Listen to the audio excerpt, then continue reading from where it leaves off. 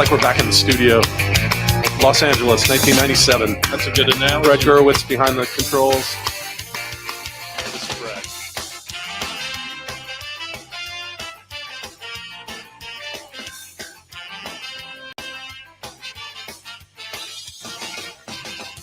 I don't need to tell the truth, but I never lie. I don't need to bow to you. You're just passing by. I never wanted to be the one you bitch and moan and come home to. But as long as you look good, I'll come back to you. Get inside my troubled mind with all of your threats. Sometimes I think I was blind. Not before we met. I never wanted to be the one that you depend on for your life. When you cry, it smells like soup. Sounds like Shona night. Never feel though I stayed all night. I got a ride. Each time I stayed all night. No, I just might. You make me stay all night. It's just that side of you tonight that makes me stay all night. I'm gonna stay all night. You're an evil little girl. I'm a twisted man, tearing through your perfect world. Make you understand. I never wanted to be the one you bitch and moan and come home to. But as long as you look good, I'll come back to you and do the things you do. Stay all night. I got a ride. Each time I stayed all night. No, I just might. You make me stay all night. It's just that side of you tonight that makes me stay all night. I'm gonna stay all. I would never treat you bad. You deserve the best from me. If you want to keep your place, you better get down on yours. Yeah, Todd wrote this one. Yeah. You think? This is not mine.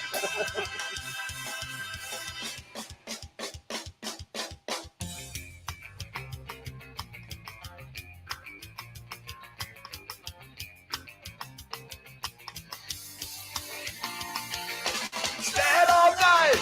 I got a right. Each time I stayed all night.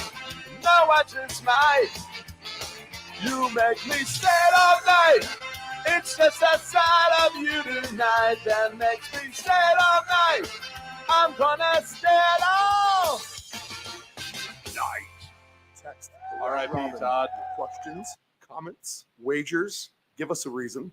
Sleeper fantasy play, your best alternative line, whatever you have. Text the round robin 757-354-5517. Can you see by the dawn's early light what so proudly we hailed at the twilight's last gleaming, whose cross stripes and bright stars through the perilous fight o'er the ramparts we watched were so gallantly streaming, and the rocket's red glare, the bombs bursting in air, gave proof through the night that our flag was still there.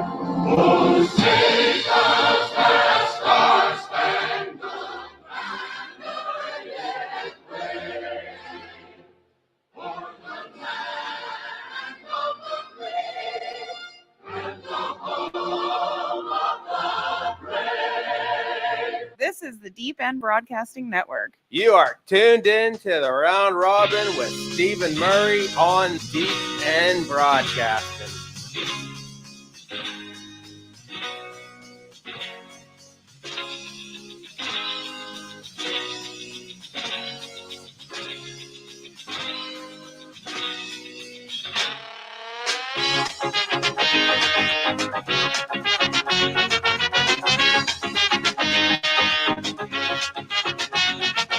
Any time I feel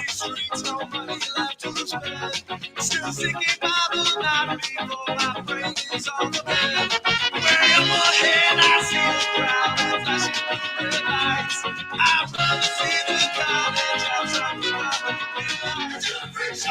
The round robin NFL Week 1 is on the air. We are just after 8 a.m. Eastern Standard Time, live from our Chicks Beach studios in the lovely Virginia Beach, Virginia, the United States of America. This is your first live look at the NFL slate for today. We'll look at every wagering angle across the board in hopes to invest the minimum for the maximum reward. All right, if you're new to the show, tuning in on YouTube or on the website, listening, viewing, whatever the case may be, here is the gist of the game here on the round robin. We'll take the next several hours leading up into kickoff and break it all down for you. We'll go over Survivor Pool. We'll go over every prop just about imaginable. We'll go through fantasy as well. And we'll have our cast of characters on board the whole way, looking for every unique angle in which we can just put a little bit of money down today in hopes to make a big, big profit. I am Stephen Murray. I am your host. I've spent the better part of 65 combined years on both sides of the sports book, in the media as well. So we've been doing this for a long time, and now here in season 3 of the round robin. Lots of success last year as well. We're coming off a very good spring playoff run, a good summer of baseball.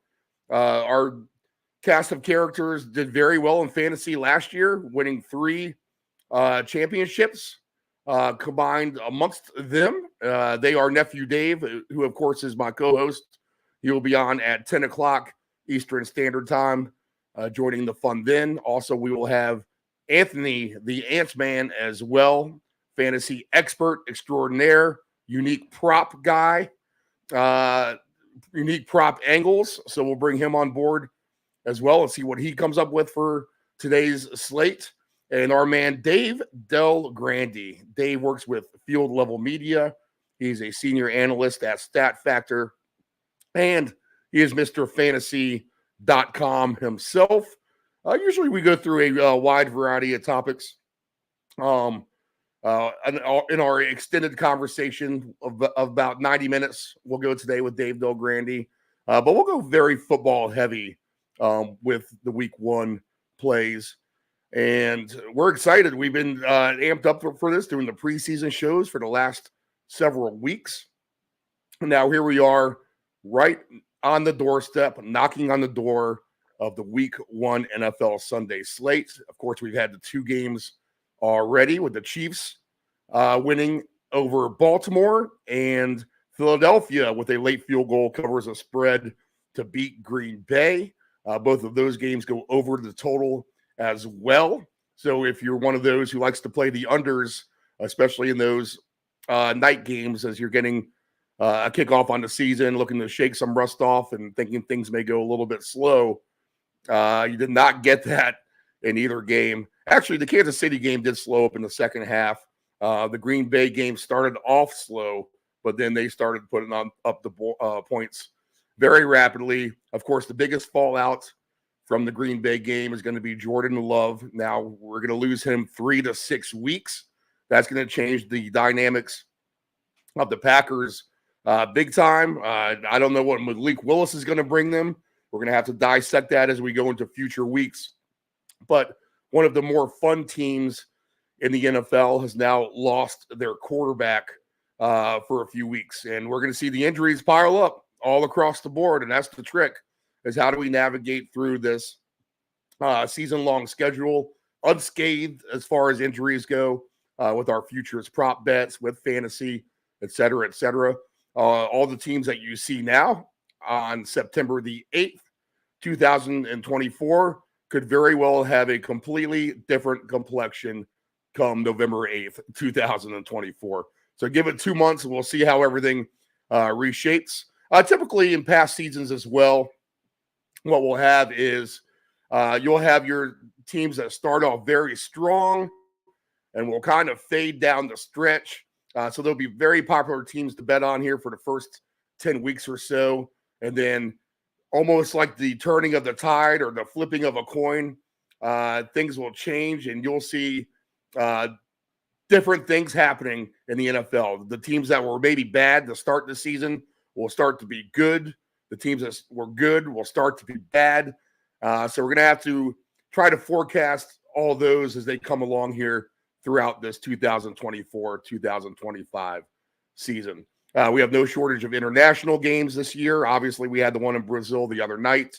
I think we have 5 more on deck coming up in Europe through the rest of the season. We have a Monday night doubleheader in a couple of weeks as well. And really, it's just going to be survival of the fittest. Teams like Buffalo, who were really good last year, Miami, really, really good teams. You get to the playoffs, they fizzle down the stretch, mainly because of injuries, because of Buffalo. Miami might not just be a good cold weather team at the end of the day, right? So you might see teams start off very strong. They look like Super Bowl contenders. And then all it takes is for a few players on your defense to get knocked out. And next thing you know, you're sitting home for the holidays after one round of the playoffs, waiting for a Super Bowl winner. So it should be wide open in that regard. I don't think you can say that, this team is certain to win a Super Bowl. Obviously, Kansas City is going to go for a three-peat. That hasn't been done in a very, very long time.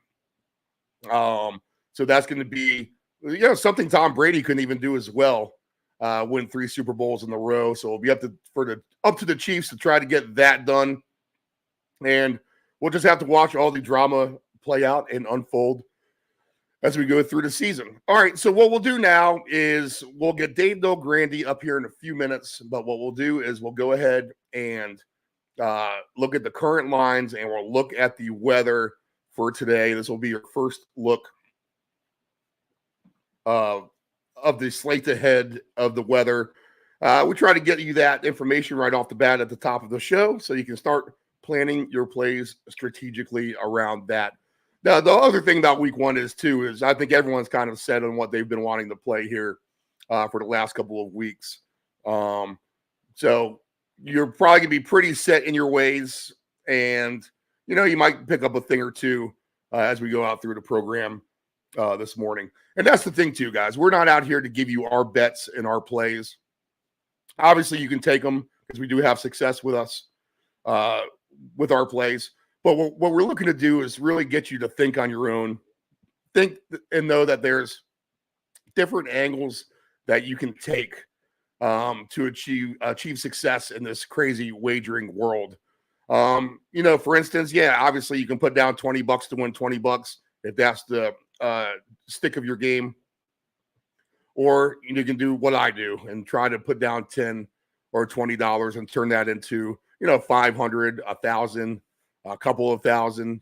If you can hit some of these 5-player prop parlays together round robin style on some alt lines, you can easily turn that $20 into 10,000 or more.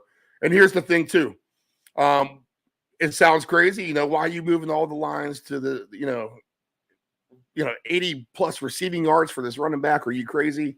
Just as an example, we'll hear that all the time. You might want to get the best value. This half point matters. A lot of times I'm going to be moving the lines. Very, very contrary to what a lot of people say you should not do. But the theory on this show is that you can absolutely win these bets, and we do. And when we win something like $5,000, $6,000, $8,000, you can lose a lot of $10 bets in the meantime before you lose that money back off that $8,000, right? Figure it that way. You have, if you win $8,000 on a 4-player round robin off $10, you have 800 more times to lose before you're in a hole. And we are certain before those 800 times are up that we will become profitable once again with another winner.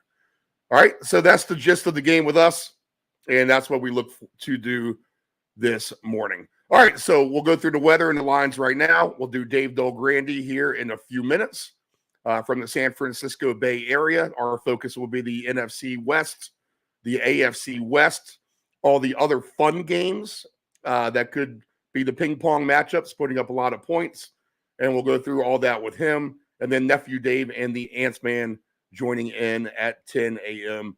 Eastern Standard Time. And we'll take you hopefully up till about 11:30 and hopefully definitely be off the air by noon as we need to get settled in for kickoff here in the studio. But let's go through the line moves overnight. Let's see where we stand now. We'll go over the weather as well. But right now the Bears are -4. That line has moved a little bit. The over-under is at 43.5 in this game. And the trend is going to be a little interesting up here in the north and the northeast today, as we definitely have some cooler temperatures. It's not a super hot day across the nation. It's very pretty, no humidity. I mean, we're talking about high 50s, low 60s here in Chicago. So good football weather to start week one. Kind of almost has that October feel to it, but a beautiful day at Soldier Field nonetheless. We'll be in the dome for the Steelers and the Falcons, and that's the other injury concern at quarterback that we have as well. I meant to say something about that, but Russell Wilson may not get the start after all today. I think through the course of this show, we'll determine if it's going to be Wilson or Fields, but we'll have to pay attention to that this morning. Right now, Atlanta sitting at a 3.5-point favorite. Over-under is 41.5 in that game. Miami, who's been a super hot team in September and past recent years, 3.5-point favorite for them. They are 49.5, the over-under against the Jacksonville Jaguars. Jacksonville, if you have them for a season total over, good luck. They've only gone over that just a handful of times here since the year 2000. So they've been a team total, season win, team total under solid play for about as long as it can get. If you've been, put it that way, if you put it $1,000 on the under in the Jaguars total wins for the season here in the last 24 years or so, you're probably up somewhere around $1,800 anyway, or 17. If you put $1,000 on it, you'd be up $17,000, $18,000 is what I should say. So the Jaguars have not been a good team to go over their team total here at all here in the last couple of decades. This line is all the way down. It is crashing now with New England and Cincinnati. Cincinnati just a 7.5-point favorite, over under 40.5 as they host the Patriots. The Bengals are the popular survivor play in the big contest in the casinos nationwide. I got the breakdown this morning. About half of the picks out there on the average are on Cincinnati in the survivor pool, even with the wide receiver issues. T. Higgins looks like he's not going to go. Jamar Chase could be limited as well. If he even goes, we'll hope to get more on that this morning as well. The Ant-Man does a pretty good job at figuring out who's going to be in and out. So we'll rely on him for that. He is a Bengals wide receiver lover, so he'll be on top of things in that regard. But the Bengals now down to 7.5, 40.5. And that is the one place I did not get the weather from. So let me just punch that in real quick. But I have a feeling I know the status. I think it's just going to be another nice, cool day. Yeah, it's going to be a nice day up there. 75 degrees, sunny. A little bit of humidity, but not too bad. But a nice day for football in Cincinnati. Let's see. Next game on the board will be indoors with Houston and the Colts. Houston now 2.5-point favorite, so that number is going up. They're taking the money bets this morning. 48.5 is the total there. A nice, beautiful day in the Meadowlands. Weather not an issue there for the Giants and the Vikings. The Vikings, the road favorite was Sam Darnold. How about that? Over under 41.5. So Daniel Jones is a home underdog to Sam Darnold at home in the Meadowlands. Weather not an issue there in MetLife. The Saints and the Panthers will play in the Caesars Superdome inside. They will be, so weather not an issue. right now. Saints minus 3.5, 41.5. Beautiful day at Buffalo. Again, a little bit of a hint of coolness in the air. Fall-like weather on this first full weekend of September up in Buffalo. 6.5 is the line right now with Buffalo over the Cardinals. Over under 46.5. Couple stats I'll throw at you real quick off the bat here. If you love Josh Allen, know that just in the last 2 seasons alone, as a favorite of 4 points or more, he is not very good. He is 33% winner against the spread. Kyler Murray has been a 66% winner against the spread as an underdog. He is your most profitable quarterback since he's come into the league 6 years ago as an underdog. Kyler Murray, 25-12-1 overall to the spread. He's also 14-3 on the East Coast. So the time change does not mess with Arizona and Kyler Murray. And again, Josh Allen at a 33% cover against the spread ratio as a home favorite of 4 points or more here in the last couple of seasons. So kind of the opposite of what you would think. You would think Allen would be the better quarterback against the spread and Murray would be the bad one. But it is completely the opposite in that regard. Let's see. Next game on the board will be in SoFi Stadium with the Chargers and the Raiders. Obviously, weather not an issue there. -3 for the Chargers. They are the favorite over a Raider team who beat them 63-21 their last time out. Over-under is now down to 39.5 points in that game. The Broncos are at Seattle. Weather not an issue in Seattle. Going to be a pretty day there, so we don't have to worry about rain. Seahawks -5.5 over Bo Nix and Sean Payton.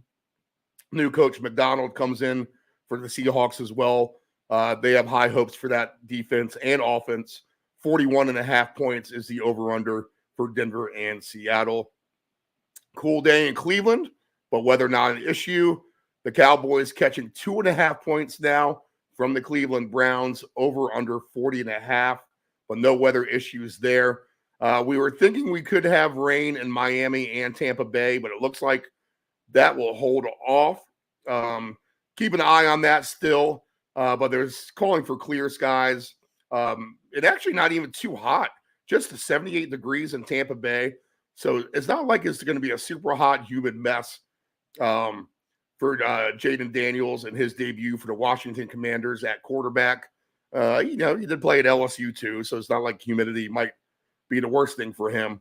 But not as hot as it could be in these Florida games.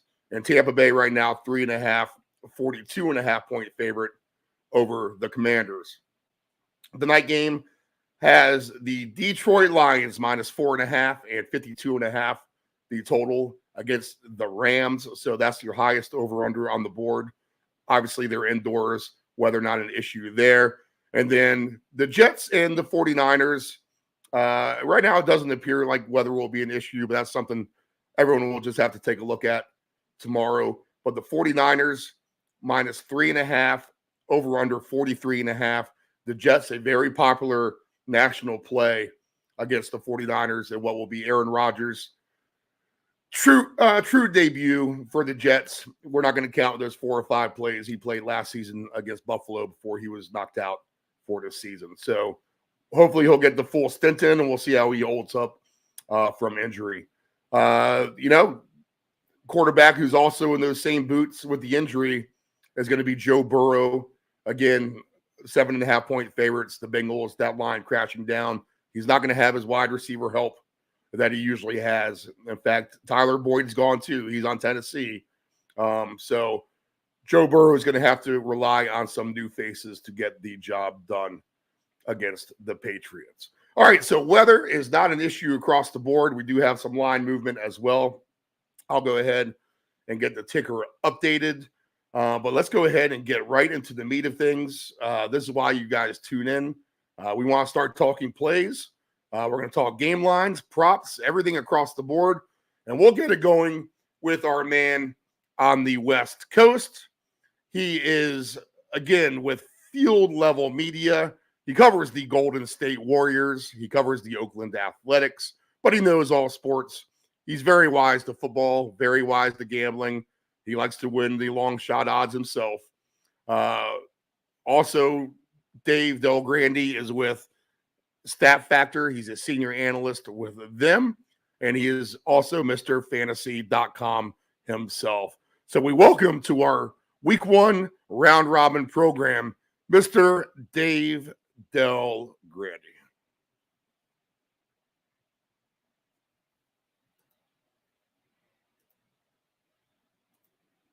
All right, this is the way it's going to work for all you new viewers, listeners out there, wherever you may be. Dave Del Grande joins us every week. We will focus on the NFC West. We will focus on the AFC West. I'll usually start them off with a few topics of the week, kick those around for a little bit before we get into the wagering. It kind of breaks up the monotony of this 4 hours of gambling. But for the sake of today's show, since it's week 1, we'll go very football heavy in that regard. And I'll just ask you this, Dave. Week 1, it's always a mystery. It's always a mixed bag. We can't overreact. There are going to be a few teams here in week 4 that are seemingly out of it, but still think that they could be the best team in the league come on Monday. So that's how fast things can turn in that regard. But from past years' experience, and this week 1 in particular as well, what are your lessons learned week 1? What will you be looking for this week?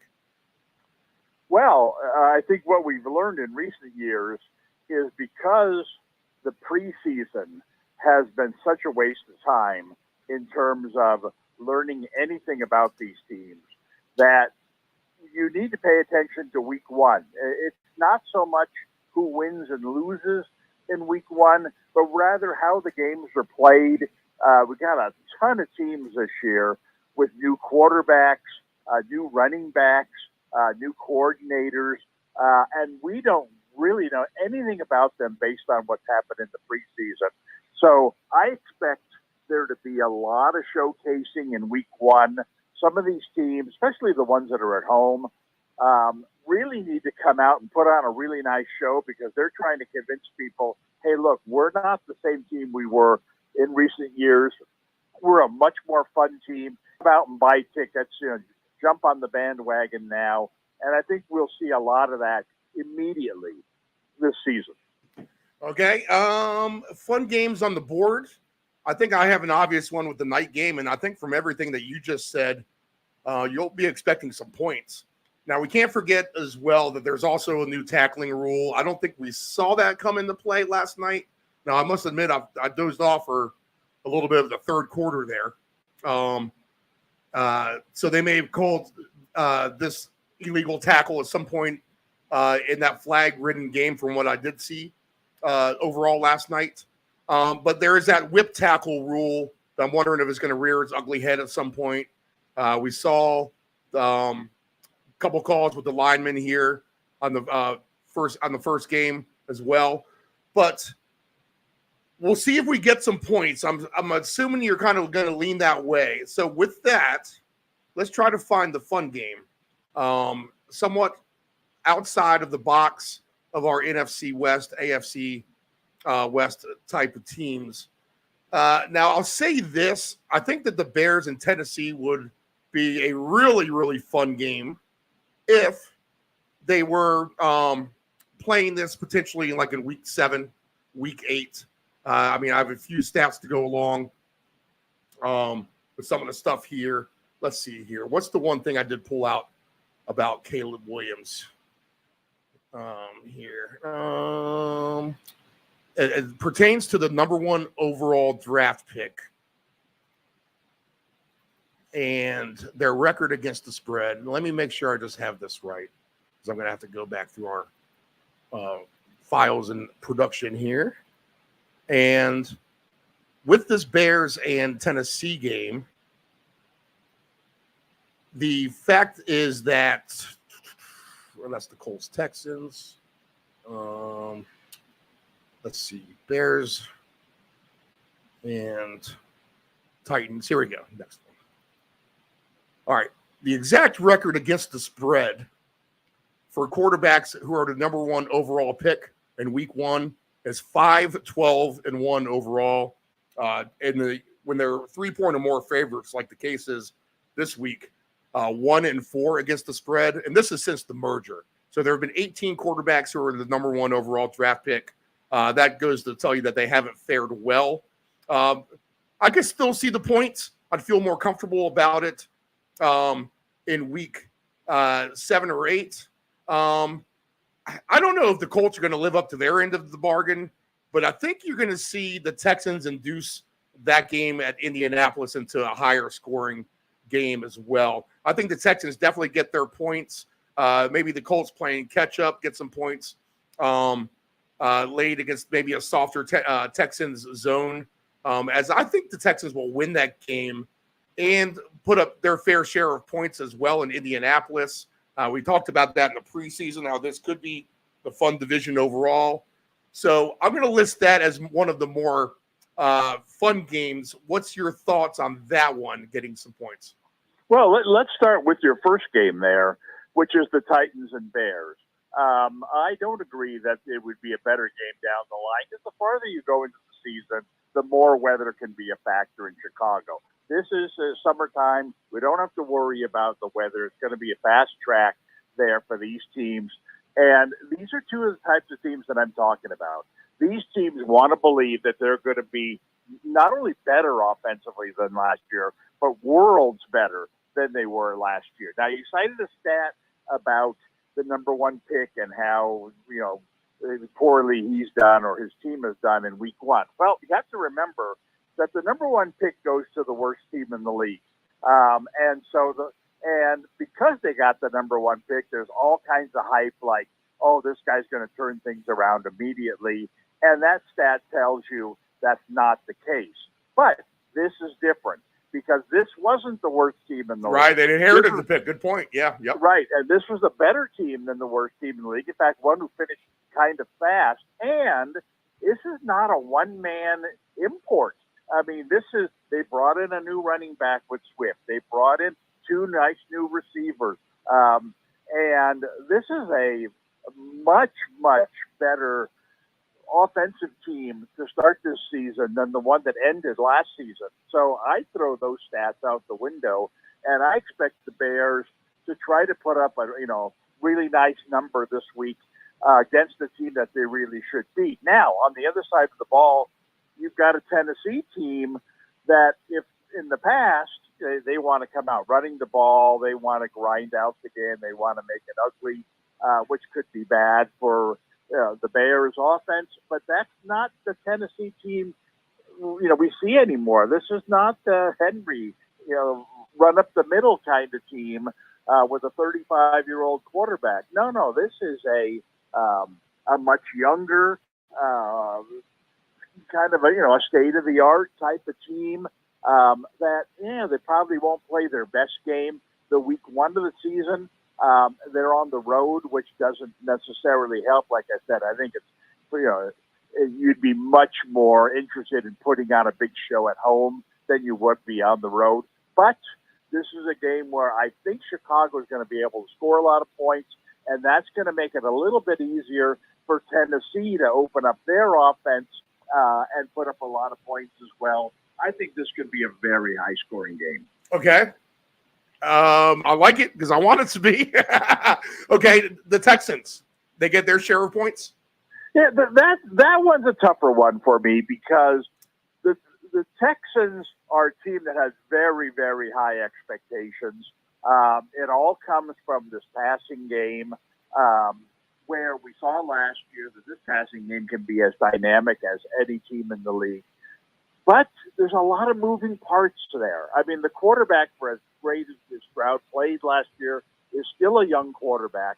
This is a road game, tough environment, and you've got a receiving core where you're getting guys back from injuries. You've brought in a new piece in Diggs. You have to wonder how he's going to fit in. I think the Texans are going to be a much better offensive team 2 months from now than they are in this opening game. I think this is a tough game for them. in part because Indy, when Richardson is healthy, Indy plays the game like no other team in the league. We saw a glimpse of this in the opener with the Ravens playing the Chiefs. If you've got a quarterback who runs the ball, is capable of running the ball a lot, it opens up a lot of things offensively because you've always got to have a guy or two, following the quarterback around. And so this ought to open up running lanes for Taylor. This is going to open up receivers, particularly deep patterns, with less double coverage down the field. Unfortunately, I'm not sure Richardson is the type of quarterback who's going to take advantage of that, but we'll see. I think he's going to have the opportunities. I think that the Colts are in a really good position here, where when Richardson is healthy, this team is going to be a handful offensively. They're going to be hard to prepare for. And like I said, you look back on the Chiefs-Ravens game. Yeah, the Chiefs won that game, but by the end of the game, they had no idea what to do with Jackson. We ran for 120 yards, and he's if he had thrown the ball more accurately, if he had found the guy in the end zone who was wide open on the second to last play of the game, or if he had thrown the ball a little bit lower on the last play of the game so the guy didn't have to jump out of bounds, they could have very easily won that game. I see Indy being the team, kind of like Baltimore was on opening night, where, man, this team could be a handful to defend, with a healthy Richardson. So I give Indy a better than 50-50 shot at winning this game. The stats do say that Richardson in the games that he did play for the Colts, they were 3-2 straight up. The Colts were 11-6 to the over last year, so they were a higher scoring game. They did end the season on the skid, and of course that's with another quarterback. And the one thing that's haunted them traditionally is, they are the worst team in week one. 13-1 against the spread, but you have to throw that out. It's a new team altogether. And, to your point there too, Dave, C.J. Stroud is only 3-5 against the spread as a favorite. And this is on the road in a tough environment. I just like the weapons. I just think at the end of the day, the Colts are outclassed here. I could see this somewhere in the neighborhood of like a 34-27, 34-24 type of game, just from my angle alone. Okay, so other potential games too that have potential to have some points in the 1 o'clock window. I guess the next obvious suspect would be, I think there's a couple of them, but I think the next obvious suspect is Jacksonville and Miami. Absolutely. Yep. Yes, that's and again, this to me is similar to the Tennessee-Chicago game in some way, in that Jacksonville isn't a completely made-over offensive team, but Jacksonville's been disappointing offensively in recent years. They haven't taken advantage of having the big number one pick at quarterback. They haven't surrounded him with the best of tools. And I'm still not convinced that they have the best of supporting cast there. But there's a lot of talk about them opening up their offense, being more dynamic, throwing the ball deep. They drafted Brian Thomas, a great deep threat. We'll see, how much they're able to use him early on. Etienne has become a very good running back for them. I think, if this game were at Jacksonville, again, I think there would be more of an incentive, more of an electricity in the air to put on a show. And so I think they're going to have a good offensive game here, but that is due in large part to they're going to have a big offensive game here because Miami is healthy. The biggest concern about Miami, last year and moving forward this year is, can they stay healthy? Can the quarterback stay upright? Can their speedy wide receivers, stay healthy? And especially their running game, which is so dynamic when Achane and Mostert are healthy. Now they've added a third element to it. This is a track team, and until someone pulls a hamstring, which it'll happen, maybe even an opening week, but for now they are running on all cylinders. I expect them to put up a lot of points here, and again, similar to the Chicago-Tennessee game, we're talking about Tennessee, where there's less urgency for Tennessee to play well defensively this year because they believe they can match points with teams. I think that's going to be the case with Jacksonville as well. They're not going to be bothered so much by a team getting ahead of them 7-0, 10-0, 14-0, because they're planning on winning games in the 20s and even into the 30s this year.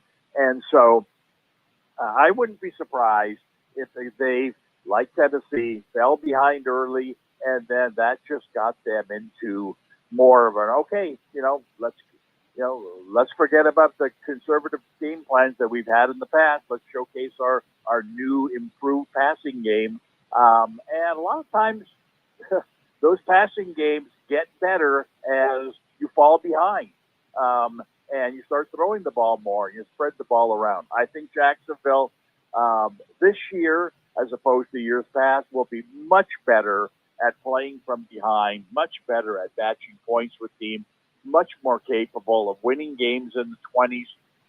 And so I see this game, again, similar to the Tennessee game. I see this game, with a lot of scoring early and a lot of scoring late. All right, so Trevor Lawrence, 8-17 straight up on the road, 11-14 against the spread. Tua has been pretty good, 29-22-1 in his career against the spread. Even better at home, 18-8 ATS for him. How about this too, Dave, for the Jaguars? Since the year 2000, so we're talking 24 years now, they're just 16-18 to going over their win total for the season, and they haven't gone over a total of 7 or more wins since 2007.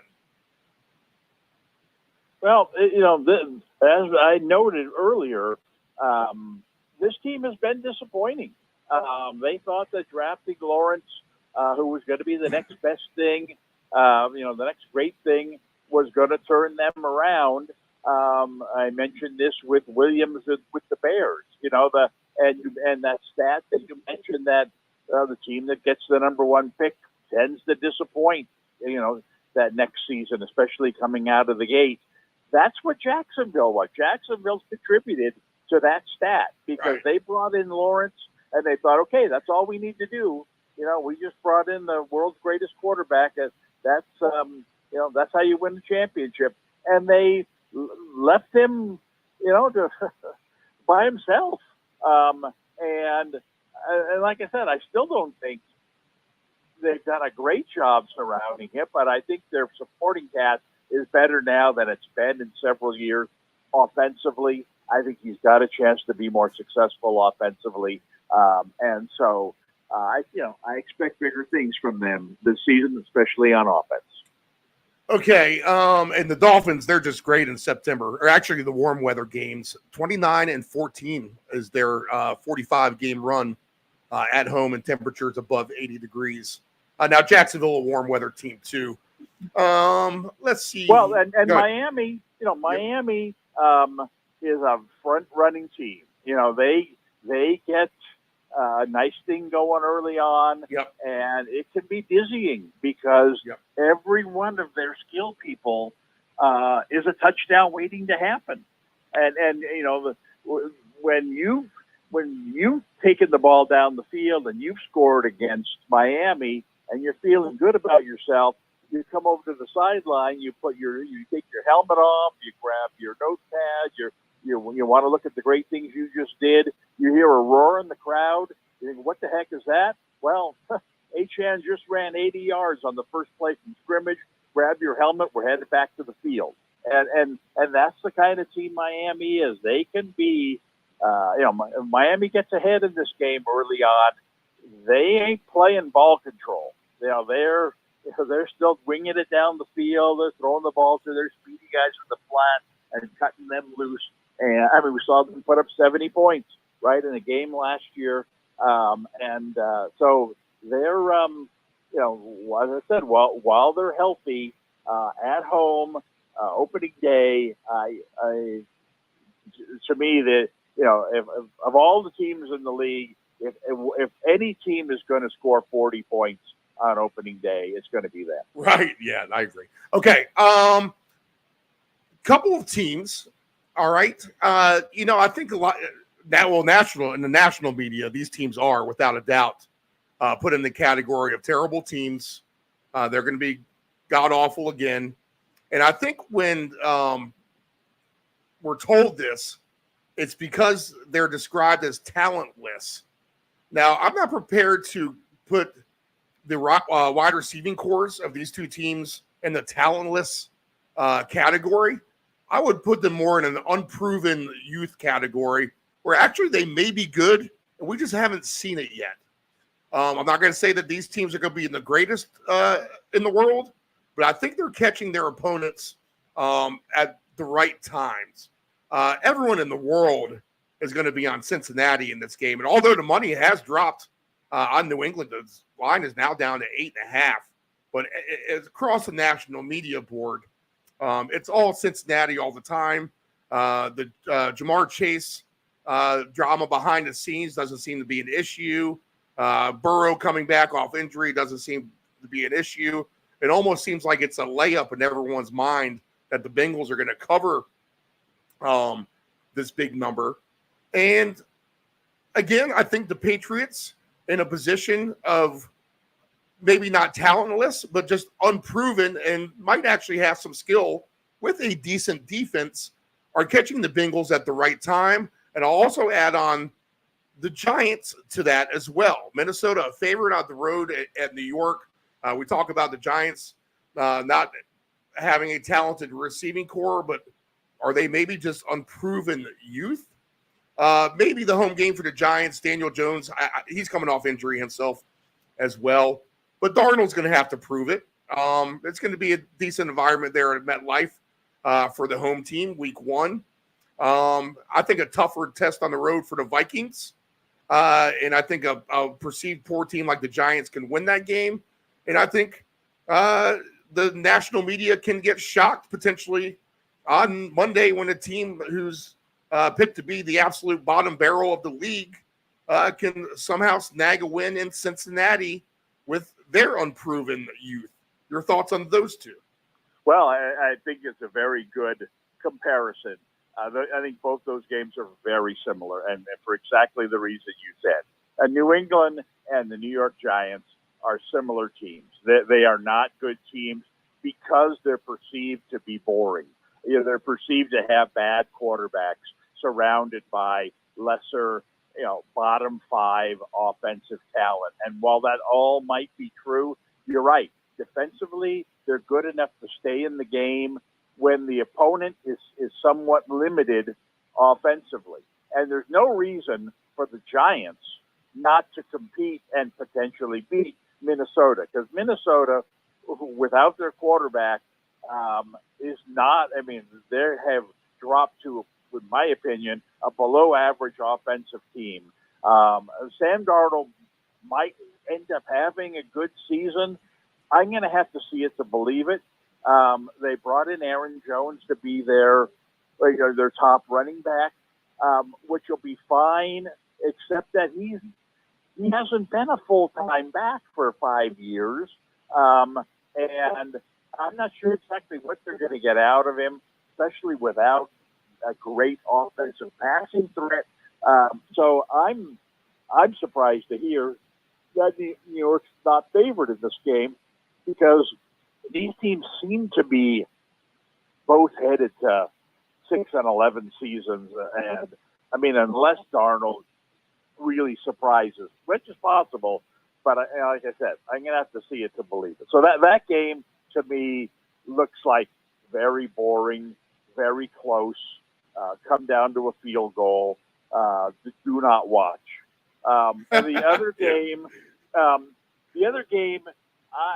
Cincinnati to me is not a blowout kind of team. Cincinnati is a good defensive team that if they get the lead, they'll count on their defense. They'll play conservatively on offense.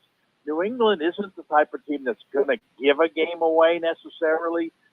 They'll play, if they can, they'll play conservatively, try to stay in the game.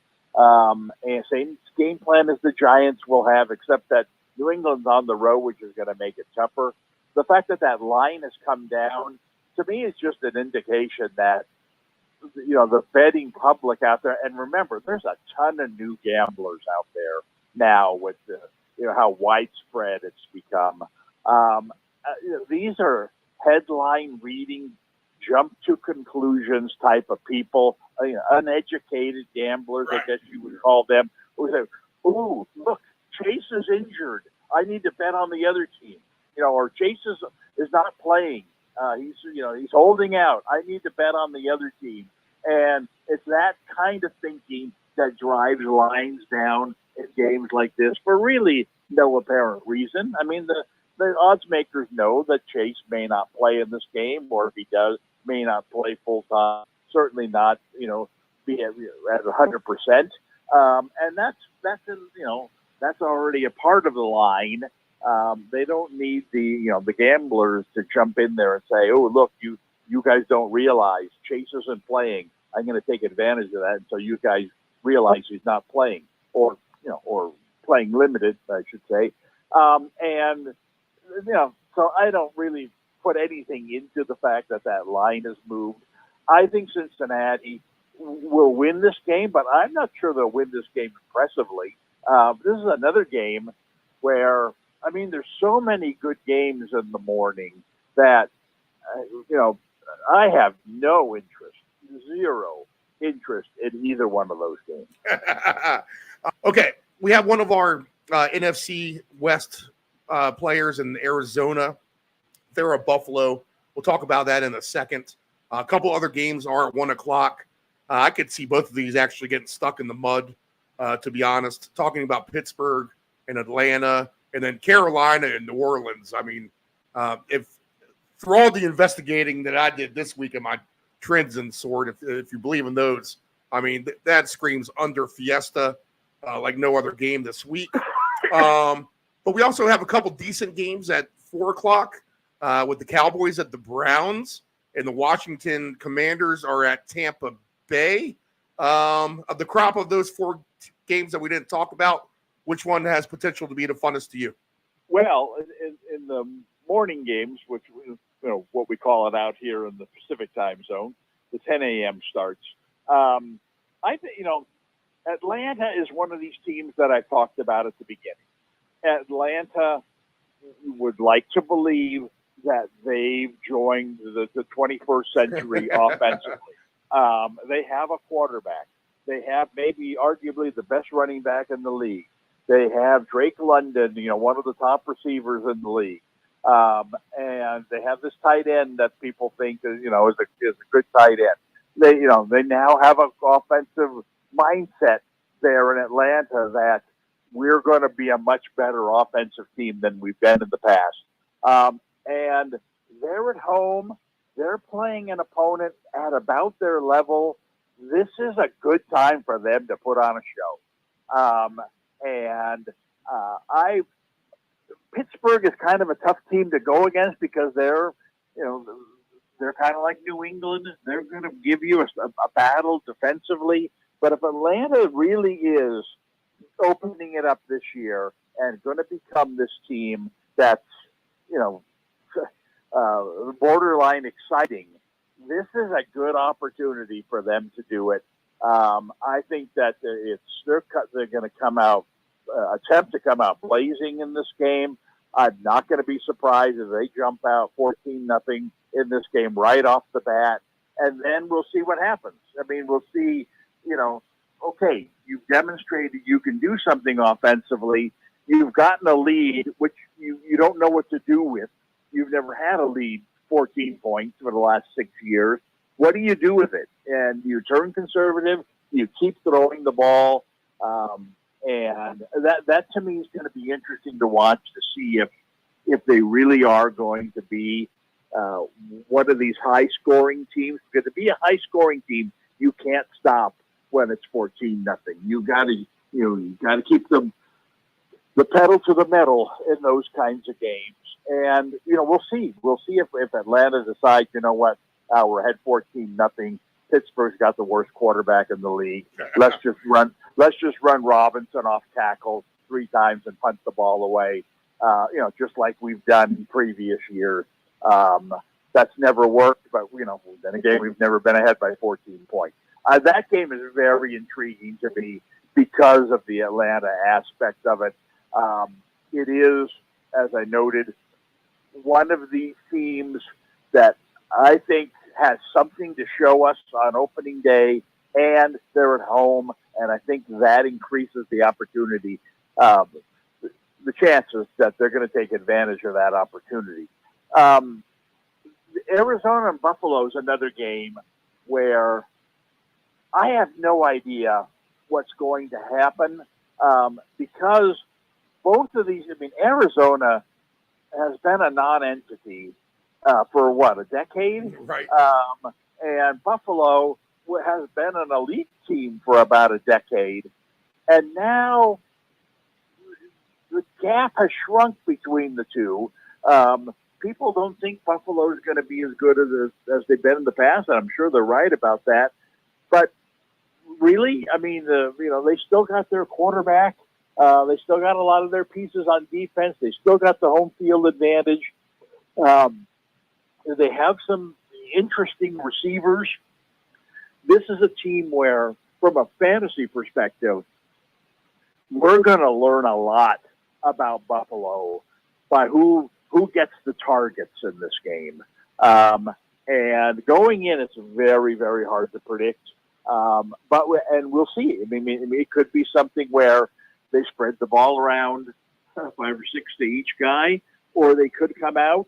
If you watch the Kansas City Baltimore game, Baltimore has been that kind of team, even Kansas City to a slightly lesser degree, where you never really know where the ball's going when they come out and play. But this year seems to be different at both of those teams. Rashee Rice, looks to me like Amon St. Brown. He catches the ball over the middle. He runs for 20 yards. They threw the ball to him at least 10 times in that game. And the same thing with Baltimore, where they're going to get the ball to Flowers a lot more than we've ever seen them get the ball to Flowers. All of a sudden, these two guys, if the fantasy draft were held over again, they would go much higher. I have a feeling we're going to be saying that about one of the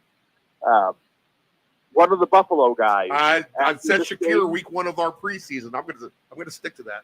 Okay, well, it's going to be interesting because they have other options. They've got Coleman. They've got another returning guy. They've got 2 tight ends. I think that's going to be interesting to watch. And Arizona's the same way. Arizona should be a lot better passing team than they've been. Murray's healthy. They imported the best wide receiver from college football. This is and Buffalo is not as intimidating. If you go play at Buffalo, you want it to be in September, so it's not you're not going to run into 40-mile-an-hour winds or snow drips or whatever you would normally run into Buffalo. This is going to be like playing at Miami. I think Arizona's got a chance to put up some nice numbers in this game. But again, I want to see, will they determine that Harrison is going to be a superstar from day one, or is he going to come out and catch 2 passes for 15 yards, and meanwhile Murray's throwing the ball to other receivers? God knows who that would be. But in both of these cases, I think we have a lot to learn about ball distribution that, like I said a minute ago, if the fantasy draft were a week later, there are going to be guys who come out of this game similar to the Pittsburgh-Atlanta game where we're going to have a lot better idea of what to expect from them down the line. Let me give you a couple of quarterback stats from each one, because these numbers are interesting but not surprising either in that same regard. Something's going to have to give here. Maybe the, as they say, the immovable object against the irresistible force. Russell Wilson on the road since 2020 is 12-18 against the spread. Kirk Cousins at home since 2020 is 11-19 against the spread. How about this? Did you know this? This is maybe something I learned that I had no idea was the case. But Kyler Murray is your most profitable quarterback since he came into the league 6 years ago. As an underdog, he is 25-12-2 against the spread. And Josh Allen, for as much as we love him, when favored by 4 points or more in the last 2 seasons, just 8-16-1 against the spread. Well, the Murray stat is very surprising, but at the same time, he's also 11-3 in the Eastern Time Zone against the spread. How about that? Well, and I'm guessing as an average of 8.5 point underdog. You know, I mean, it doesn't necessarily tell you that they're winning these games.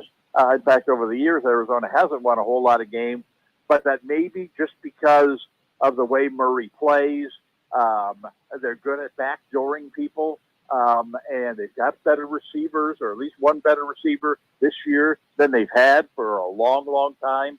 And so all the more reason for them, if they fall behind, to have the capability of catching up.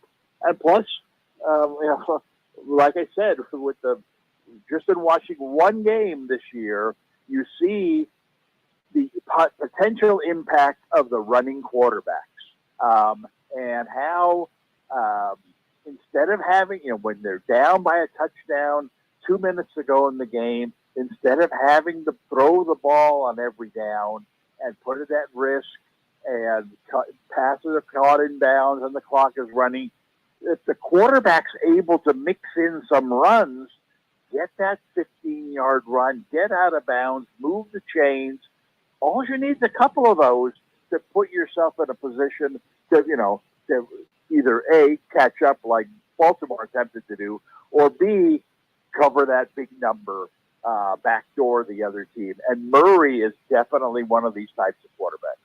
Okay, in the 4 o'clock window, before we get to our weekly list of candidates, we got 2 other games, and I think both of these could actually be low scoring. I think we have 2 good defenses up in Cleveland, relatively unknown situation with Deshaun Watson coming back, although you want to hope that they're going to be good with Amari Cooper having such a great year last year. But we need Deshaun Watson to show it to us. Dak's got CD back, so that definitely helps them. But what kind of running game are they going to have in support? And then I'm going to go ahead and I'm going to like McDaniels. I actually have him on my fantasy team. But I think a tough opponent in the sense that it's going to be hot in Tampa Bay. They have a good defense too. Tampa Bay was my most under-the-radar team last year. They lived up to the hype for me. In fact, they were one of the better teams to cover the spread last season, and they were a dead under team. I could just see the Commanders struggling in that environment. The 2 good defenses in Cleveland, I'm not going to look for a lot of points in either of those 2 games. Your thoughts there? Well, let's start with the Washington-Tampa game. And I think the NFL made a mistake. I mean, they do a good job on opening week of getting marquee matchups. And when you get marquee matchups, you also that leaves the bottom teams to play each other in a bunch of dud type games. This is kind of one of those games, but as opposed to putting Chicago at home, when everybody wants to know how Williams is going to do on opening day. He gets to play at home. He gets to play a weaker opponent. It's all set up for him to do well. They should have done the same with Daniels. This is a big game for Washington to show their fans, hey, we're going to be fun this year. And so what does the NFL do? They not only they put them on the road, but they put them up against a good defensive team. I mean, this could very well blow up in Washington's face immediately, and that would be a terrible thing for Commanders fans and for the league in general. After all this build-up about these young quarterbacks, you'd like to see them come out and have attention-grabbing games so that more people tune in next week. And then maybe reality sets in. But unfortunately for Washington, I think reality might set in immediately here, and that's unfortunate. The other game that you talked about, Dallas and Cleveland, this is a game Dallas has to win. They've, for whatever reason, and this even goes back to last year, probably multiple years, people want to believe that Dallas is not a great team anymore. Because they can't win Super Bowls, they can't get into Super Bowls, what have you. But I'll tell you what, Dallas is consistently good, and this is the kind of game where Dallas wins these games. You don't get to 11, 12 wins every year by losing to 500 teams, from other conferences.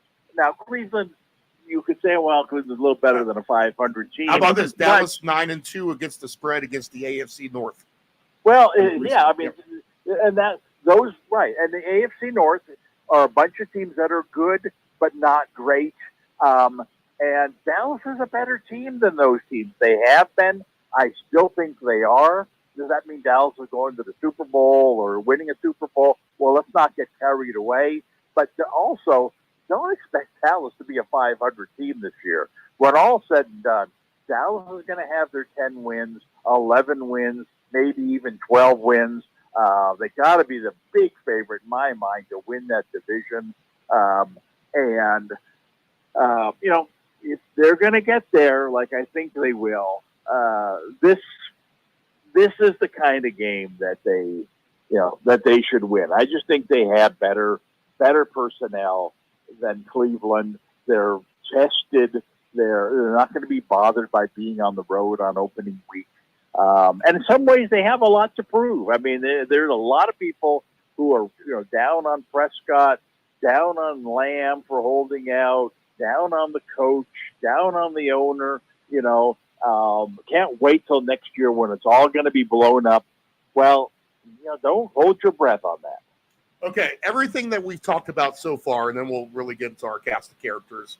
Is there a specific prop or two that you would want to look at with all the games that we talked about? Obviously, those would be the Chicago and Miami game, probably first and foremost. Is there a lean on anything you would really look at prop-wise? Well, of the morning games, yep. I think that Houston and Indy and Jacksonville and Miami have got to have, I don't have numbers in front of me. They've got to have the highest total. I mean, those are the two most obvious. 48.5 for the Texans, and Miami's 49.5. Okay, there we go. Those numbers are very high, and rightfully so, because everybody in the world can envision those being high-scoring games. So the props in those games are going to be high as well.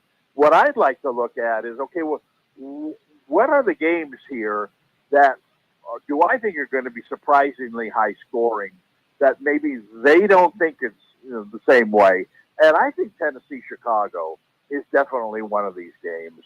And I'd say Arizona and Buffalo is another one of these games. And you have four teams there that I think are all very capable of putting up big numbers. I don't see a good defense among the four of them. I see good quarterbacks. Tennessee would be the most questionable one. But between the other three, you're talking about three guys who could very well be elite quarterbacks, this season. Good weather, not a little under the radar in terms of, how many points are going to be scored in these games. I would think that in both of those cases, there are going to be props out there that are not listed as high as they should be. All right. Let's see. Caleb Williams passing touchdowns. Let's see. For him to get 3 passing touchdowns is plus 350. I have a Will Levis for 3 touchdowns at plus 630, which that sounds like a decent little flyer, to be honest, if he could show up. And then receiving wise, let's look at the receiving. Well, let's stop right there because you've mentioned a couple of things that I like. First off, Levis's total, I think is a really good one. What you have in this game are two teams that are trying a new running back, and I'm not sure either is convinced that they've got the right running back playing. And I don't think when push comes to shove, I don't think that Chicago's going to trust Swift to score short yardage touchdowns, and I don't think Tennessee's going to trust Pollard, or presuming he's the guy, to score their short yardage touchdowns. That's just not their specialty. I think both teams will be looking to pass the ball in, or in Chicago's case, their most likely guy to score a touchdown from inside the 10-yard line is going to be the quarterback. And so I think Williams, he's got to be, a minus odds to score a touchdown. Yeah, let's get that up. Somehow I defaulted back to the Packer game here. Let's get off of this. A touchdown for Williams. I'll say this, too, before I get to that as I scroll. We saw Likely have a great game on Thursday, and we're no shortage of good tight ends in the league at this point. But I can get over 4-1 odds plus 415 on Cole Kmet for 50 yards receiving in this game as well. The Bears game, here we go. Anytime touchdown for the Bears. We have, you're going to get plus price on Caleb Williams. You're going to get a good one. Plus 350 for him for a touchdown. Wow. Yep. Well, that's shocking because, like I said, I think that he's, we've seen him play in college. He's one of these guys who he's going to have a tough time in close quarters like that down by the goal line, standing in the pocket and waiting for a receiver to get open. He's much more likely, to think, all right, I'm going to count 1, 2, 3, and then I'm going to take off and run somewhere. And he's a good enough athlete that he can score from. He's their best touchdown threat down in that area. I think that in terms of his props, we don't know who he's going to throw the ball to.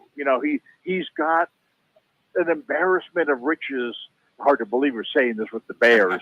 In terms of who he could throw the ball to, he's even got a back who catches the ball well. I mean, they all could catch 5 passes for 49 yards in this game, and Williams would end up having a nice 280-yard total without really one guy standing out.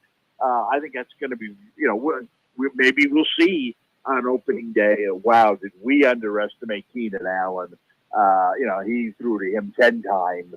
Or heck, he might throw 2 times to Allen because he's the kind of guy who's going to scramble. He's going to look downfield, and maybe it's more who is the guy who breaks coverage and runs down the field and catches the long passes that Williams throws. That to me is hard to predict. What isn't hard for me to predict is that they're going to move the ball against this team. They're going to get opportunities down by the goal line. And when they do, I think Williams running it in is the most likely thing that's going to happen.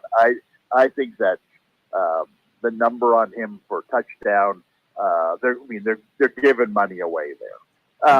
I think that Tennessee, on the other hand, I can see them. I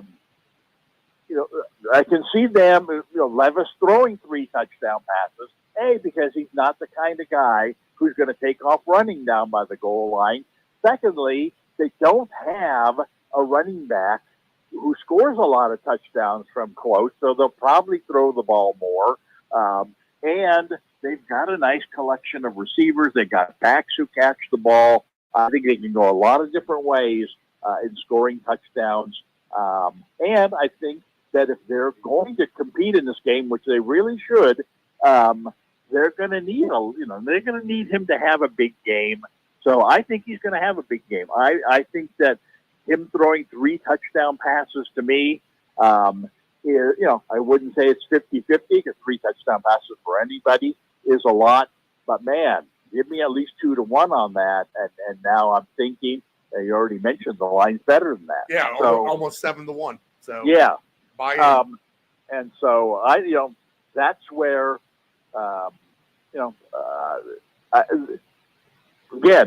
There's a lot of uncertainty on who's going to be the dominant supporting cast for both of those teams. We'll learn a whole lot more about them in this game than we know now. But you can envision what the quarterback's going to be able to do against this opponent. And like I said, Williams is going to rush for a touchdown. Levis is going to throw touchdown passes. I'd parlay those together and break the bank. All right, and I'm going to go ahead and stick to my guns with the Shakir pick.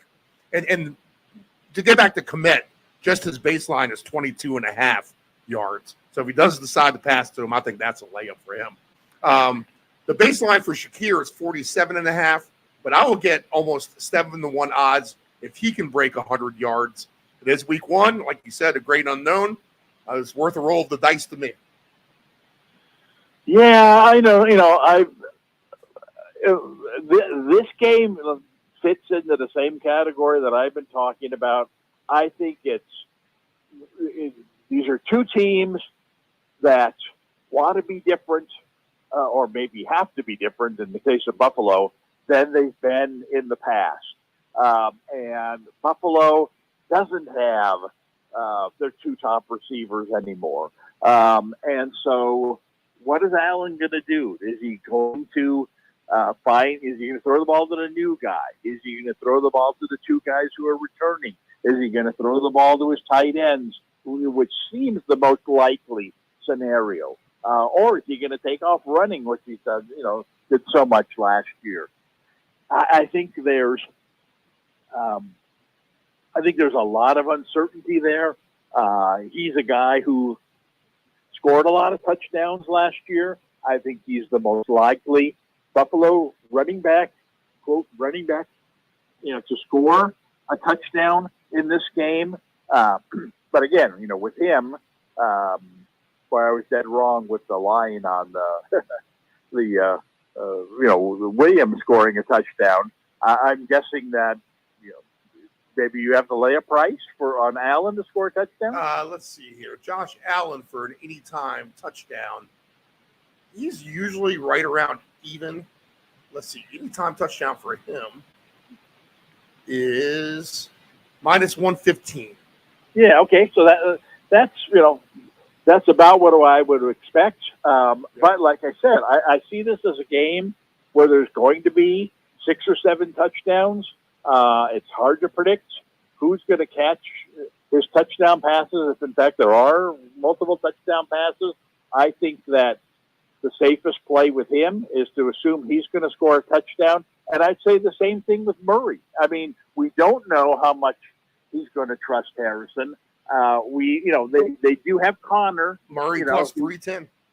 Yeah, I mean, that's because they do have Connor, and Connor is the type of running back who can, if they get down to the 2-yard line, they're much more likely to hand to him than to have Murray fake it and run it around the end. But that said, if this game, I envision this game being similar to the Baltimore-Kansas City game in that I think Arizona's going to fall behind. It's going to force Murray to become more athletic, to run the ball more, and take matters into his own hands. And I think that he's,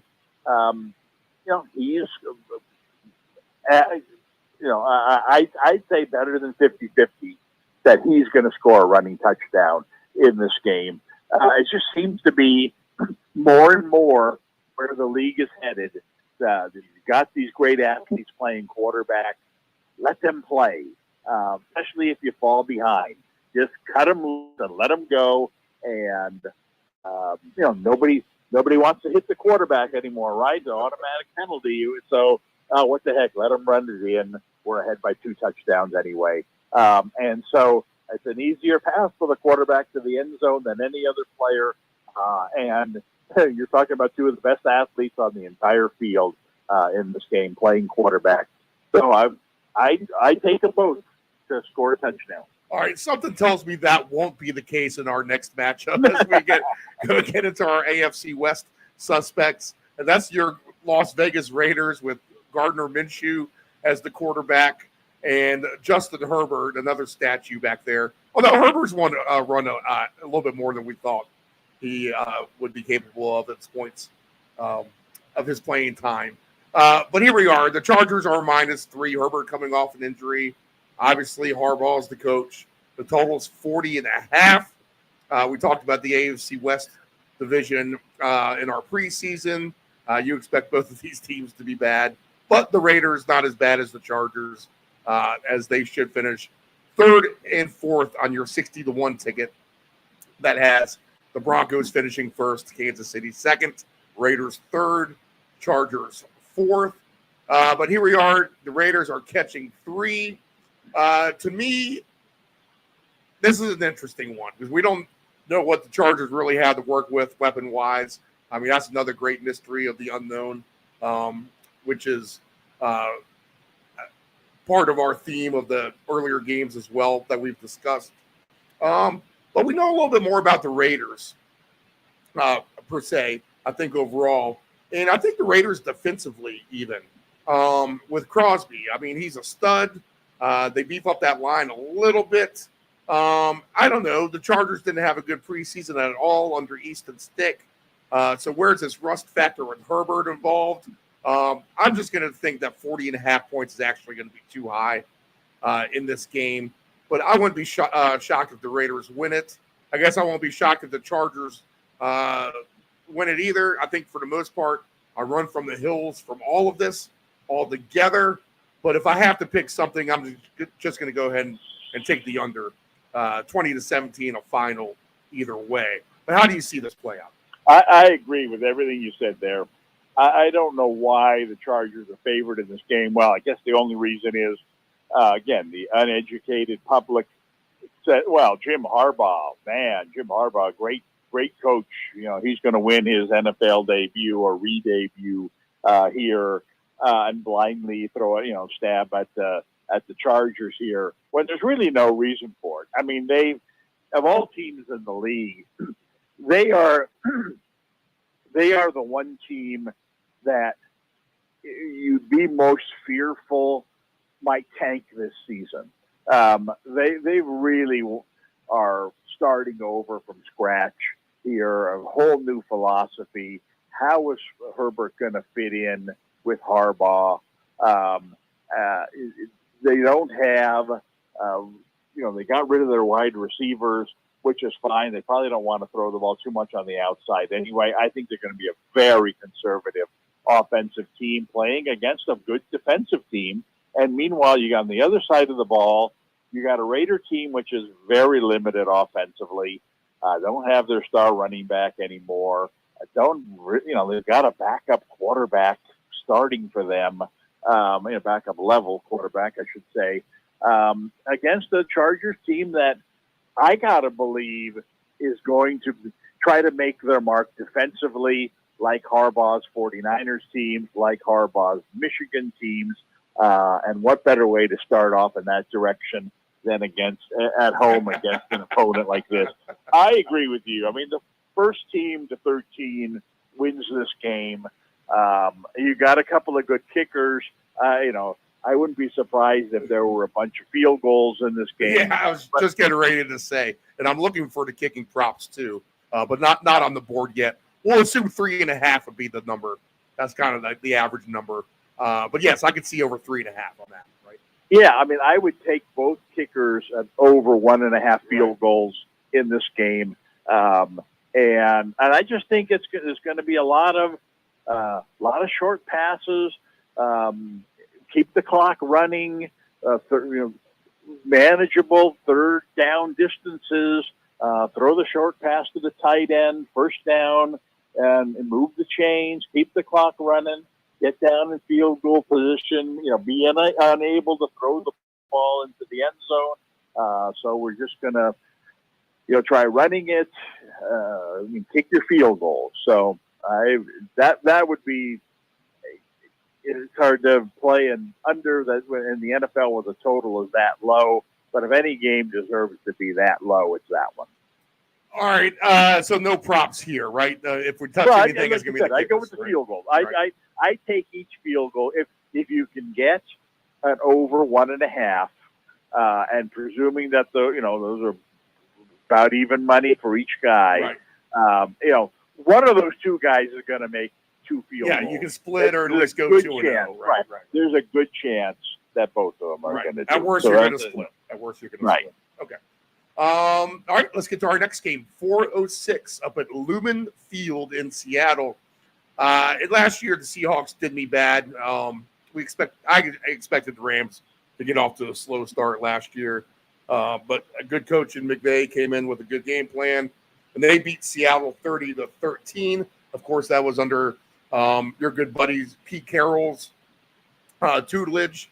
But Seattle, not impressive at home to open the season last year. They haven't lost back-to-back home openers in 25 years. The Seahawks haven't. Here comes the Denver team. That's an interesting one to me. Sean Payton, I think, gets the coaching edge against the first-year coach, McDonald, in this matchup. So that's why I'm going to give the Denver Broncos a fighting chance. Geno Smith, again, I think everyone just and I've heard a lot of Seattle hype for Seattle to make the playoffs, but Geno Smith is going to have to show it to me again that one really good season wasn't a fluke. Now, he is 33-33-2 against the spread as a starter, so he's right at 500 for Geno Smith. Bo Nix looked good in the preseason. I think the fact that this is in the Northwest and Bo Nix played at Oregon maybe gives him a little bit of a comfort zone in this regard. Maybe the Seattle crowd won't shock him as much. The Seahawks are laying 5.5. And for me, for a rookie coach against a good coach like Peyton, Denver, I think, can have some defense. We talked about how they ended in the preseason, how they ended the season strong last year. Seattle really didn't finish that strong. I think 5.5 is going to be too much. So I would take the points here with Denver, and I'll take it one step more. I think this game can actually see some offense as well. You might see Geno come out hot, and if he does, he certainly has the weapons around him to produce some points. So if they can come out hot, Bo Nix comes out and has a good first start as a rookie, I could see this getting over 41.5. But give me the Broncos in a close game, going a little bit over the total. What do you think about that? I think this is a tough game. I really don't have much of a feel for it other than and you're right. I mean, of all guys, going to Seattle to play a first game.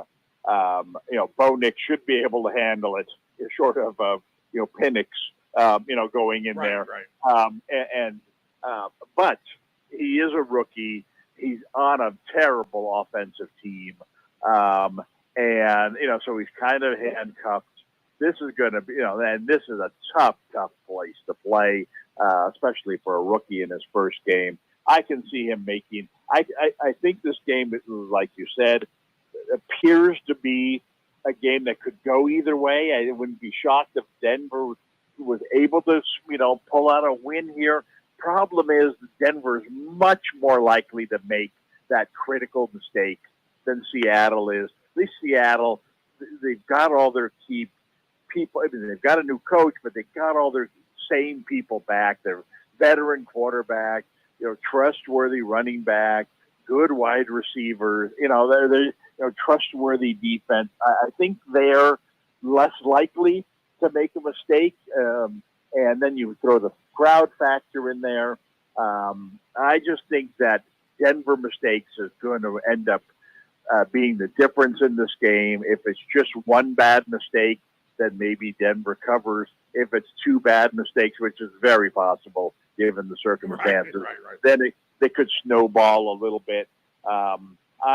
If I were to play anything in this game, I would guess that I would take over on Knicks's interception total. I'd even possibly take a look at Seattle defense for an anytime score, just because I think there's going to be that mistake by the rookie quarterback that ends up coming back to bite Denver in this game. Minus 146 for a Bo Nix interception, and also for an anytime touchdown score for the Seattle defense. Plus 650. So you could wrap that around with your Caleb Williams touchdown, your Kyler Murray touchdown. Find something else we talked about along the way. That'd make a nice little round robin, actually, if all that could hit. Yeah, I didn't realize you could actually take, will he have an interception? Laying $1.40 or whatever you said it was. I hate to lay that kind of price, but is he going to have an interception in this game? Man, I would think you'd have at least one and maybe two. And so that you talk about a super conservative parlay, that's something that I would throw in there. Why can I just see a Geno Smith strip sack fumble for that same critical error down the road? It wouldn't shock me if definitely would not shock me if Seattle were to beat Denver handily. It will not shock me if Denver goes on the road and somehow beats Seattle at the end of the day. Okay, let's see here. Now, my best maneuver of the playoffs last season, Dave, is I took the total in the Lions and the Rams game, which was right around where it is for this week's game, 52.5. The Lions are minus 4.5. The Lions were by far the best team against the spread and to the over last season. They were number one in both of those categories. But the Rams pretty good too. I think they were 500 against the spread, 8-1. But they were also an over team as well. But my best maneuver in the playoffs, just knowing that it could be a little tenser in the playoffs, defenses could reign supreme. Maybe you try to run the clock out instead of getting that extra score or whatever. So the total last year in a playoff game falls short of the over-under line. And what I did last year is I actually took the over, but I took it down to above 45. And that's what they were able to do at the end of the day in that playoff game. So that actually gave me a win. I felt like a genius for doing that, knowing that 52.5 could be high. But I'll say this, in this game week one where things could be a little bit more loosey-goosey, you talked about teams wanting to showcase themselves as well. I mean, this game, as good as any, could have as many points on the board as all the other games. So for that fact, I will take the over in this game with the Rams and the Lions. And I expect actually a good showing from the Lions at home here. I know the playoff game was close. McVay's going to have them well prepared. But Puka's been banged up. There's no more Aaron Donald. I just think at the end of the day, and it was, if the Rams made a deep playoff run, it would not shock me this year. But at the end of the day, I think the Lions outclassed them. So I think the Lions win this game. I think they probably cover the spread, and I think it is a higher scoring game as well. I think the Lions could definitely score well into the 30s on this. And if they get into the low 40s, that wouldn't shock me either. I think the Rams are good for low to mid 20s. Worst case scenario, maybe 18, 19 points, 17 points. But even then, I think the Lions still get you over the total. So I'll take the Lions, and I will take the over in this game. It's probably going to be a public play, I think. Maybe the Rams will get some buyback. But the lovable Lions, everyone loves them. And I'll give you credit. A couple years back, you kind of saw this coming. You adopted the Lions as your little fun team 2 seasons ago. So we were ahead of the curve in that regard. But I expect a good showing at home with the Lions. They win, and the score goes over the total. Sunday night football fiesta for all, Dave. What do you got?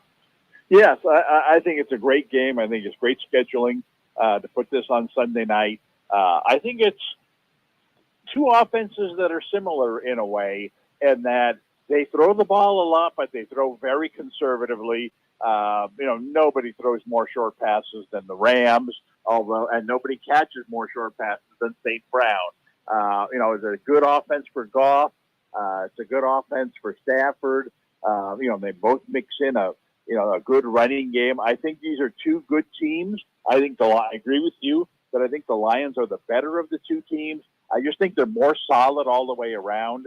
They've gone from a team that a couple years ago had, half a dozen holes they needed to fill, and they filled 4 or 5 of them. And last year they had 7 or 8 holes to fill, and they filled 4 or 5 of them. To the point where they come back this year and say, you know what, if we take care of these last 2 or 3 holes, we'll be a really good team. And they've tried to make strides in those directions. So they've put together a really solid team here. I think the Rams don't have that quality of personnel, but they do have the type of offense that's hard to stop.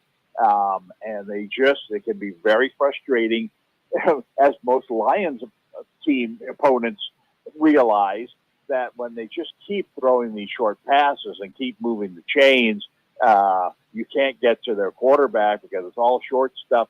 It's tough to deal with. Well, now Detroit's going to have to deal with that with the Rams because that's the way the Rams play.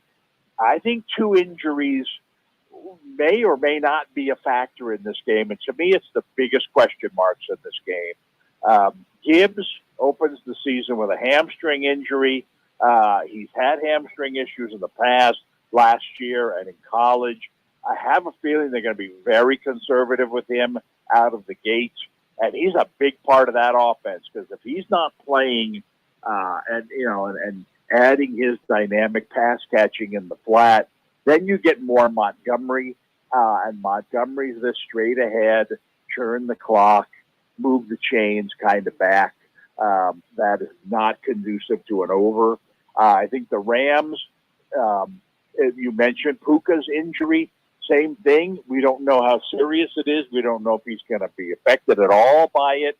But they need Puka and Kupp to be playing together. It's going to be almost an unstoppable short passing game.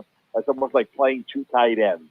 You keep throwing the ball to these guys on the quick slant ins and crossing patterns.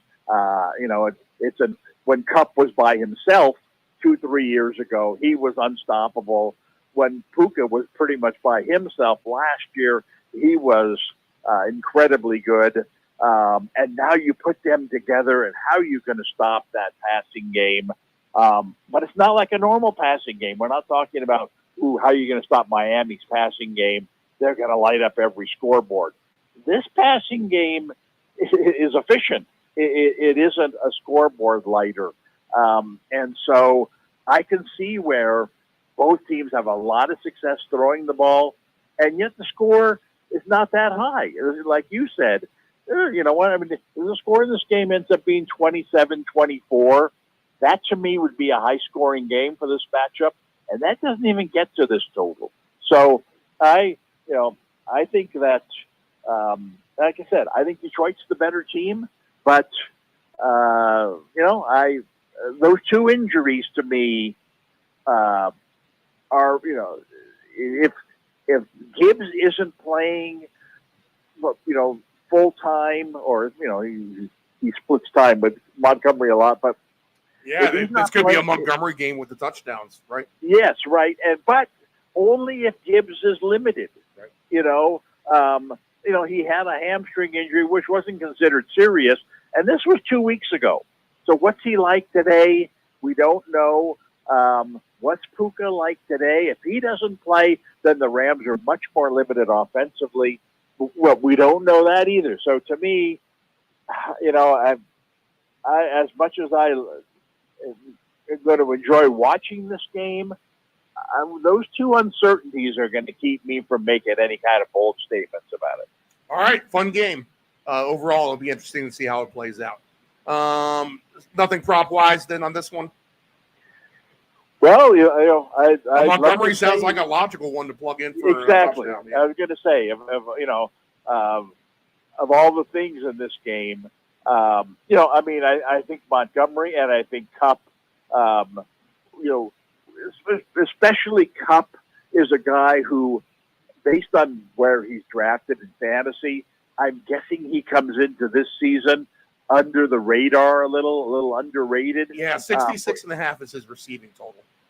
And for a guy who catches short passes, he's kind of like Godwin, Edelman, that type. They know where the goal line is. They catch that ball at the goal line and dive in before you know it. Look at all the touchdowns he scored in his big season a couple of years ago. So I think both of those guys would be decent plays to score a touchdown. Kupp for his touchdown plus 120. All right. Yeah, I mean that's a plus price. Not ideal, but like I said, if same thing with both guys though. If Puka is limited in some way, then Kupp becomes a better play to score a touchdown.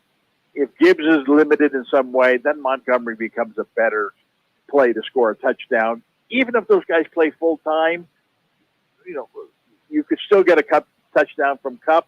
You could still get a touchdown from Montgomery. It's just less likely. All right, our final game on the slate is the Monday night game. It's a good one. Very well could be a Super Bowl preview. Now, a lot of people will laugh and scoff the Jets as a series contender, but I take them as a series contender. You do too, right? Yes. Okay. They are catching 4.5 in San Francisco. The over-under is 43.5. Now, this reminds me a little bit, but I guess it's a whole different scenario because now Rodgers has been with this team for a full year, so he does know the system. But the last time Brett Favre was with the Jets, and he took the Monday night trip out west on week 1, it didn't work out for him as they got blown out by Phillip Rivers and a good Chargers team. So you almost want to see Aaron Rodgers actually have some games with the Jets under his belt before he plays a team like the 49ers. That would be my one hesitancy in picking the Jets to win this game.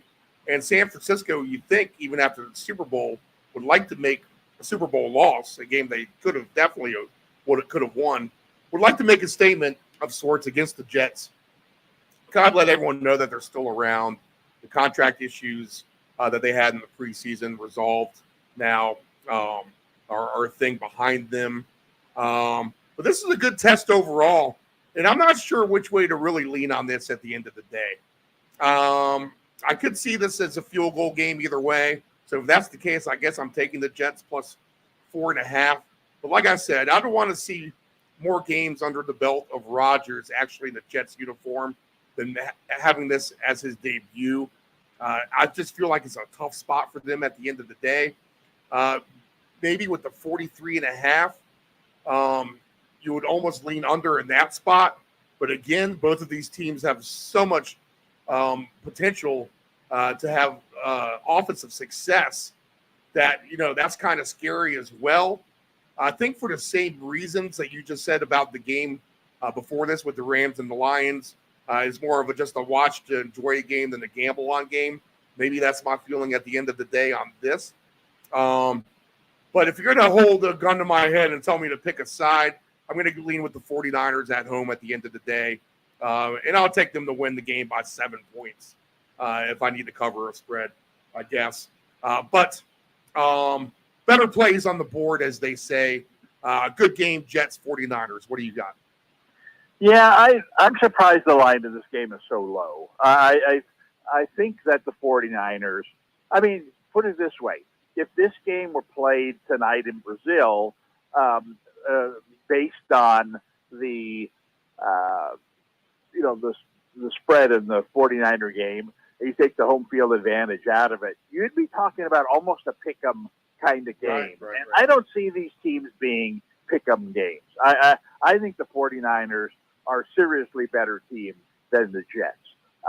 And so that line seems low to me. My concern about the Jets is you have to be worried about the quarterback and his health.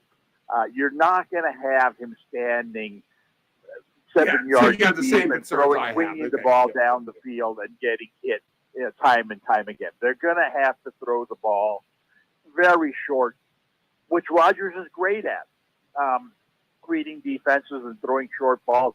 But the 49ers are going to know this going in. They're going to move everybody up.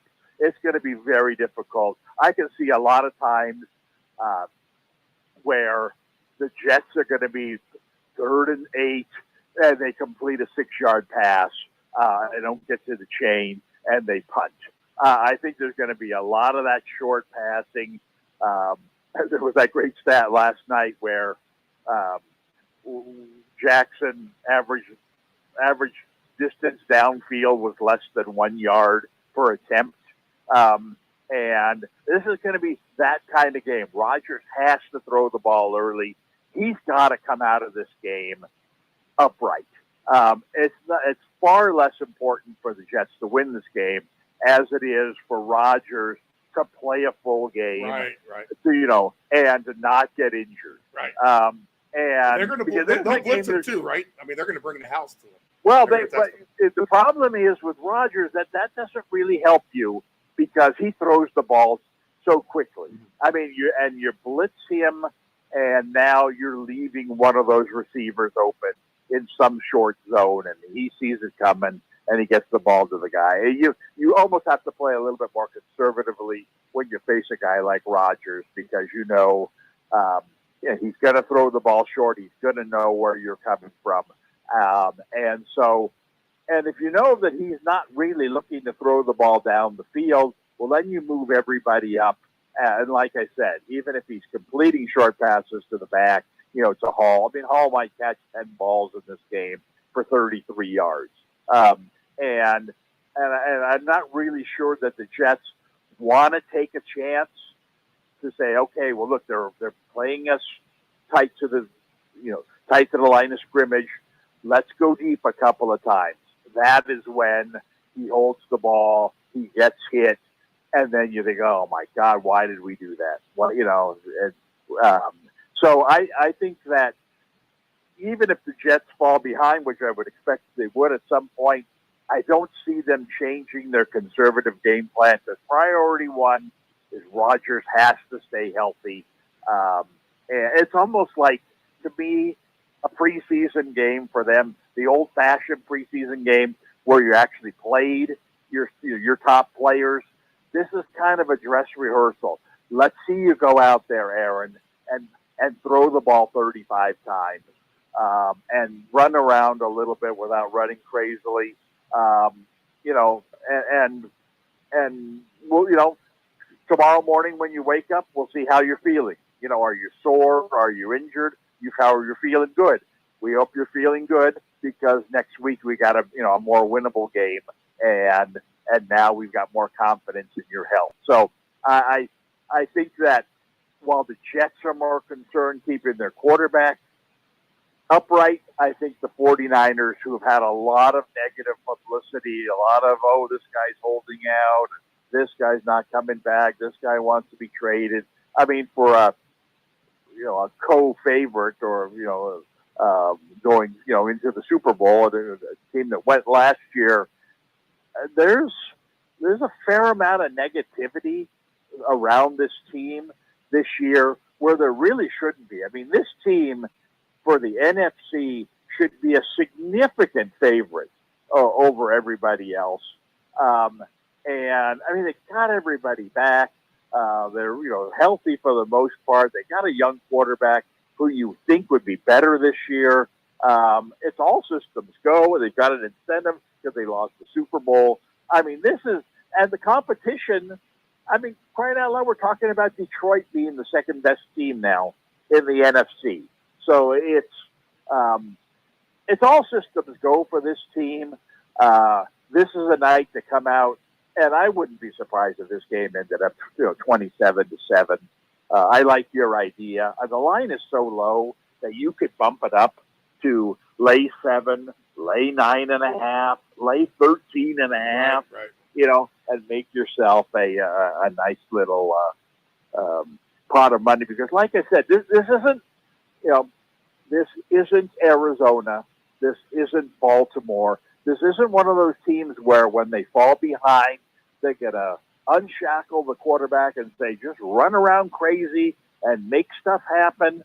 The other team's going to let us score. So put yourself at risk and run down the field, throw long balls, get us a couple of these late touchdowns. The Jets aren't going to play. The Jets could be behind 24-7 with 6 minutes to go. And I'm telling you, Aaron Rodgers' next pass ain't going more than 5 yards downfield. They're not going to risk it. And he's certainly not going to run around and try, on 3rd and 8 and try to get to the chains on the sideline, with the 49ers middle linebacker running, Warner running right at him. So I just don't see this game having a whole lot of backdoor potential to it. A 24-7 game with 6 minutes to go is much more likely to become 27-7 than it is to become 24-14. So I think this is a game where, you want to play it. I'd say bump up that line, make it attractive, and I think you'll be happy in the end. In the national media, the Jets seem to be getting all the bet love hype on this game as well. So I do like that angle with the 49ers. Plus 300 if you want to lay 13.5. I do like that Breece Hall prop, though. I can see him getting the catches. 26.5 is his baseline for receiving yards. I could see that going over for sure.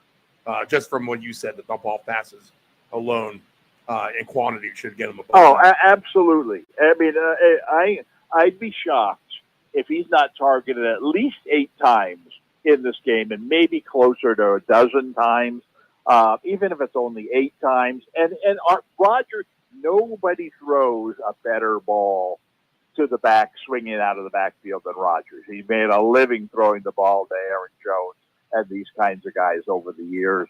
He hits them in stride. They catch it moving towards the chains. And he got 8 yards and out of bounds, 6 yards and out of bounds, and you're talking about a number that's under 30.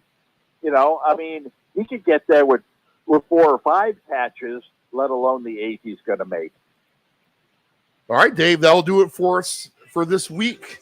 We'll get a little bit more fantasy focused our next session when we discuss everything during week 2. Okay, let's go ahead and take a break. When we come back, Nephew Dave, the Ants Man, myself, we go through the entire slate. We'll start it off with Survivor, all that, and every betting angle possible for every game coming up after this.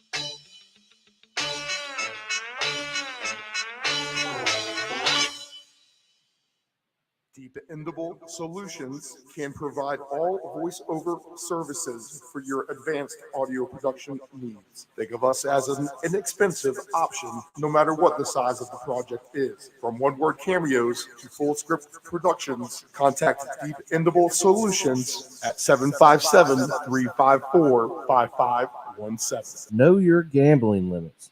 Don't ever bet what you can't cover. Wagering on sports is only fun when you do it the right way. Not every bet will win. When you get on a bad run, know it and avoid trouble. Know your gambling limits.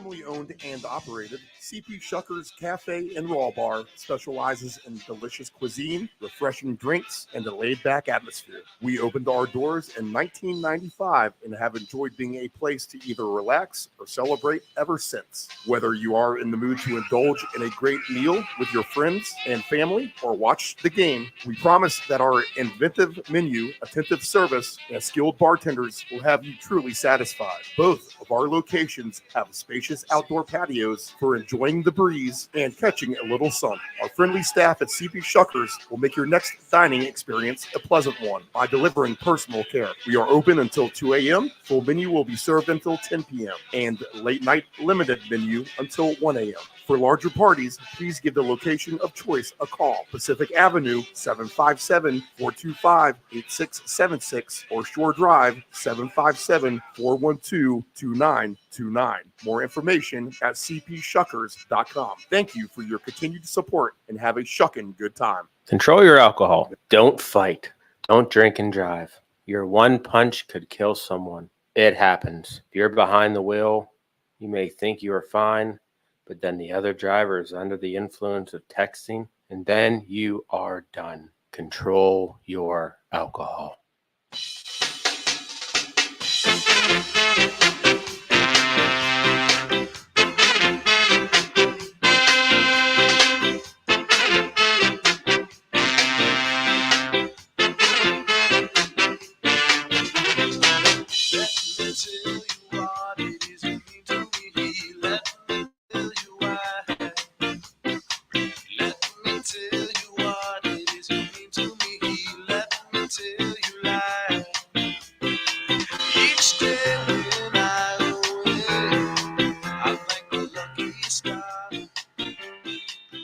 All right, just after 10 o'clock Eastern Standard Time on the East Coast. This is the Round Robin. You are on the Deep End Broadcasting Network, live from our Chicks Beach studios in the lovely Virginia Beach, Virginia, the United States of America.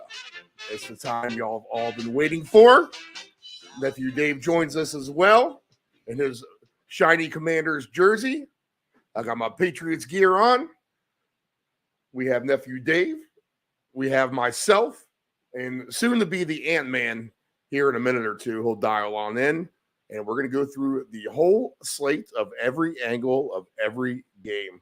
Dave, how fired up are you? It's the first Sunday of NFL Week 1. Steve, I'm excited. It's good to be back. We had our preseason previews working out the kinks, a little preseason, like you said, for us as well. But Week 1 is here, Steve. The boys are back in the studio. It's a beautiful, beautiful Sunday.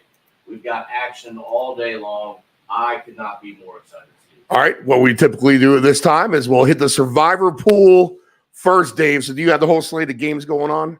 If you want to go down the list, we'll go ahead and finalize our survivor, and I'll continue to pull up our graphics and get those ready. All right. How's that sound? Here. We'll start off with the Cardinals and the Bills. I myself think this is actually going to be a pretty decent game. I think I'm going to stay off of this survivor here. So, yeah, no survivor for me on that one. Okay.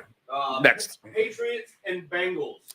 I've talked a lot about the Bengals. I still think that they are an option here. But something is telling me there is a stinker in this game. Is Chase playing? What are the Bengals going to put out on the field? I'm not quite sure. Patriots with Jacoby Brissett, they're going to at least. Oh, there you go. Oh, there we go. My bad. Go ahead. You got me muted. So Cardinals, Bills, we said no. Patriots, Bengals. Again, I think this could be a situation for the Bengals. Not quite sure what the product they're going to put out is. There could be a stinker in this game, Steve, as I was saying. Jacoby Brissett for the Patriots. He's going to at least try and move the ball. Anytime you got Stevenson back there too, you have a running back that you can count on. So this could be interesting if you want them. Take the Bengals, but I think there is a little bit of a beware here, Steve. All right. As far as I'm concerned, Dave, I definitely smell a rat. You said it in the other room before we came on the air. And my bad. I had your mic down a little bit there, so we have that back up.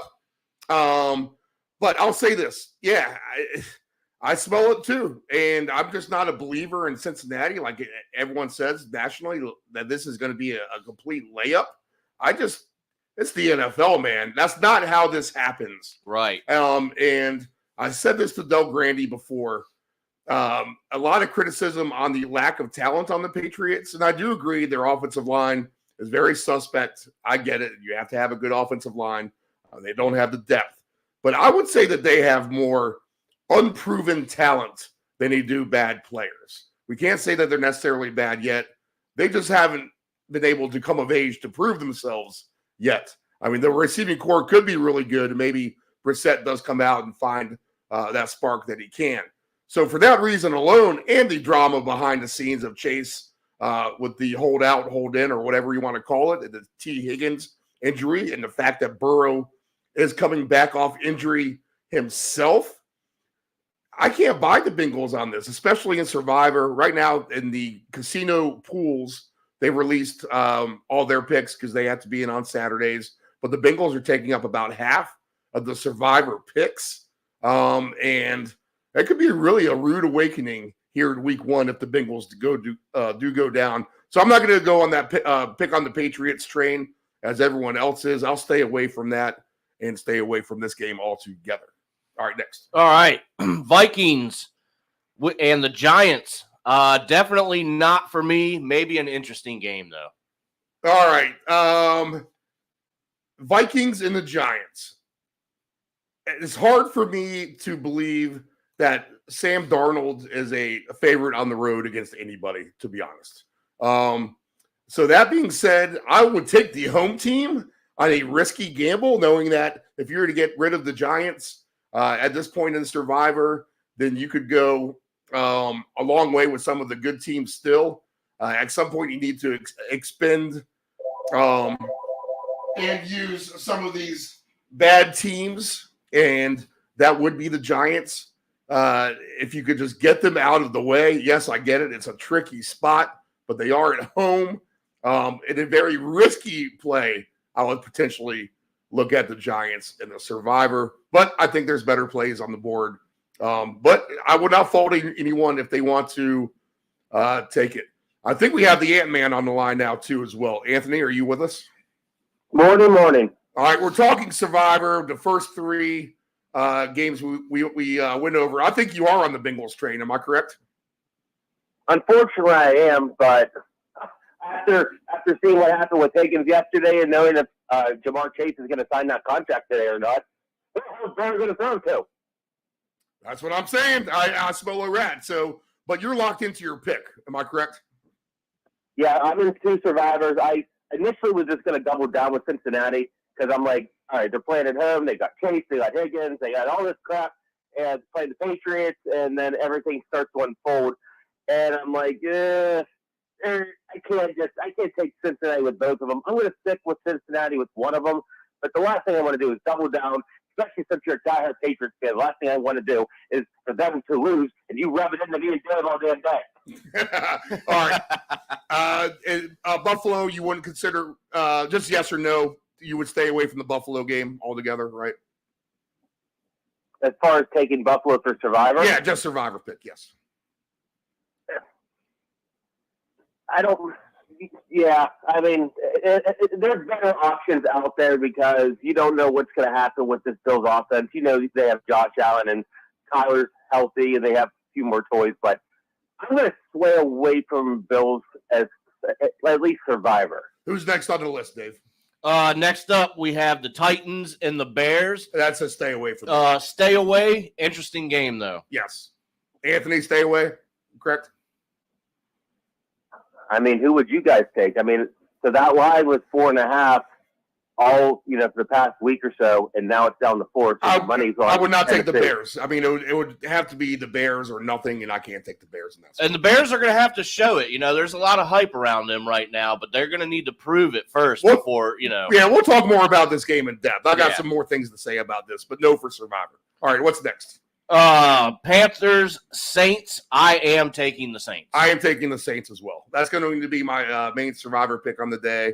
I think I'm in a total of, let me count them up, 3, 4, 5, 6 different pools.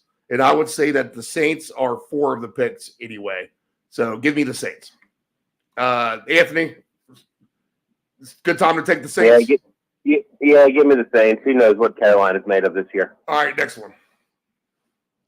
Next one, we have the Steelers and the Falcons. I think maybe a spot to get the Falcons out of the way, even though I think people are expecting them to be a little bit better this year. Kirk Cousins at the helm there. Not sure what the Steelers are going to look like. Quarterback situation and all that. I think you could use the Falcons here. I see how you could. The Falcons have one of the weaker schedules in the NFL, and they do play the Carolina Panthers twice. So I'll save them for down the road. You running away from this one, Anthony? I mean, it's the Cordell Patterson revenge game. All right, we'll have to look at him at the anytime touchdowns. All right, we'll get to all that. Don't tip your cap too much. Just yes or no. Yes or no. All right, what do you got, Dave? Jaguars, Dolphins, possibly the Dolphins. Yeah, I could possibly take the Dolphins if I had to. Put it this way, if this was week 6 and I've used some good teams already, I couldn't check the Dolphins off on this one. What about you, Anthony? Miami at home in September. Yeah, there you go. All right, what next? All right, next up, Texans and the Colts. I think you want to save them for later, but I think you could use the Texans. The Cardinals' sin is to use a divisional opponent on the road, especially in week 1. That would be a cardinal sin of Survivor Pool. All that being said, Dave, I'm with you. I think you can take the Texans. Anthony, stay away from you. Stay away. Unknown with Richardson at home at Indy, even with a CJ Stroud. I'm out on that one. CJ Stroud is 3-5 as a starter of -3 points or more ATS. So know that. And Richardson, the games that he played, Colts were 3-2. All right, what do you got next, Dave? Raiders, Chargers. I'm staying as far away from that game as I can. Yeah, run for the hills on that one for sure. I'm sure you are too, Anthony. I think really all these 4 o'clock games are tough. They are. When you just say it like that. If there's a best candidate at 4 o'clock, though, Dave, I'm going to go against your boys and take Tampa Bay. I understand. Tough start on the road for the rookie in Tampa Bay. Any of those 4 o'clocks a possibility for you, Anthony, if your hands were tied? Put it this way. Say you lost your Bengals and you had the chance to rebuy. What would you take at 4 o'clock for Survivor? It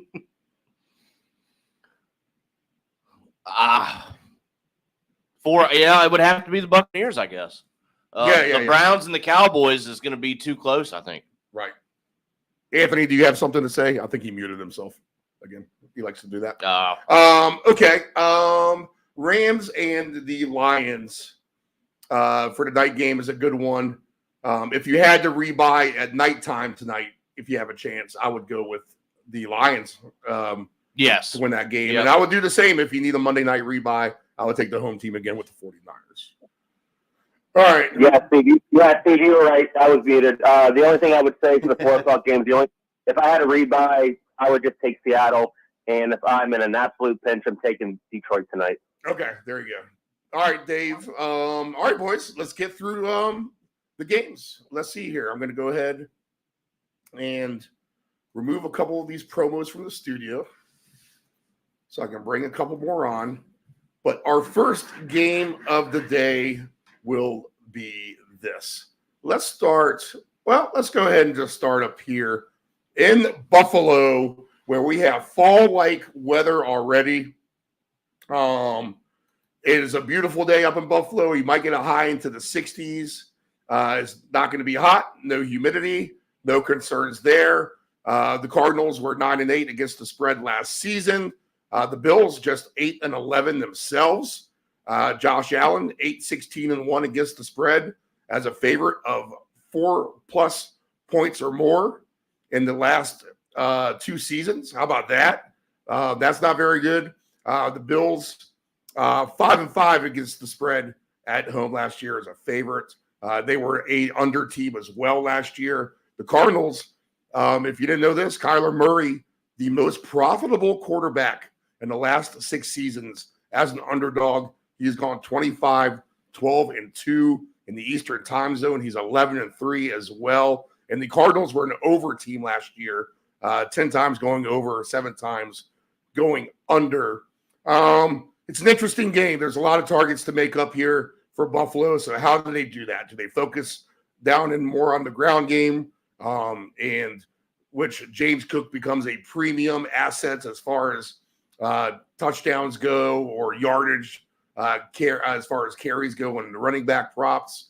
Do the receivers like Shakir step up to be number ones? Maybe Coleman comes out and acts like he's a number one. You can't forget that they have 2 very capable tight ends.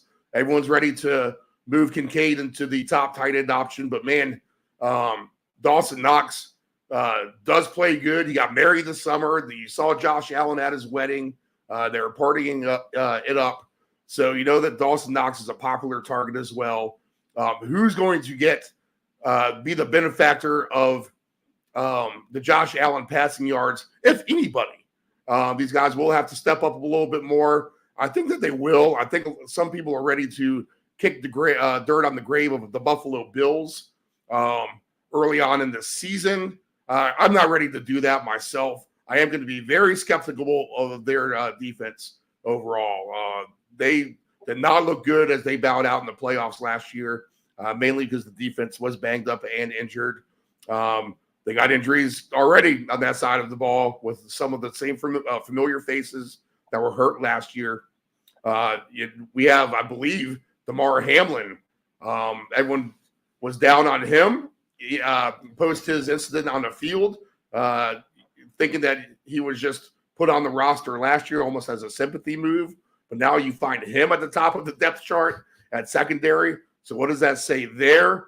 The Bills are going to have they're going to have to experiment today. When I say experiment, I think that's going to have to be through the air a little bit. And I think the Cardinals are going to come to play as well. I mean, the tight end's fantastic. McBride's a beast. Let's get the rookie involved maybe. Kyler Murray scrambling around. Josh Allen scrambling around. I just see chaos somewhat in the way. I could see some weird bouncy balls too, maybe for turnovers. And maybe if that's the case, you get it on the short side of the field for easy scores. But I'm going to look towards an over in this game myself. So I'll look over the total for the Cardinals and Bills as the best play. I'm not going to pick a side with that spread where it is now. But I think this is a fun game. I think you can get some good numbers on some players. We'll go through the props in a second. But I'm getting almost 6-1 odds on Shakir, or almost 7-1 odds, I believe. I'll get it lined up here in a minute. On Shakir to get 100 yards. So if I'm going to round robin some players, I'm going to take a flyer on him, the wide receiver for the Bills. I've talked about him preseason, and I'm still going to be invested in him as we go early week 1. But give me a high-scoring game, somewhat of a shootout, in a fun game in what should be a nice, comfortable atmosphere up in Buffalo today. All right, Dave, what are you looking at on this one? Steve, as you were saying all that, I was definitely thinking the same thing. If my train of thought there was, if Buffalo can figure out a few things and help out the cause, we could see a lot of offense in this game today. And I don't think the Cardinals are just going to, roll over to the Bills and say, here you go. Like you said, they're going to come to play. Plus 245 on the money line might be a risky play, but something I could maybe see happening and throwing in kind of an oddball ticket. But I like the over, Steve. I think you can move it up a little bit from where it is. And we could see props galore in this one as well. All right. As far as anytime touchdown scores go, and I'll get Anthony's take in a second. Josh Allen's minus 105. James Cook is plus 135. Dalton Kincaid plus 150. James Conner plus 180, Marvin Harrison Jr. plus 175. Trey McBride plus 210. Shakir is at plus 230. Coleman paying a nice price at plus 280. I think he's worth a shot in a anytime touchdown parlay today. Kyler Murray plus 350. Dave Del Grande loves him for a touchdown today. Curtis Samuel's at plus 350. Michael Wilson at plus 400. Dawson Knox talked about him at plus 430. Trey Benson 5-1 for him. All right, Anthony, what are you going to look at in this game? Well, as you were saying earlier, when you're doing this overview, remember, guys, it's week 1. We do not know what roles, rotations. We don't know anything right now with any of these players. So there's going to be the one time, and this goes for every single game we play today. Just because CeeDee Lamb and Justin Jefferson and Hill are they're ranked top 3, that goes out the window. Sure, you want to play them? Great. This is the week to experiment and play the weirds. Play the Curtis Samuels. Play the Michael Wilsons. Play the backup running back. Anyway, as far as Buffalo is concerned, give me Josh Allen for 2. He's already in my 2-touchdown prop. And give me Dawson Knox to score first, baby. Love it. Back to the old reliable. Dawson Knox, first touchdown today is at 23-1. Now, your two touchdown scores, and I love some Josh Allen 2-touchdown scores. I'm going to have to probably load up on him too myself. Plus 550 for – go ahead, Anthony. I'm going to throw – when I say random, I'm talking as random as humanly possible. If you got FanDuel up and running right now, tell me where Clayton Tune is on scoring a touchdown. Clayton Tune for scoring a touchdown today. I got a number I'm going to throw at you in a minute. It's going to kind of be mind-blowing, to be honest. I'm just curious what his number is. Clayton Tune for a touchdown is off the board. All right, never mind then. Because he actually was part of by the way, he's the backup quarterback for the Cardinals. Right. Yep. But he was actually in a package last year where they featured the brotherly shove or the tush push. And he scored. There are some Cardinals getting some big numbers that I have never heard of. You have Tip Riemann, 10-1. Elijah Higgins at 13-1. This is why people listen to this show, Dave. The bottom of the barrel of the Cardinals touchdowns, anytime touchdowns. Elijah Higgins, the backup tight end, huh? Travis Volk-Alek, Chris Moore, Zach Pascal. There's a Zach Pascal sighting. DJ Dallas, 17-1. And Amari De Mercado, 17-1 for him.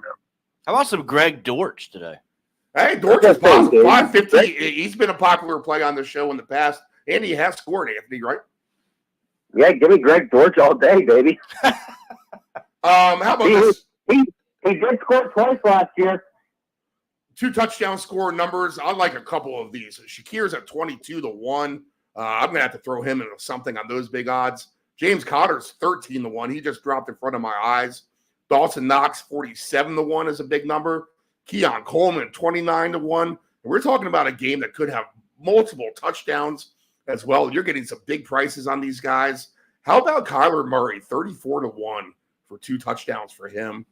Curtis Samuel, 31-1. Trey McBride, 17-1, 2 touchdowns for him. I mean, you can't throw him somewhere. He was a touchdown machine last year. Dalton Kincaid at 11-1. As far as passing numbers go to, Josh Allen, 240.5. Kyler Murray, 223.5.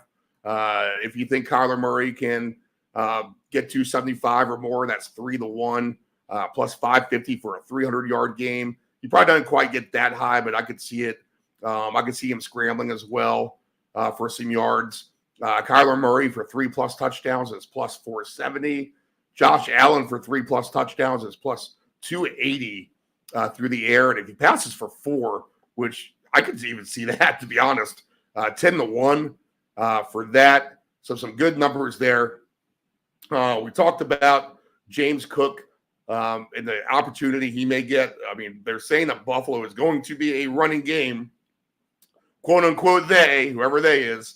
61.5 is his baseline. So for him to get paid out pretty good today, you're going to need that 100-yard game at plus 390. 90 yards actually gets you at plus 285. I probably like that a little bit better. But Cook is not someone I typically play. I rather play the Allen game. But at some of those big numbers for 2 touchdowns with some of those guys I mentioned, I'm going to have to play around with that. But Dave, anything else tickle you with everything that I said there? No, I think that's probably about right. I like Allen right at his I could see him getting over his baseline by a couple yards, which I think was 243 over here for me. I could probably see 245 to, maybe 260. But again, the Bills are going to have to show me, where, his reliable targets are going to be. Somebody's going to have to step up. So that's the reasoning why I say that. I like James Cook, maybe over 70 plus. It's a plus 135. Not a great number, but figure, if they're still looking for targets out wide, you can always run the ball, and that's a good person to do it with. And another thing I'm going to do here, Steve, is I'm going to look at a game prop already today.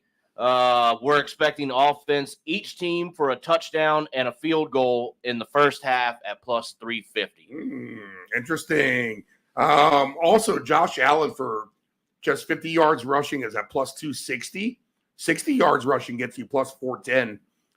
You definitely could see him getting some more rushing yards. It's early in the season. They're probably going to tell him, hey, don't run the ball, man, if you don't have to.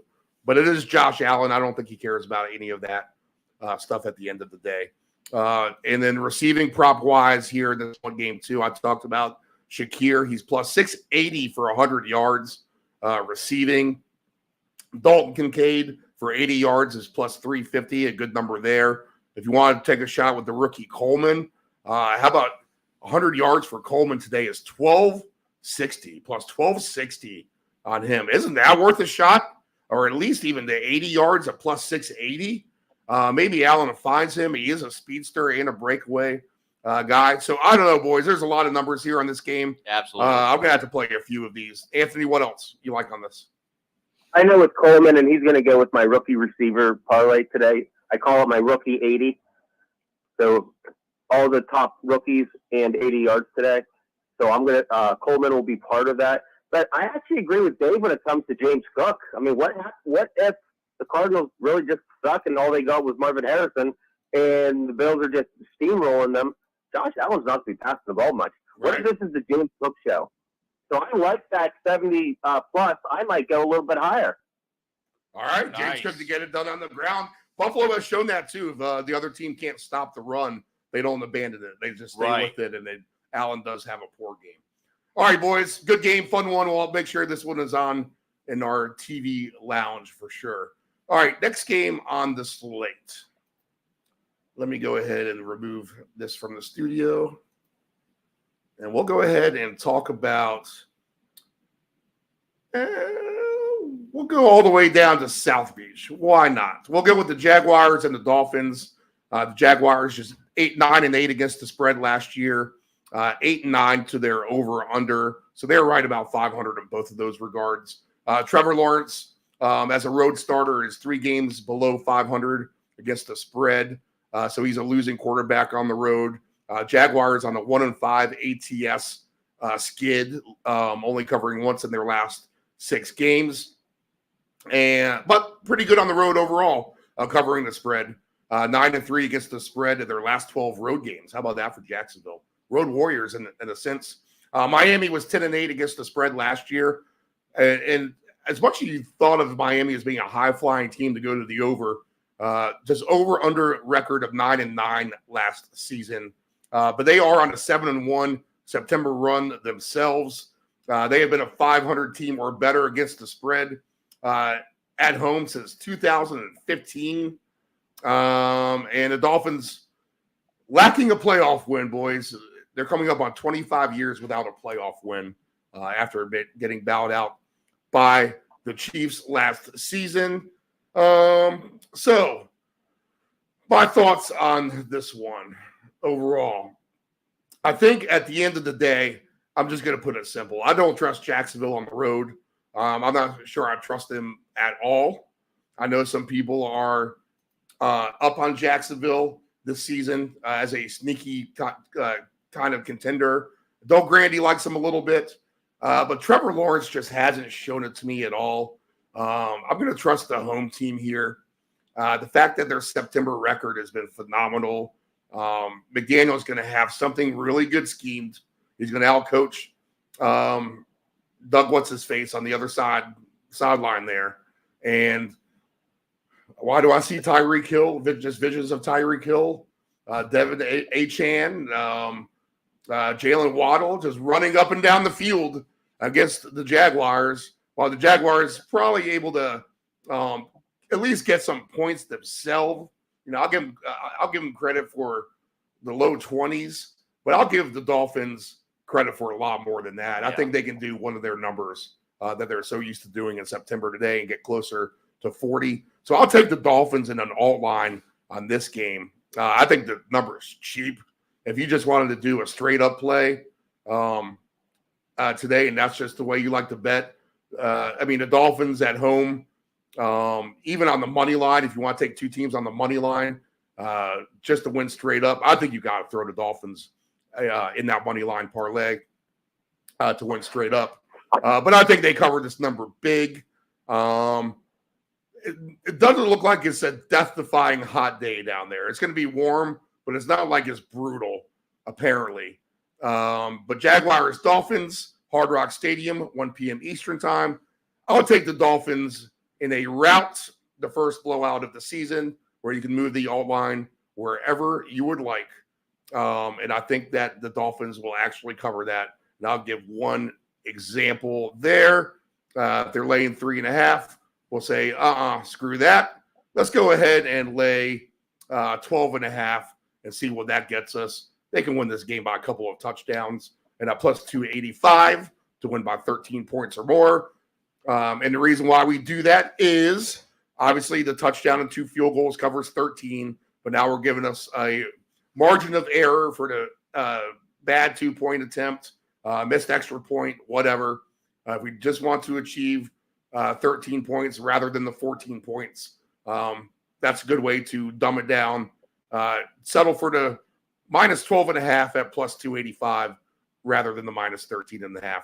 But go ahead and give me the Dolphins in a rout. Anthony, what do you like? Everyone. He likes it all. All right. David Achane, Anthony, 100 yards rushing, plus 630. Look, is Achane, is Mostert, is Hill, and Waddle, are they all going to get over 100 yards today? Actually, they might. They might. Yep. But at least when it comes to picking your parlays, just pick one and, diversify everyone. We'll have Achane with 2 touchdowns in the 100, Mostert with the same, Hill with the same. Same thing with Waddle. I don't know who else that they have to throw it to. Plus hand it up to. Plus 630 for Achane to get 100 yards is an attractive price if you can get a breakaway. All right, Anthony, so you're going to go prop heavy on this one and take all the overs on these Dolphins. Same thing with Jacksonville. Yep. Christian Kirk, their number 1 receiver right now. ETN, Evan Ingram, he's actually a sneaky tight end play. And don't overlook the new rookie toy from LSU. Right, Brian Johnson Jr. Yep, he's a good player. Big Johnson. Yeah. What's his name? Let's see. Thomas, I think. Brian Thomas Jr. Yes. There you go. ETN for 100 yards today is at plus 520. That's not the worst either, but he catches the ball out of the backfield too. I do like to do the old running back receiving prop dealio. And if you do that with, let's see, Achane, 40 yards for him out of the backfield is plus 280. I can see that. And 40 yards for ETN out of the backfield receiving is plus 320. I could see that as well. So I think another fun game across the board with props, just like you said, Anthony. What do you like, Dave? Steve, so I'm going to move up. I'm going all over here. I like 52.5. I think Jacksonville can at least help the cause. And then, it's the Dolphins and what they do. We all know what they do. But I'm going to lean a little bit more on Mostert. I know everybody has been on A-Chain. But Mostert last year, betting-wise and fantasy-wise, did a great deal for me. Yeah, he was your horse. Exactly. He was the horse for me, so no way I can abandon that. I'm going to start off with giving him love at running back 1. Tua is for 3 touchdowns passing plus 250, 4 touchdowns 9-1. Trevor Lawrence for 3 touchdowns passing plus 310, 4 touchdowns 11-1 for him. Let's see. Baseline receiving numbers, Kirk 57.5, Waddle 64.5, Hill 96.5, Ingram 44.5, Gabe Davis lowball at 37.5. There's A-Chan's number at 22.5, ETN at 20.5. So if you want to do straight numbers, those are some good ones right there with the running backs and maybe Gabe Davis as well. Thomas Jr. is at 42.5. Mostert, 1 catch, get you 7.5 yards, maybe. We shall see. For that, do we have rushing prop numbers on the quarterbacks? Yeah, Tua's over under 3.5 yards for his rushing yards. They're going to try to keep him from running at all costs because he's 1 hit away from being done in the NFL. Let's be honest about that. But a fun game overall, boys, right? Absolutely. All right, we'll have to make sure that one's on in the studio. All right, next game on the board. Let's go with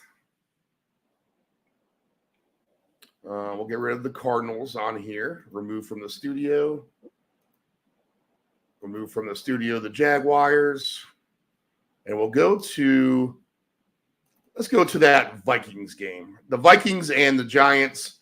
Minnesota 7-3 against the spread last year. They were an under team, going under the total in 10 of their games. They are on a bad September run themselves, 1-4-1 in their last 6 games to start the season. Sam Darnold, 22-33-1 as a starter in the league. And Minnesota, how about this, is on a 0-6-2 against the spread run against the NFC East. The Giants, better than you would think last year, 8-1 against the spread. They were an under team as well, just going over the total 6 times. So 11 games were under. They were plus 12 in turnovers last season, which a lot of people didn't realize, coming second in the league. And they are on a 6-1 ATS run. So they've been covering the spread too, finishing the season strong. I love to see teams that finish strong because that usually means good things for them the next season. And they are also 5-0-1 against the spread in their last 6 games at home. I know the thoughts. Everyone thinks Daniel Jones is a joke, and I get it. He was hurt.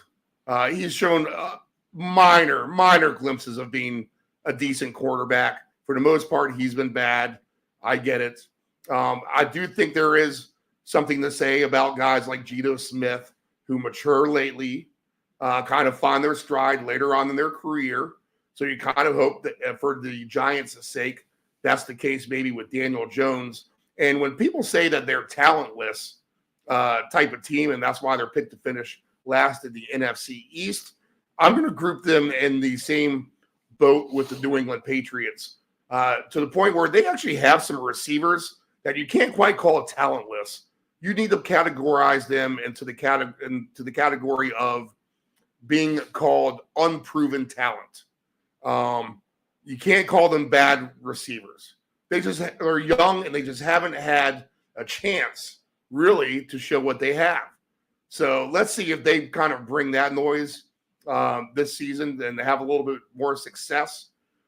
Singletary's the running back now. He's reunited with his old coach in Buffalo, Dayball. So the Giants as an underdog at home to the Vikings, I kind of just don't get it. Again, they finished strong last year. Everything says in these trends that we're looking at that this is more of a Giants success game than a Vikings having a success game. Darnold on the road. I mean, I know Justin Jefferson's the best player in the universe. We love to watch him, but man, I'm not going to take anything Vikings today. I don't even think I could take Jefferson, to be honest. I could see this being a slugfest, but maybe the Giants even surprise you and put up a few more points on their end of the deal. I'll take the Giants in an upset here to win this game against the Vikings. If you're going to give me points, that's fine. I'll take that. And that means I'm going to also get a great payout if they win this game by double digits, which I think they are capable of actually doing. And I know everyone out there, what? This is the first time I heard someone taking the Giants all week. Well, yes, it is. And that's why I want to take them, because no one else is taking the Giants like this. At minus 12.5, the Giants are at plus 520 odds. So that's nice enough for me to throw in the round robin of some teams that no one's expecting to win today here in week 1. Give me the Giants at home, and I think they can win convincingly. Sam Darnold, good luck in week 2. All right, Dave, what do you got? Steve, I'm probably gonna stay away from most things in this game. 2 things that I like. One, I think we see a little bit of a slower game. That's going to bring an under into play, so that's something that I'm going to consider. But there's a touchdown score of Malik Neighbors. I think that's going to be the connection that you're going to see a lot today with Jones and Neighbors. And I think he finds his way in. If he's going to get that alt spread that you like, Steve, I think that Malik Neighbors, again, is going to contribute quite a bit to that. So I would take him as well for anytime touchdown. All right. Anthony, your take. Are we going to watch this game today? I hope not. It might have maybe. Might have to be defaulted off from all the other good games. Yes. Only because I have probably not on. Only because I have Aaron Jones in fantasy is the only reason I'm going to want to watch a second of this game. As far as touchdown scores are considered, here's a random one. You guys know who the backup tight end who's filling the T.J. Hawkinson role for Minnesota is? That would be Johnny Munt. Johnny, yeah, is it it's like M-U-N-D-T. Is it Mund or Munt or whatever? Anyway, remember when I said I want to fire up randoms, people you've never heard of? Yep. He's one of them. All right. A Johnny Munt play already on the round robin. So there you go, people. That's why you tuned into the show to get this great content and picks that no one else is going to give you. Johnny Munt plus 480. He's 22-1 for the first touchdown in the game. He is the Vikings tight end going today. Let's see here. Anytime touchdown scores. Aaron Jones plus 130. Jefferson plus 135. Usually he's a favorite, but the Darnold factor is concerning, so he goes to plus money. Singletary's at plus 145. Malik Neighbors plus 155. Anthony, did you put Neighbors in your 80 yards? Malik Neighbors is part of the 80. And let me just throw this out. Johnny Munt is not the only tight end. There's also Josh Oliver, who came in when Hawkinson got hurt last year, so they are going to have a rotation. But like I said, give me the guy with the higher odds. You never know. But as far as Malik Neighbors is concerned, him with Coleman, 80 yards. Daniel Jones plus 280. Ty Chandler 3-1. Addison plus 310. On the passing props for this, I'm going to look for some numbers on some receivers as well. And Daniel Jones, you're going to get some good money on some pass yards for him, to be honest. So that's going to be worth a shot to me just to see if he can get it going. Like we said, it is week 1. But Daniel Jones for 275 yards is at plus 430. 300 yards or more is at 8-1. So real good payout for him. Maybe the touchdowns is the way to go, because 3 passing touchdowns for Daniel Jones is at plus 750. I think I'd rather back that number than the yardage. I think it'd be easier for him to complete 3 touchdowns than to pass for all those yards. But an attractive number nonetheless. Sam Darnold for 3 touchdowns is at plus 630. The touchdown scores for this game, I forgot to do the 2 touchdown scores for the Miami game. But let's see, 2 touchdowns for this game. Singletary plus 850. Aaron Jones plus 850. Jefferson 9.5 to 1. You never see him that high. Neighbors 11 to 1. Daniel Jones 23 to 1. Ty Chandler 27 to 1. Jordan Addison 31 to 1. Tyrone Tracy, how about that, 50 to 1? This is one I'm going to take a shot at. Wandale Robinson 60 to 1. He's been a good player for me last year. Darius Slayton 75 to 1. Josh Oliver 100 to 1. There's Theo Johnson, who got drafted somehow in our fantasy league in the 5th round by one of the participants. I don't know if you do that, Dave. Yeah, Theo Johnson at 90 to 1. In our deep in fantasy league, the team led by Precious Tyler Jordan drafted Theo Johnson in the 5th round. And he was confident about taking him too. Yeah, and confident, yes, about that. Let's see, receiving numbers again for some of these guys. See, Wandale Robinson's baseline is just 29.5. So you're going to get some good numbers there. He's a speedster. For him to get 60 yards is plus 490, plus 790 for 70 yards or more. Aaron Jones, if he's going to catch the ball, 40 yards is plus 610 for him. I can see him being the bailout option for Darnold in that regard, passing the ball. So that's a number I like. The 25 yards is at plus 210. I think I'm going to have to add that into a 4 or 5 players just for 25 yards receiving. I'm going to get a plus number on Jones, so I'll throw him into some sort of a play there. Jefferson for 100 yards is only plus 172. Again, it's just scary. You know what? If you could do this, if you're going to take Jefferson for 100 yards, know that he's really going to kick ass and not get 100 yards. Go for the 125 at plus 370 or even the plus 790 at 150 or more. 14 to 1 if he gets 175 yards. I mean, can you ever rule him out of that? I don't think so. Alternate numbers on some of these other guys. Slayton, 60-plus yards for him is plus 540. That's kind of an intriguing number. Devin Singletary, 25 yards for him is at plus 410. So how about just those 2 guys? Singletary and Aaron Jones in a parlay pays 12.5 to 1. Just both of those guys to get 25 yards. I think that's fair, to be honest. Let's see. Ty Chandler, 25 yards for him is plus 730. So there's good numbers to be had in this game. And rushing wise, we'll just take a look at that real quick. The baseline for Aaron Jones, 53.5. Singletary, 53.5. I think he could have a good day on the ground, actually, as well. Especially if Jones is under wraps. And you don't want to take a chance on the Daniel Jones passing touchdowns, which is paying a big number. I get it. And you still want to have action on this game. Maybe go with the Devin Singletary. Because for 90 yards rushing, you get plus 390, plus 570 for 100 yards. All right. What else, boys, on this one? Hey, real quick. Let's go back again. Adam Schefter just posted this. This is hysterical. Dolphins wide receiver Tyreek Hill was detained by police today entering the stadium for a driving violation. Well, you remember what Scotty Scheffler did after he got he went ahead and won the tournament, right? Yep. So he's gonna play that, but that's hysterical. That is pretty funny. All right, so Tyreek Hill for 3 touchdowns it is. All right, next game on the board. I think this has a chance to be a funner game than advertised.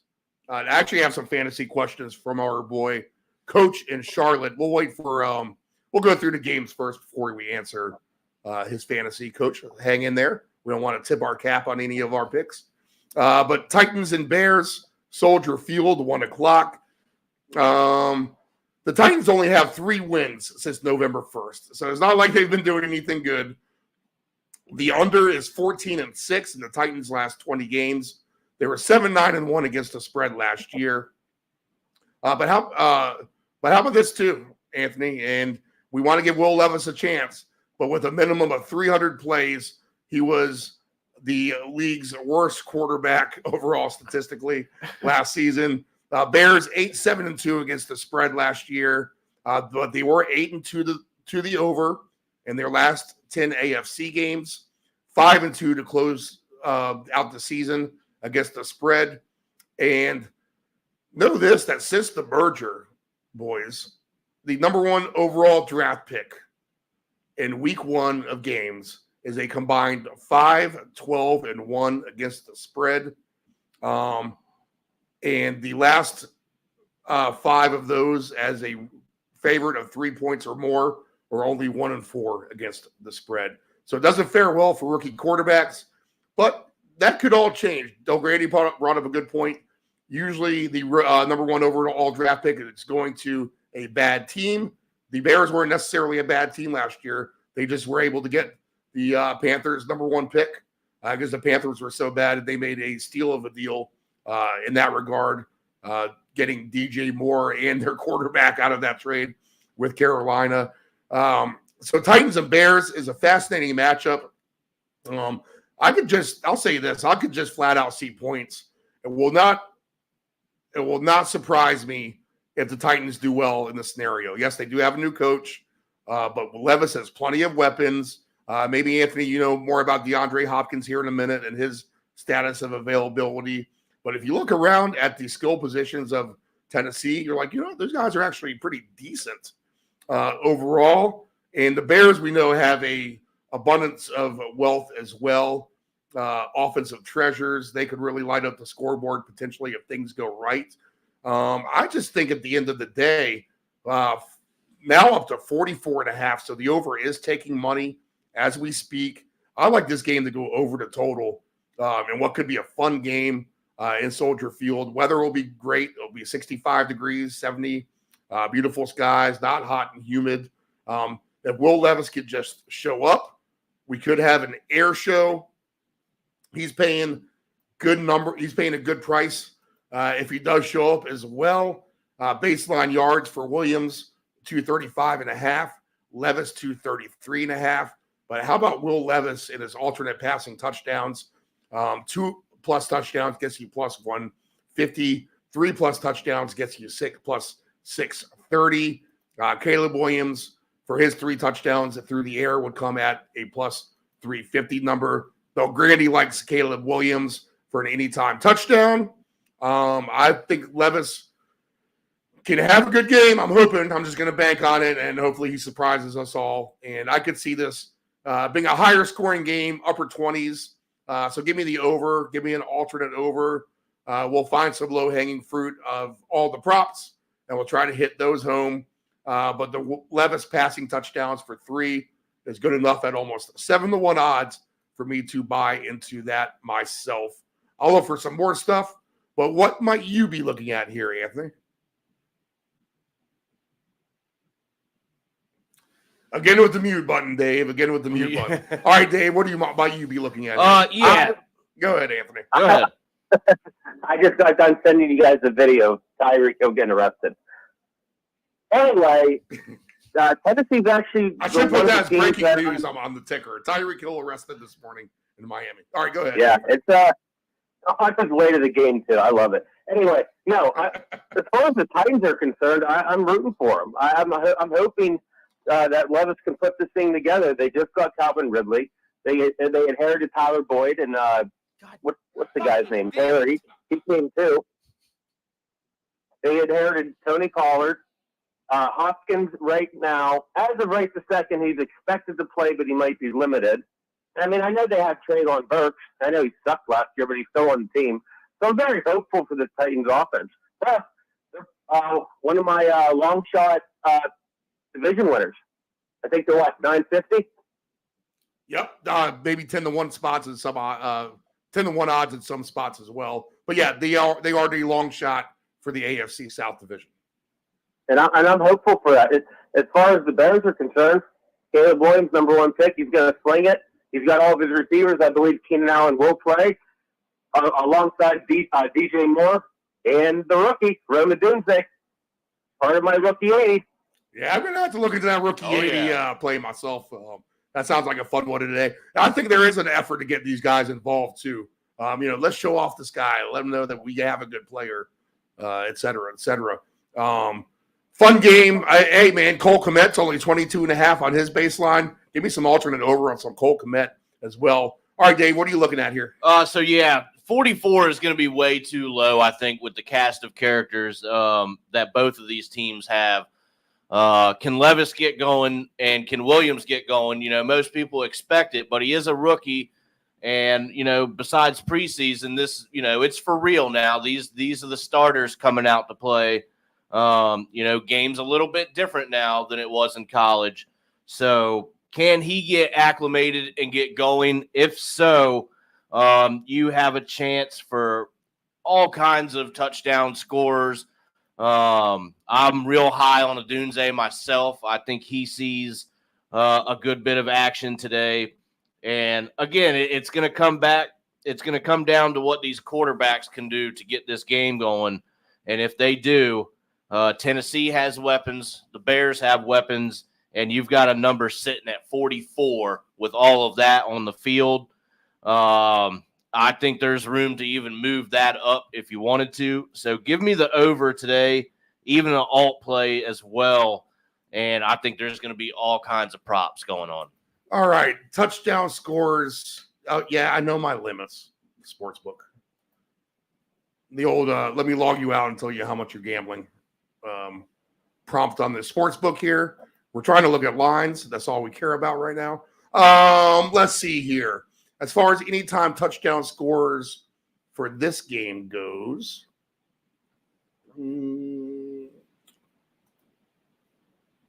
Caleb Williams, as I mentioned, plus 350, plus 360. Actually, I see now for him. DeAndre Swift plus 160, Pollard plus 175, DJ Moore plus 170. I like him on a single touchdown at some point, I think. Keenan Allen plus 210. Ridley is at plus 230. You got to remember Calvin Ridley now, folks, coming over from Jacksonville. DeAndre Hopkins plus 250. He is listed here. Tajay Spears plus 260. Cole Kmet plus 280. How about Roma Dunze plus 290 for a touchdown today? Caleb Williams plus 350 now, back down from plus 360. So we're moving lines here on this round robin here live on the Deep End Broadcasting Network. Just at 11 a.m. Eastern Standard Time now. Khalil Herbert plus 380. Tyler Boyd coming over from the Bengals. A nice price for him, plus 490 today. How about that, Anthony? Tyler Boyd. Can you buy him at 5-1 for the Titans today? Oh, yeah. Like I said, he came from Cincinnati. Taylor came from Cincinnati. And it's his coach. Yeah, it's his coach. Right. Too. So he might be making an effort to get him to the plus 490. I'm going to have to play that myself. I like that number. Will Levis plus 700 to rush one in. There's Treylon Burks, 7-1 for a touchdown for him. And how about my boy? He's back again. Nick Westbrook-Akide, 11-1 for an anytime touchdown. All right, boys, we're going to have to fire up everything prop-wise on this one as well with the overs. You're getting some good payouts on some of these guys today. I feel like the payouts weren't as good last year on some of these numbers. Let's do the 2 touchdown scorers as well, because you're going to see some big things here. DeAndre Swift, 10-1. Pollard, 12-1. DJ Moore, 13-1. Keenan Allen, 17-1. Ridley, 18-1. Hopkins is 20-1 for 2 touchdowns. He's done that for Levis before. Roma Dunze is 27-1. Cole Kmet, 27-1. Tajay Spears, 23-1. Caleb Williams, 31-1. Herbert is 35-1. Tyler Boyd, 60-1, Anthony, for 2 scores. We're going to have to put him. Unreal. We're going to have to find a couple of these long shot guys, 40-9 to 70-1, and put some, if you put 25-cent round robins down on these guys like Boyd and like 4 others are paying these odds.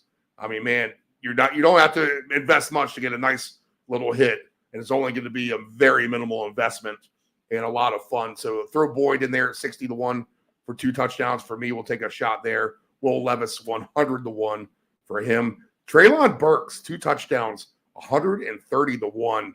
And Chigoziem Okonkwo, right? I've been practicing his name all week. The tight end for the Tennessee Titans, 65-1 for him. All right, boys. Anything else on this?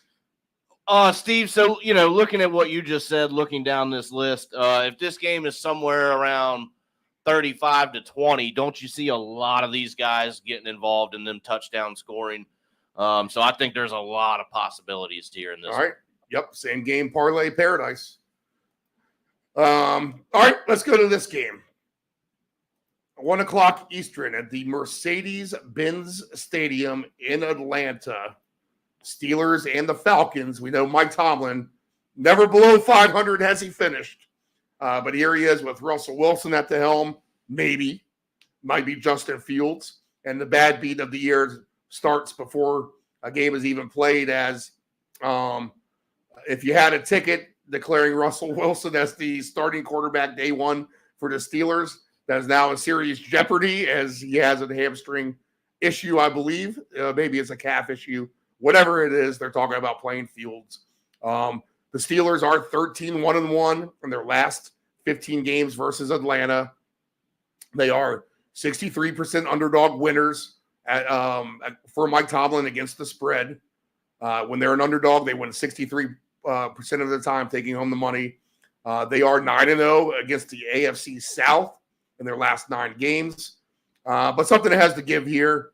The immovable object against the irresistible force. Russell Wilson just 12-18 against the spread on the road in 2020. Kirk Cousins at home since 2020, just 11-19 against the spread for him. The Falcons are 2-5 in their last 7 home games, and they are 1-11 against the spread versus the AFC in their last 12 games. Not good at all. So Mercedes-Benz Stadium, interesting sight today. I think what happens with the new coach, new quarterback, maybe some issues at quarterback today for the Steelers as well. This might not be the one you want to get invested with your fantasy props to go over. I know everyone's going to love their Bijan Robinson stuff, et cetera. But as long as Pickens is the primary receiver and you have a secondary receiver like Van Jefferson, I don't think that's much of I think you're going to see double teams all day. The one prop I would look at for Pittsburgh is Freiermuth. If you can get a good number on his yards, for sure. I might go ahead and throw him for 40 yards. If his payout's decent, I'll look at that in a minute.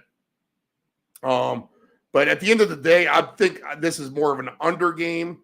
I know it's in the dome, but 44.5, that's not the over-under for this game. That's the other game. It's at 42.5. That's still steep, I think, to me. I could see this playing under. The Falcons now a 3.5-point favorite over Pittsburgh. So that must tell me that Fields is playing. What's your thought there, Anthony? Is it Fields? Russ might be active, but I don't think he's starting. As far as the passing props go, I have lines on Kirk Cousins, and that's it. 243.5 for him. For Cousins to throw 3 touchdowns today is going to be plus 330. It's just not the easiest game for the new Falcon regime to start off with against the Steeler defense. So just for that fact alone, and Kirk Cousins can't stink to join up for you, let's be honest. He has the best agent in football. It's amazing the contracts this man will sign and get the money that he gets. I just need to see it. So for that reason, I do have Justin Fields now as an alternate passing touchdown line. It just popped up right in front of me. They're giving 2 touchdown passes for Fields at plus 220. I think he is the better quarterback. This is a game. I think I'm going to find better stuff across the board. Give me some Freiermuth stuff, though, at the end of the day. Well, I'll take him. His baseline for receiving yards is at 26.5. So if he gets to 40, that is going to be a payout of almost 2-1 plus 198. A little bit better for 50 yards at plus 340. I'll take the prop for some action in this game. That'll be about it. Dave, you might see something else better you like. Well, Steve, I think this is going to be a game that's, even though the Falcons do have Cousins now, so they are able to air it out a little bit more. I think this game's probably going to be played on the ground. So I think what I would do is I would look at let's look into another game prop for this one because I think there's going to be one that might be interesting here. Yes, both teams for a rushing touchdown today is at plus 140. Small number, but still a plus number. And if this game's going to be played on the ground, that's where I'm going to look. I'm going to kind of stay off, everything else. But give me a game prop to make it interesting and possibilities with the running backs today as well. I'll say this too. Fields does like the tight end. He may commit somewhat of a superstar cult figure in Chicago. Freiermuth is a very popular Steeler player. So to see him get involved, you could hear the crowd go, Muth. It sounds like they're booing, but they're saying Muth for Freiermuth.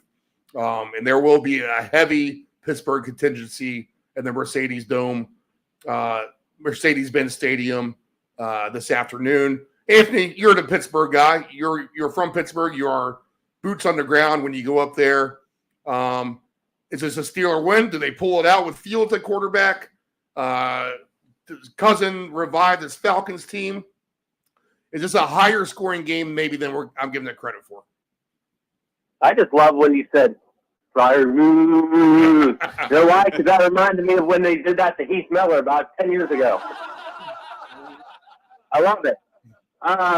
But no, I think Atlanta's going to pull this one out. Kirk Cousins, new coach, new weapons, new team. So I think this Falcons team's actually really good. They just had Arthur Smith.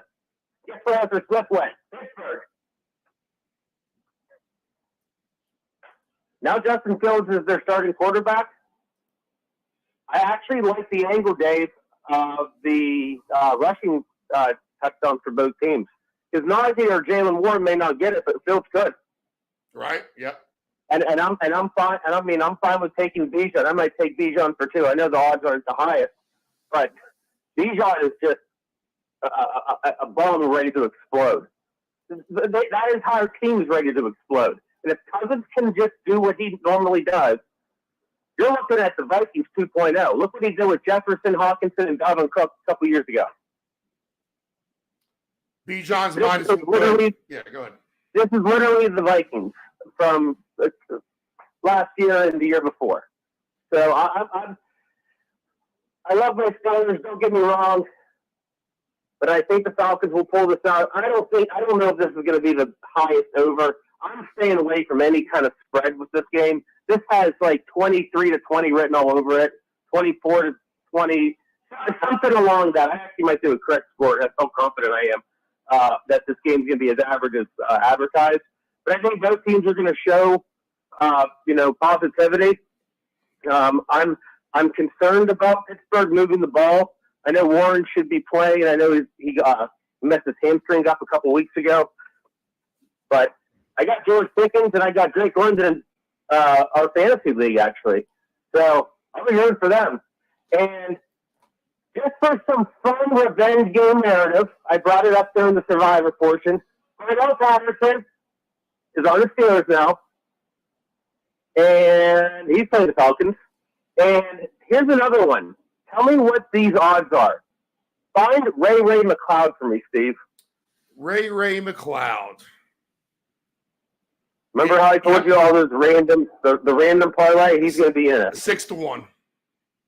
He did play for Pittsburgh for 2 years. He's the punt returner for Atlanta. And I believe he's their third receiver next to Drake London and Donnell Moody, who came from the Bears. Cordell Patterson, ex-Falcon, now Steeler, plus 950 for a touchdown. And I'll run through some other ones. Minus 110 for Robinson, Najee plus 185, Drake London plus 190, Pitts plus 200. Dave Del Grande still down on Pitts. He says buyer beware of him. Plus 270 for Algier, Mooney plus 310. Jalen Warren's interesting at plus 310. Fields plus 310 is a good price for a quarterback to score today. Freiermuth plus 430. McLeod 6-1. The Pittsburgh defense 6-1. Atlanta defense plus 650. There's Van Jefferson at plus 700. Darnell Washington plus 850. We talked about Patterson plus 950. Kirk Cousins 11-1. And there's a Ross Dwelly sighting here on the Falcons. How about that? 12-1 for him. Scotty Miller, Anthony, a favorite of yours, 16-1 for a touchdown today. 2 touchdowns. Robinson plus 550. Najee 13-1. Drake 16-1. Pitts 18-1. Algier 23-1. Pickens 26-1. Jalen Warren is one I could get behind for 2 touchdowns, potentially for Pittsburgh, if he is the dump off for Fields at 28-1. Fields is 27-1 for 2 touchdowns. That's not the worst thing in the world, right? Freiermuth 47-1. I think you got to throw Freiermuth maybe in one, like I said, whatever that 60-1 long shot was we talked about a minute ago with 2 touchdowns. Boyd, Freiermuth would be a good matchup with Boyd, or even Fields at 27-1. I mean, that's a big ticket paying out there.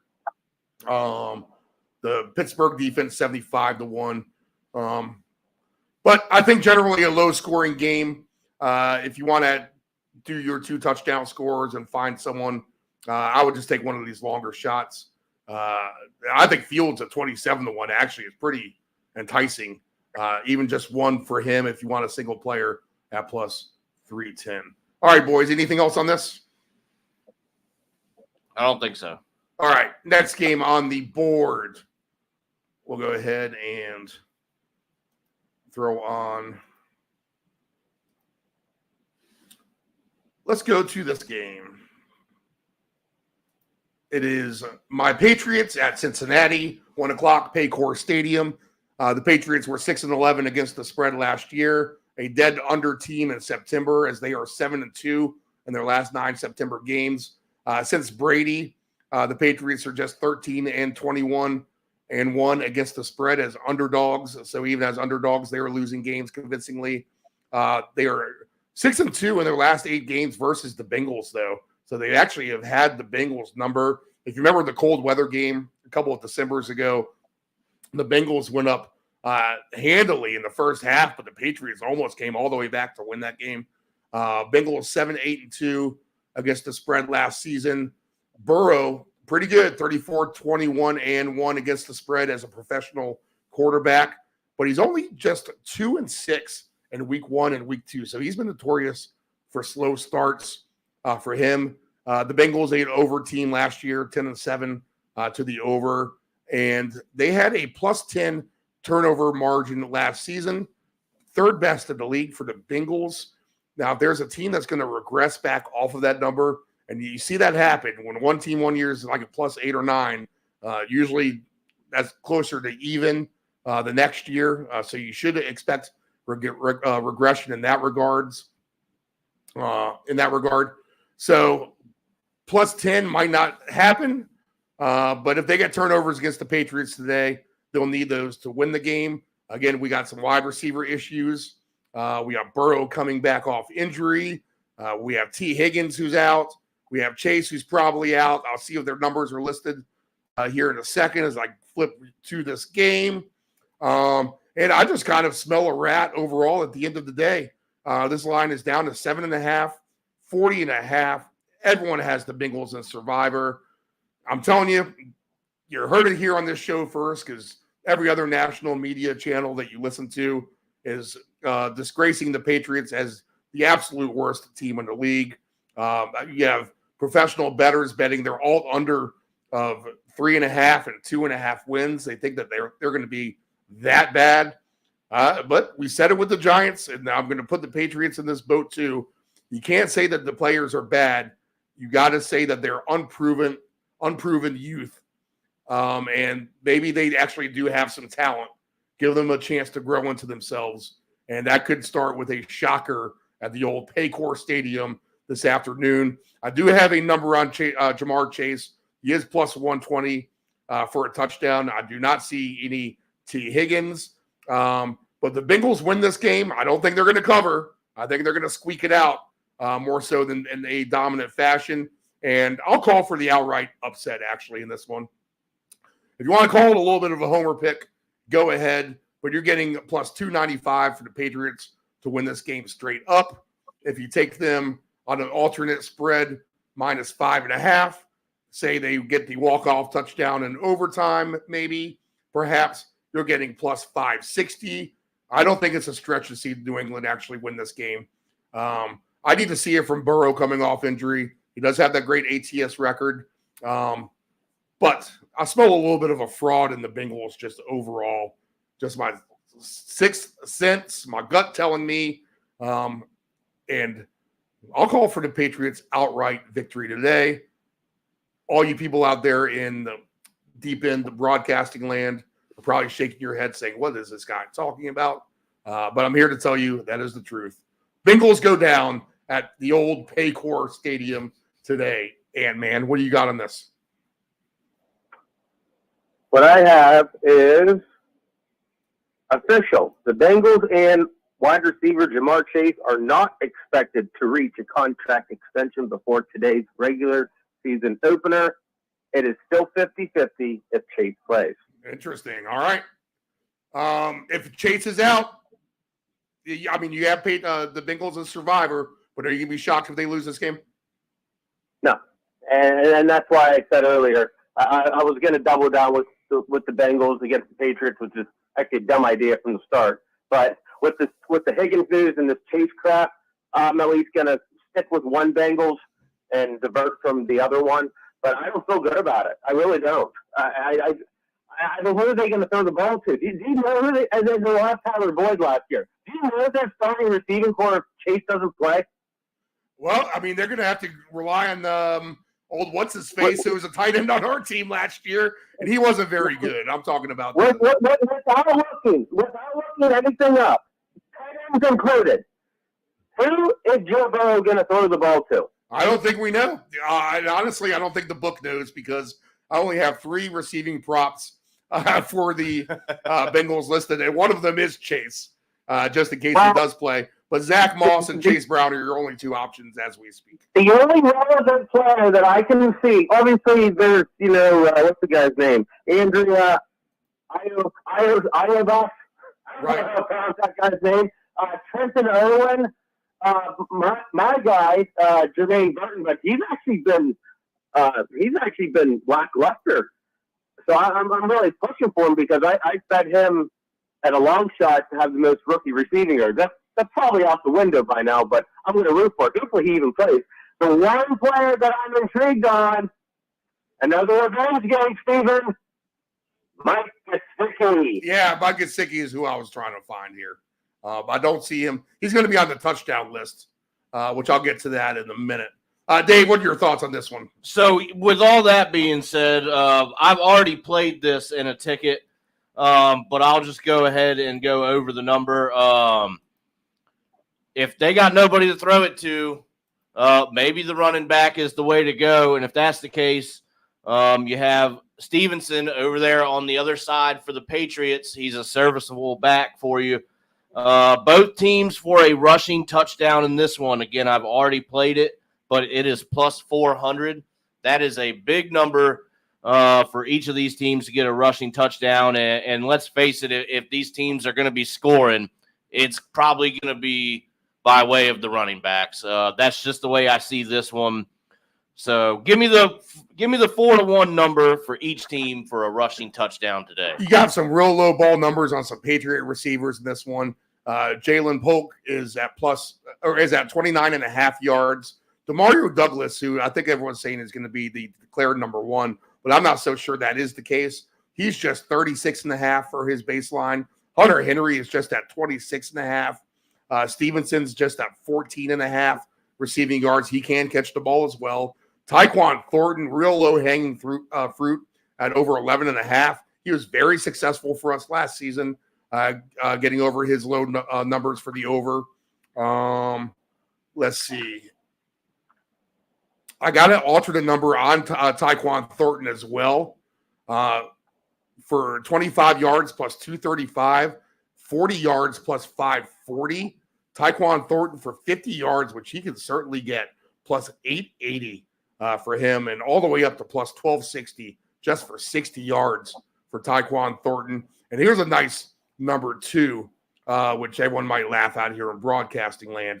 But I'll look at this quarterback for 3 passing touchdowns potentially. Jacoby Brissett, 3 touchdown passes today, 12-1 odds. In fact, you're getting for 2+ touchdowns a very nice round robinable number of plus 280 for just 2 touchdown passes for Jacoby Brissett. Plays that people will not be doing today are Jacoby Brissett passing props. That's why I'm going to look for them here in week 1. He has, for his yards, there's also another quarterback. I forgot to mention about this. I'll get to him in a second. I got to look back at the slate here. But Jacoby Brissett, alternate passing yards, just for 250 plus is at plus 270. I think that's fair, honestly. And for him to get 275 yards is at plus 520. I think it's the Daniel Jones passing prop. Somehow he does have success through the air. His regular number is just at 212.5. But you're going to get a big payout for him. Maybe I did go over it just to review real quick. The other quarterback not expected to do much since I'm making this comparison between Brissett and Daniel Jones. But Daniel Jones passing yards, if you want to parlay just these 2 quarterbacks together, it's a good way to do it. That way, if they both come up good for you, great. If they both come up duds, at least they're not killing other parlays. They're just killing each other, right? But Daniel Jones, I did go over it, plus 430 for 275 yards for him. So you can get good payouts there. Touchdown scores in this game today. Yes, we know. Sportsbook, we know. Touchdowns. Chase plus 120. Moss plus 155. Oh, it's the Harvard kid, Anthony. Andre Iosovius plus 210. Ramondre Stevenson plus 210. Chase Brown plus 250. Trenton Irwin plus 270. All these Bengals are the favorites for touchdowns, which really makes these Patriot prices pop off. Demario Douglas plus 450. Antonio Gibson plus 430. Hunter Henry 5-1. That's a good price. Jalen Polk plus 500. KJ Osborne plus 650. Thornton for 1 touchdown plus 750. Javon Baker at 10-1 is worth a shot for sure. He's a speedster. He has breakaway speed. The kid out of Central Florida, but 10-1 for him is a great payout. And then for 2 touchdowns in this game, we do have Chase listed at 8-1. Zach Moss at 10-1. Anthony, is Zach Moss a receiving quarterback? Receiving running back, or is Chase Brown going to steal that from him? Yeah. No. Zach Moss is going to do what Joe Mixon did for them last year, and Chase Brown is going to do what Samaje Perine did for them a couple years ago. Okay, so 25 yards from Moss receiving is at plus 340. I do like that number for the 25-yard receiving running backs. So he'll be someone I'll probably throw into the loop, especially against the Patriots defense that will put pressure on Burrow. He'll look to dump it off, and Moss just for 25 yards at plus 340 is appealing to me. Chase Brown, 19-1 for 2 touchdowns. Iosevius, 17-1. Jalen Polk, 55-1. Demario Douglas, 50-1. Hunter Henry, 70-1. So you probably throw in Henry into one of some of those bigger boy round robin parlays. Tyquan Thornton, 110-1. I mean, I'm going to have to bet that straight up for $3 or something, just to win 330 at the end of the day. And how about the New England defense? 130-1 for 2 touchdowns. Possible. It literally is possible. They are going to hold their hat on defense at the end of the day. All right, boys, anything else on this?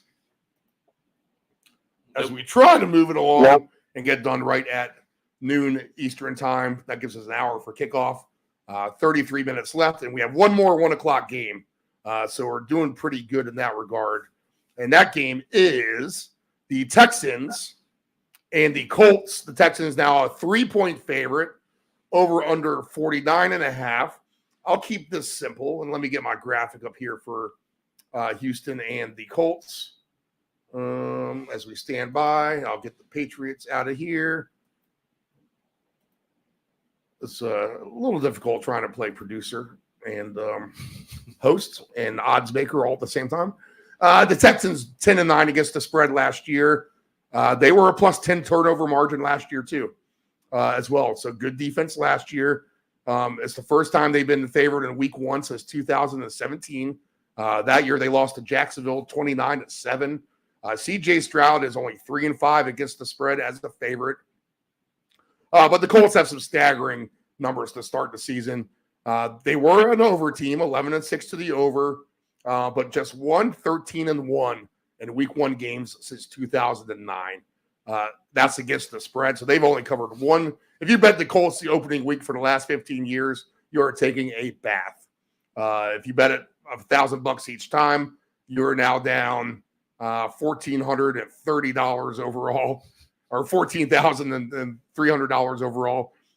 Colts 1-4 in their last 5 games against the spread, but we do have the quarterback back, in which they were 3-2 straight up with Richardson last season. I just think at the end of the day, the Texans outclassed the Colts. I do have future props on the Texans to be the highest scoring team in the NFL. They're going to be indoors in this game, which I think helps the cause too. Yeah, they get some crowd noise, but the Texans are going to be fine with that, I think, at the end of the day. I just think they have too many weapons. An embarrassment of riches. And Diggs, we'll look for him to get some points today. Welcome to the Houston Texans, Mr. Diggs. Let's get you on the scoreboard. I wouldn't doubt if they get Mixon the ball out of the backfield as well. He is a step older, a year older, but he might be worth that 25-yard running back receiver prop that I've been talking about all morning as well. I mean, these quarterbacks just love dumping it off to the running backs nowadays, and you're getting good numbers on these guys. But this is a game I think can be a rout as well. The Texans are just a good team. This is a tough matchup, right? Divisional opponent on the road. But this is a game where they might want to try to flex their muscles. This is at Lucas Oil Stadium in Indianapolis, 1:00 p.m. I will look for the Texans in a rout, and I'll take the alt line with them as well. If I pump it up to minus 12.5, which means they need to cover the 2 touchdowns, and I still give myself room for error on the missed extra point or botched 2-point attempt or whatever the case may be, I am getting for the Texans at a minus 12.5 number plus 360. Sign me up all day on that. I would even take that a step further. If they can win this game by 20 points, which I think they can, just outsling this Colts team with their weapons at the end of the day. Minus 19.5 is at plus 830. I'll stick the conservative route and say they win by 2 touchdowns. But give me the texans in a nice, comfortable win, Dave. What do you got? Yeah, I like an alt spread there. I think the over can be moved up again to the 52.5. I think this game is going to be similar to the one we talked about with the Dolphins. Again, the Texans, they have the cast of characters. I have Mixon anytime. I think I have a Tank Dell anytime. So quite a few things going on with this Houston Texans team. Like you said, divisional opponent on the road, but there's expectations now for Houston. They seem to be a pretty well-rounded team, so you expect them to go on the road and take care of business. Steve, there's definitely room to move that spread. Again, I like the over, and it's just props galore on the Texans side. Anthony, are we discounting the Colts too much in this situation? What do you like? Well, 2 things. Number one, Russell Wilson is officially out. Justin Fields is going to start. Number 2, Jamar Chase, he's playing. Okay, yep. Number 3, back to this game. Do you guys remember a couple years ago when T.Y. Hilton played for the Colts? Yes.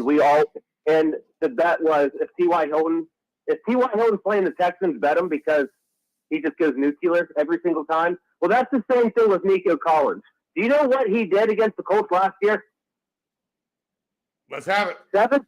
7 catches, 146 yards, and a touchdown in week 2. And then when they played for the second time, 9 catches, 195 yards, and a score. Wow.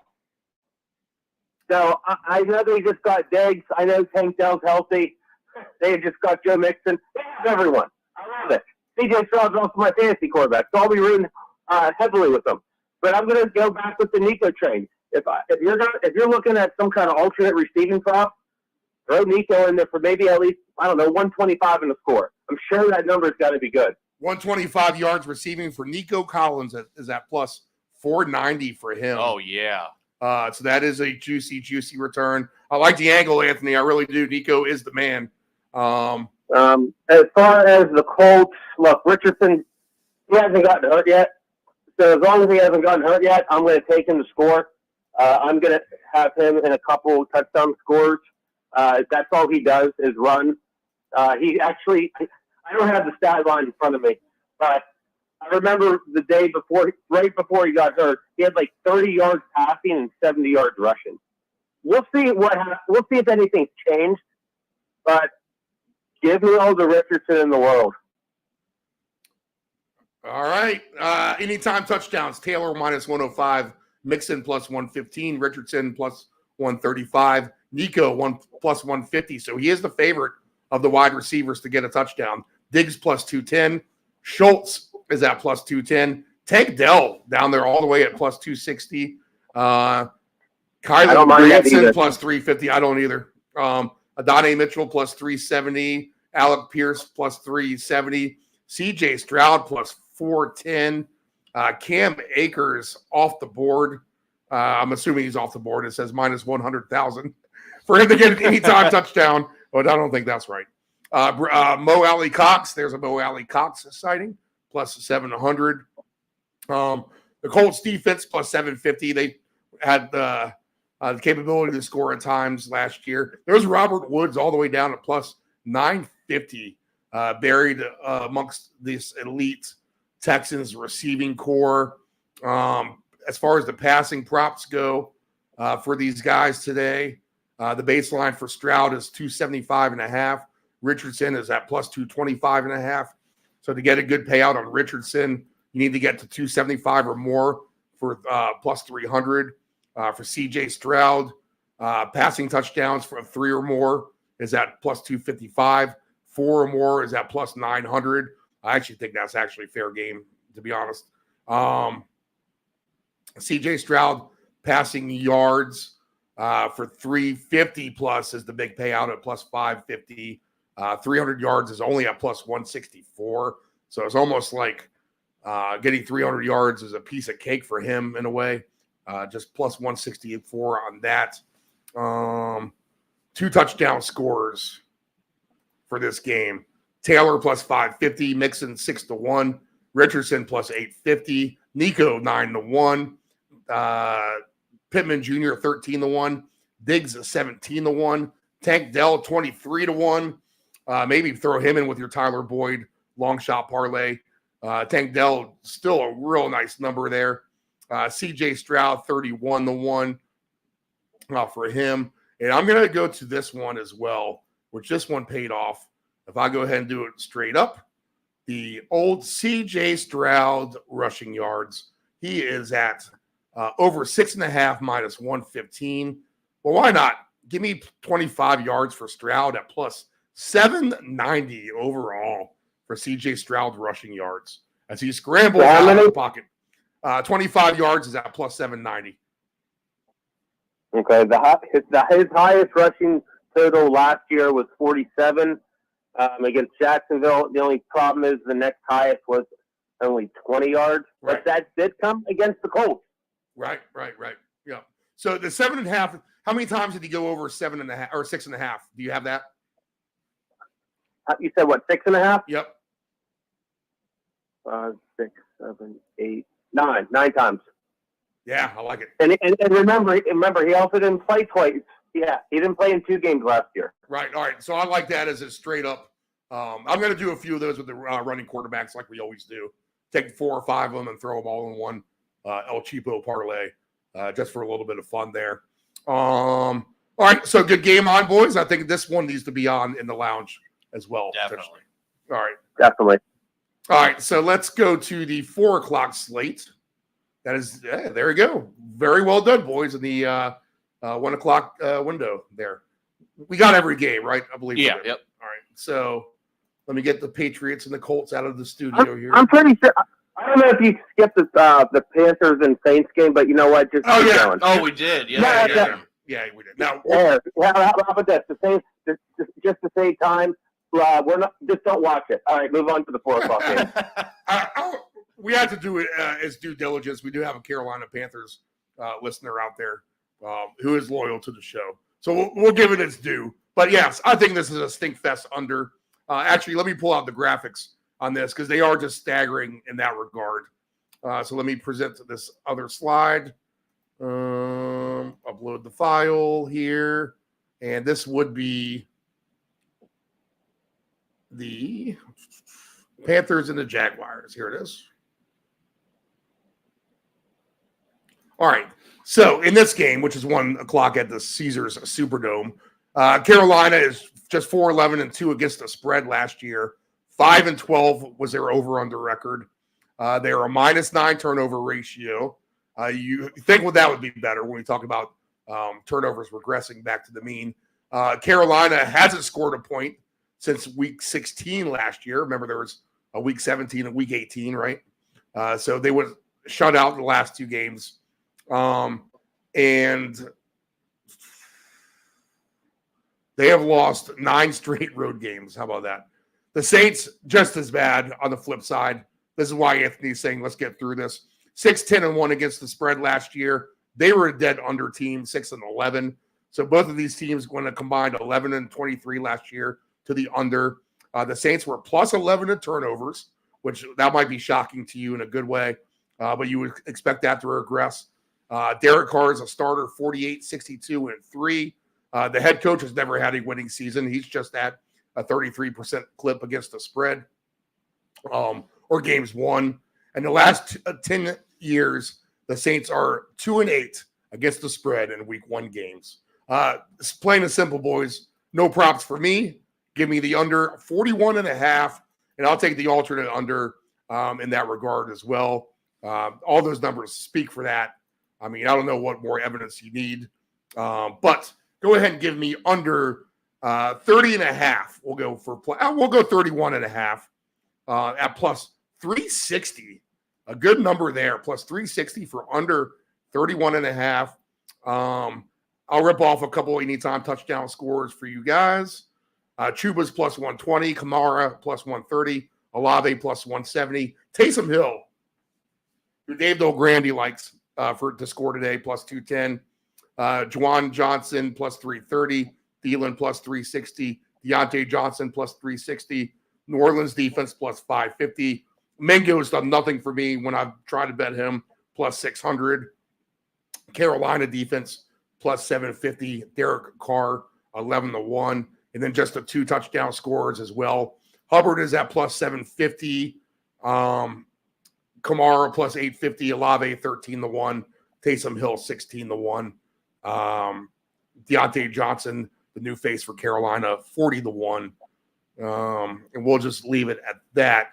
So, Anthony, you're passing by this game no matter what. You told us that. Dave, what do you like? Anything? Not much, Steve. If anything, I'm going to give a little bit of credit to the Saints because they are one of my larger survivor picks, as in the buy-in. So I really put some stock into them.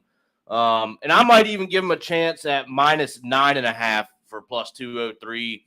They just have the personnel that should be able to win a game like this at home. Boys, we have a fantasy question from Coach, and that pertains to this game as well. He has Connor and Hubbard. He's trying to figure out who to start against the for his fantasy team today. So Connor against the Bills or Hubbard against the Saints. I would say give me Connor. Yeah, I like Connor better than I do Hubbard against Anthony, the Saints. You're the fantasy expert. I like both players, but you got to go with the better offense, and you got to also go with the game that's going to go higher scoring. Give me Connor all day. As long as that guy's healthy, he's a top 10 guy. Chuba Hubbard's going to start the year with Jonathan Brooks on the IR for the first 4 weeks, and he did great last year. I think he finished 12th in fantasy running backs after week 6. But if you're going to compare him to Connor, Chuba's a good option. Take Connor. All right, and we talked about this last year as well. I'm sorry. Another fantasy question. Let's hit this. We talked about Curtis Samuel. Well, we haven't talked about him, but we've talked about his team, the Bills. Would you take Curtis Samuel, or we'll do this for the next game? Cortland Sutton he has for the Broncos. That'll be our next game we'll talk about, so we'll talk about his other question now. Curtis Samuel or Cortland Sutton? I would take Sutton on my team. I would think Sutton just because of the usage. I think he's going to get more opportunity. That's the thing. I mean, with this show, we like to do, long shots, and that's why Curtis Samuel is one of them. But with week 1, I mean, look, the Broncos just lost Jerry Jeudy. You have a rookie quarterback. Sean Payton's trying to clean up a few things, and he obviously elected to keep Sutton. You got to go with the stability here. I might take a shot on Bryce Young over 11.5 rushing yards. That might be one I do. I don't know if you have his rushing stats available, Anthony. Probably don't. But that's a good low number for someone who could scramble for 15 yards anyway. So I might throw him in that El Cheapo short yardage quarterback rushing parlay. I'll come. What's the number? 11.5. 1, 2, 3, 4, 5, 6, 7, 8, 9. He did that 9 times last year. Yeah, all right. So I like that too. All right. Good angles, boys. Good angles. All right. The 4:00 game with Denver and Seattle. Spread is 5.5, 42.5. Actually, nephew Dave, I'm going to get the rest of the 4:00 graphics up. So why don't you start on this game?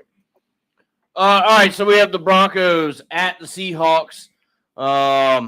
Over under 42.5. I like the Seahawks myself in this one. Steve, you thought that the Broncos defense wasn't as stinky as I thought it was. If that's the case, do the Seahawks cover this spread? I'm not so sure. The one thing that I am sure about that I did take with this game was Kenneth Walker for an anytime. I think he's going to have a lot to do with this game on the ground, especially if the quarterbacks are uncomfortable there for Seattle. So I like Kenneth Walker, but other than that, in this game, there's a lot of uncertainties for me. So with that being said, I'm just going to take that anytime and run. Anthony, what do you like in this game? I know Kenneth Walker's a popular pick. I'm probably going to have him to score twice in one of my semi-confident touchdown parlays. But I'm not going to dive into this too much. Plus, I'm going to be making a bunch of chicken wings during that game, and this is a perfect game to cook. You know why? Because I don't care about watching it. As far as Seattle is concerned, look, DK Metcalf still plays for them. And I don't care who's throwing them the ball, if it's Gino or Sam Howell. DK Metcalf is still the most dominating force on the field. So if I'm going to go with a safer one, give me Metcalf 80 and a score. All right. Let's see. I'm going to look at this as a potential fun game. It's kind of scary to say that because I know what Geno Smith can do. I'm as mean to him as it possibly can be. He is 33 and 2 against the spread. So that's 500, right? It's not like he's the worst. It's not like he's the best. I like to coach Peyton being experienced against this inexperienced coach. I think that's a matchup edge that might favor Denver at the end of the day here. If that's the case, I at least like it within the 5.5 points. I could see this as a close game, field goal game either way, but I think it sneaks over. I do think Denver gets their points just because they scheme well, getting the motion with the running backs and the quarterback. I think they'll be able to advance the ball. There's no shortage of talent at the skill positions for Seattle. wait for Smith and Jigma to break out. This could be the game that he does. Real favorable matchup for him. I know the offensive coordinator loves him now too. They really expect big things from him. Anytime touchdowns. Now I'm going to lean over for my best play of this game, but the anytime touchdowns are plus 130 for White, Zamir White. I'm sorry, wrong game. Let me get off that. Go away, Chargers. Go away. We might be talking about that game the way we talked about the Saints Carolina game here in a minute. I think so. God. All right, hold on. God fucking damn it. Damn it. They're really annoying me here on this computer. Okay. Touchdown scores for the Denver Seahawks. Walker to third, minus 120. He is my fantasy running back, so I'll be rooting for that. DK plus 150. Javonte Williams plus 210. Tyler Lockett plus 220. Sutton plus 230. Charbonnet plus 240. Jackson Smith and Jigba plus 250. I like it for that number. Josh Reynolds 4-1. Noah Fant plus 400. Marvin Mims Jr. plus 480. McLaughlin plus 490. Greg Dulcich plus 550. Bo Nix 6-1 is an interesting number. Seattle defense plus 650. Dave Del Grande likes that on a Bo Nix pick potentially today. 2 touchdown scores for this game. Steve, where's do you see Troy Franklin on that list? I do at plus 800 for Denver. So he was a rookie wide receiver. They took him in the 4th round. So Nick was Oregon. Want to take a guess where Troy Franklin plays? Oregon. They already have chemistry. All right, I like it. That's a good one, Anthony. Good dig there. I'm going to have to chalk that one in. So that is the running back Foster. Is that Franklin? Troy Franklin, 8-1 odds, 34-1 for a first touchdown bet in that game. That might be a good one for later on for the first touchdown, if that's the case. He is for 2 touchdowns, 130-1. How about that? So you can throw him into your Tyquan Thornton super long shot, 2 touchdown scorer parlay potentially. 2 touchdowns for Smith and Jigba is 23-1. Cortland Sutton 19-1. Josh Reynolds 45-1. Tyler Lockett 18-1. Kenneth Walker 5-1. DK 11-1. Javonte Williams 17-1. Yeah, give me a fun game, boys, in this one. I'll look for this to be a final score 27-24 either way. All right, anything else there? Not for that one. All right, let's go to the game we just mentioned a little bit. Raiders and the Chargers. Vegas was 10-6-1 against the spread last year. They were a dead under team, just 6-11 to the over-under. The Raiders are at a current 12-6 under run. So 12 unders in their last 18 games. They are also on an 8-3 ATS run against the division. So they've been red hot in the AFC West. They beat the Chargers last time out, 63-21 in that embarrassing Thursday night game where they quit on the coach Staley. The Los Angeles Chargers will be the home team, but there will be more Raider fans in attendance by far, we shall say. 6-11 for them against the spread last year. They were a dead under team, just 5 overs in their 17 games last year. They're on a 1-5 ATS run themselves. They're also on a 0-5 ATS run against the division. So where the Raiders have been hot against the West, the Chargers have been ice cold. And Justin Herbert, who has missed his last 4 starts, is just 30-32 as a starter for the Chargers. I like the under in this game as well for the same reasons I like it in the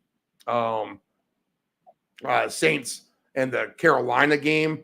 I just think this is tough sledding. We know Harbaugh likes to try to run the ball anyway. He's going to try to establish that. The Raiders do have some defense. Minshew is going to have to show me more, although he has flashes at times. He's going to have to show me more. Herbert's going to have to show me more, especially with an array of weapons that we just don't really know much about at this point.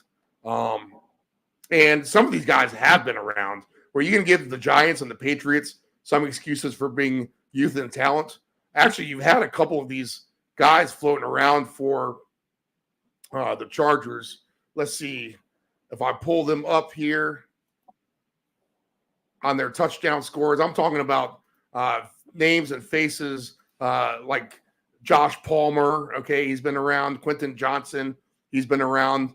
But overall, it's somewhat disappointing, these guys. Anytime touchdowns, Quentin Johnson plus 450. Palmer is plus 200. The rookie out of Georgia, Ladd McConkey, plus 210. J.K. Dobbins is at plus 250. Gus Edwards, 2-1. Devontae Adams, plus 190. Plus 130 for Zamir White. Brock Bowers could have a big year, plus 360. That's an interesting number, actually, for him. I might take a look at that one later when I do a anytime touchdown of just 4 o'clock players. Herbert's plus 650. As far as the passing props go, player passing touchdowns. Herbert, 2 touchdowns and plus 102. 3 touchdowns plus 420. Minshew, 2 touchdowns plus 138. 3 touchdowns plus 560. I'll avoid those. I'll just look at this again. 20-17 final. It could go either way. Dave, your thoughts on this? So I'm going to take a Devontae Adams anytime at plus 200. And then, Steve, we'll make it quick with this game because there's just not much that I like here. But given the information that you put out as you started diving into this one, I'm actually going to give it a chance here, I believe, with the Raiders at minus 2.5. I think the number was like plus 160 or something like that. So not a crazy high number, but I think it's probably appropriate, and I think the Raiders can get out of L.A. with a win. Del Grande doesn't understand why the Chargers are a favorite in this game, so he agrees with you. Anthony, what are you looking at here? Honestly, not much. I just every point you already made. It's going to be a ground and pound game. That's what Harbaugh's trying to, lead with this new team. And it's even trickier when it comes to the running backs. They got rid of Austin Eckler and they inherited Gus Buck and J.K. Dobbins from the Ravens. Those players who got hurt last year. But what's interesting about both of these running backs is, who the offensive coordinator is? Greg Roman. Yep, Greg Roman, Ravens coordinator. Yep. But it would be a great angle if Gus Buck was on the team with just him. But they both came from Baltimore. Gus Edwards and J.K. Dobbins. So it's honest to God a coin flip. I don't know who to take. Literally, it is as much of a coin flip as you can imagine. I agree with Dave. Devontae Adams is literally the only one that they can throw to. Brock Bowers is shaking up a little bit in the preseason. He is going to play. If I'm going to look at any kind of long shot, it's going to be Trey Tucker for the Las Vegas Raiders. And the reason I say Trey Tucker is because he scored 2 touchdowns last year. Both happened in the same game. And guess what team they played? The Chargers. I'm gonna say you guys. We're gonna your guessing game, Anthony. Yes. Right. That's all the angles I have with this one. I didn't do much looking at. I just know that it's kind of like one of those bland games. I mean, I'm hoping it's gonna have some fireworks. I know the Josh Palmers and hopefully Quentin Johnson can pull whatever stick out of his butt. But I like the Chargers in this game, but it's not going to surprise me either way who wins. All right, the Cowboys and the Browns, 4:25 p.m. at Huntington Bank Field. Did you guys know that? We have a new stadium. Maybe it was Huntington Bank Field last year. I don't know. But if it wasn't, that's your new telling stat of the day, the new stadium name. In fact, we have 2 stadiums with new names this year. The other will belong to the team we'll talk about next. But Cowboys and Browns from Huntington Bank Field. Dallas, 10-8 against the spread last year. 10-8 to the over-under. They had a plus 10 turnover margin last season as well. 9-4 under run in their last 13 road games, and they are on a 9-2 ATS run against the AFC North. Cleveland 10-7-1 against the spread last year. They were tied for your best over-under team last season with 12-6 to the over. The Browns had a -9 turnover ratio. Remember all the picks they would throw, but they didn't matter. They'd come right back down the field and score. And the Browns are undefeated against the spread in their last 6 home games. Have not won their division since 1989. So quite the drought there. I think that could actually change this year. I do too. I'm up on Cleveland a little bit, but it's Deshaun Watson. I don't know yet. His father did pass away, so he could be playing this for God today, and his dad. And when you have that kind of momentum, it could be a big day. So I will actually favor him to do decent. I'll look at his numbers here in a second. I think a tough spot for Dallas, who has a questionable running game. Still some questionable receivers behind CD Lamb. Is Dak happy? Jerry Jones running the show. Tough rabbit environment up at the Dog Pound this afternoon. This will be Tom Brady's debut in the broadcasting booth as well. So I'm going to lean with the Browns at home in this game, but it's a hard game for sure. Could it be a fun, high-scoring game? I think it could be. 41.5 is the over-under here. It just really depends how hot Deshaun Watson can come out of the gates here. His baseline passing is just 213.5. Wow. So you're going to get some good numbers on his alternate passing yards over. For 275 yards or more, he's plus 410.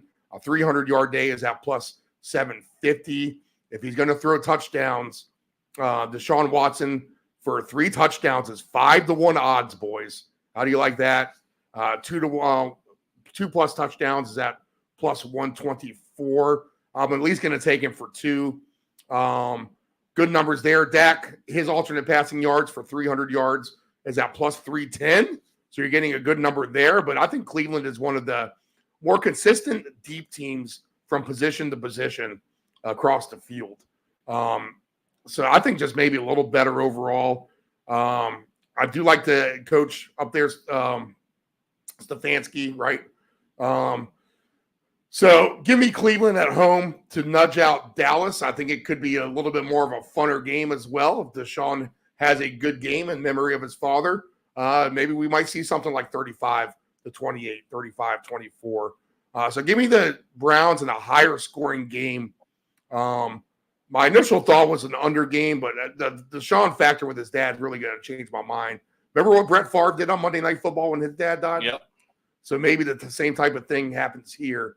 The receiving props, I'll just go through those real quick, and I'll get your boys' take in a second. But Amari Cooper at 57.5 seems too low to me. Njoku at 41.5 seems too low to me as far as the receiving yards go. And with Jerome Ford at 14.5, I'm going to get an alternate number on him as well. 25 yards for Jerome Ford. I can throw on that running back receiving ticket. Plus 225 for Jerome Ford, who has shown he can catch the ball out of the backfield. So I'll throw him on my receiving 25 yards or more ticket. And Jake Ferguson, he's going to get a good price himself for 50 yards at plus 144. I could see that happening as Dallas will desperately need.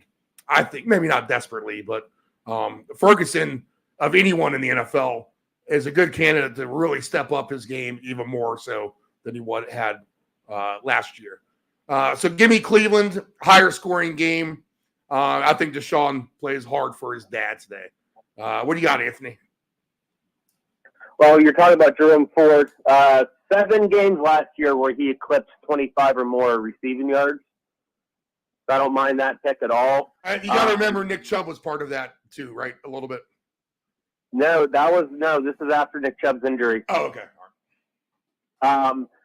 You were talking about Dak being happy earlier when you started this Dallas scenario.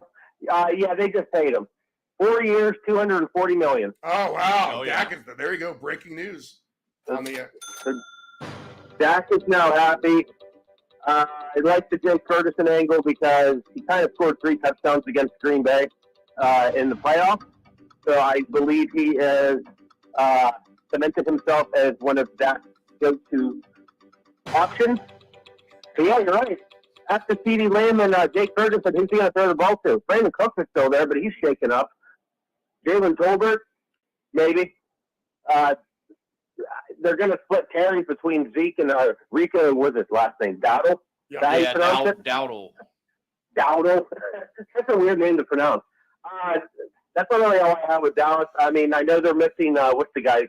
Who's that standout cornerback for Dallas? His first name, Deron Bland. Is that it? Yep. He's out. I think he's out for the first half of the year. But they still have a stout defense.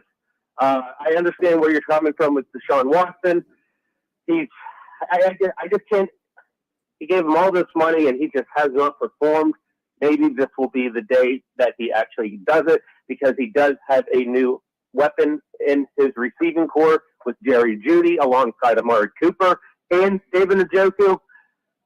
I'm hoping for fireworks, to be dead honest. And Steven, I'm very disappointed in you. The one stat you did not say to everyone: guess who's playing the game? What's that? What's that? I said, guess who's going to be the play-by-play commentator in this game? Tom Brady. I said that. Tom freaking Brady. I know. I did say that. You must have had me muted out when I said that. I didn't hear you then. Anyway, okay, all right, Dave, what do you like in this game? I like Cleveland by 3. You bring up real good points with the running game there in Dallas. Probably not as strong as it has been. Real questionable in my eyes bringing Dak back. I don't think he's been in the form that he was when he used to be with them. You have CD. I have him on my fantasy team, so of course he's going to do well. But he was waiting to get paid, so maybe not practicing as much. It's going to take a minute for him to maybe get up to speed. Cleveland Browns, favorite at home. I'll take them by 3, and I think that's a tough total there, Steve. I'm kind of leaning to the under myself. I think 2 of the better defenses in the league in my eyes.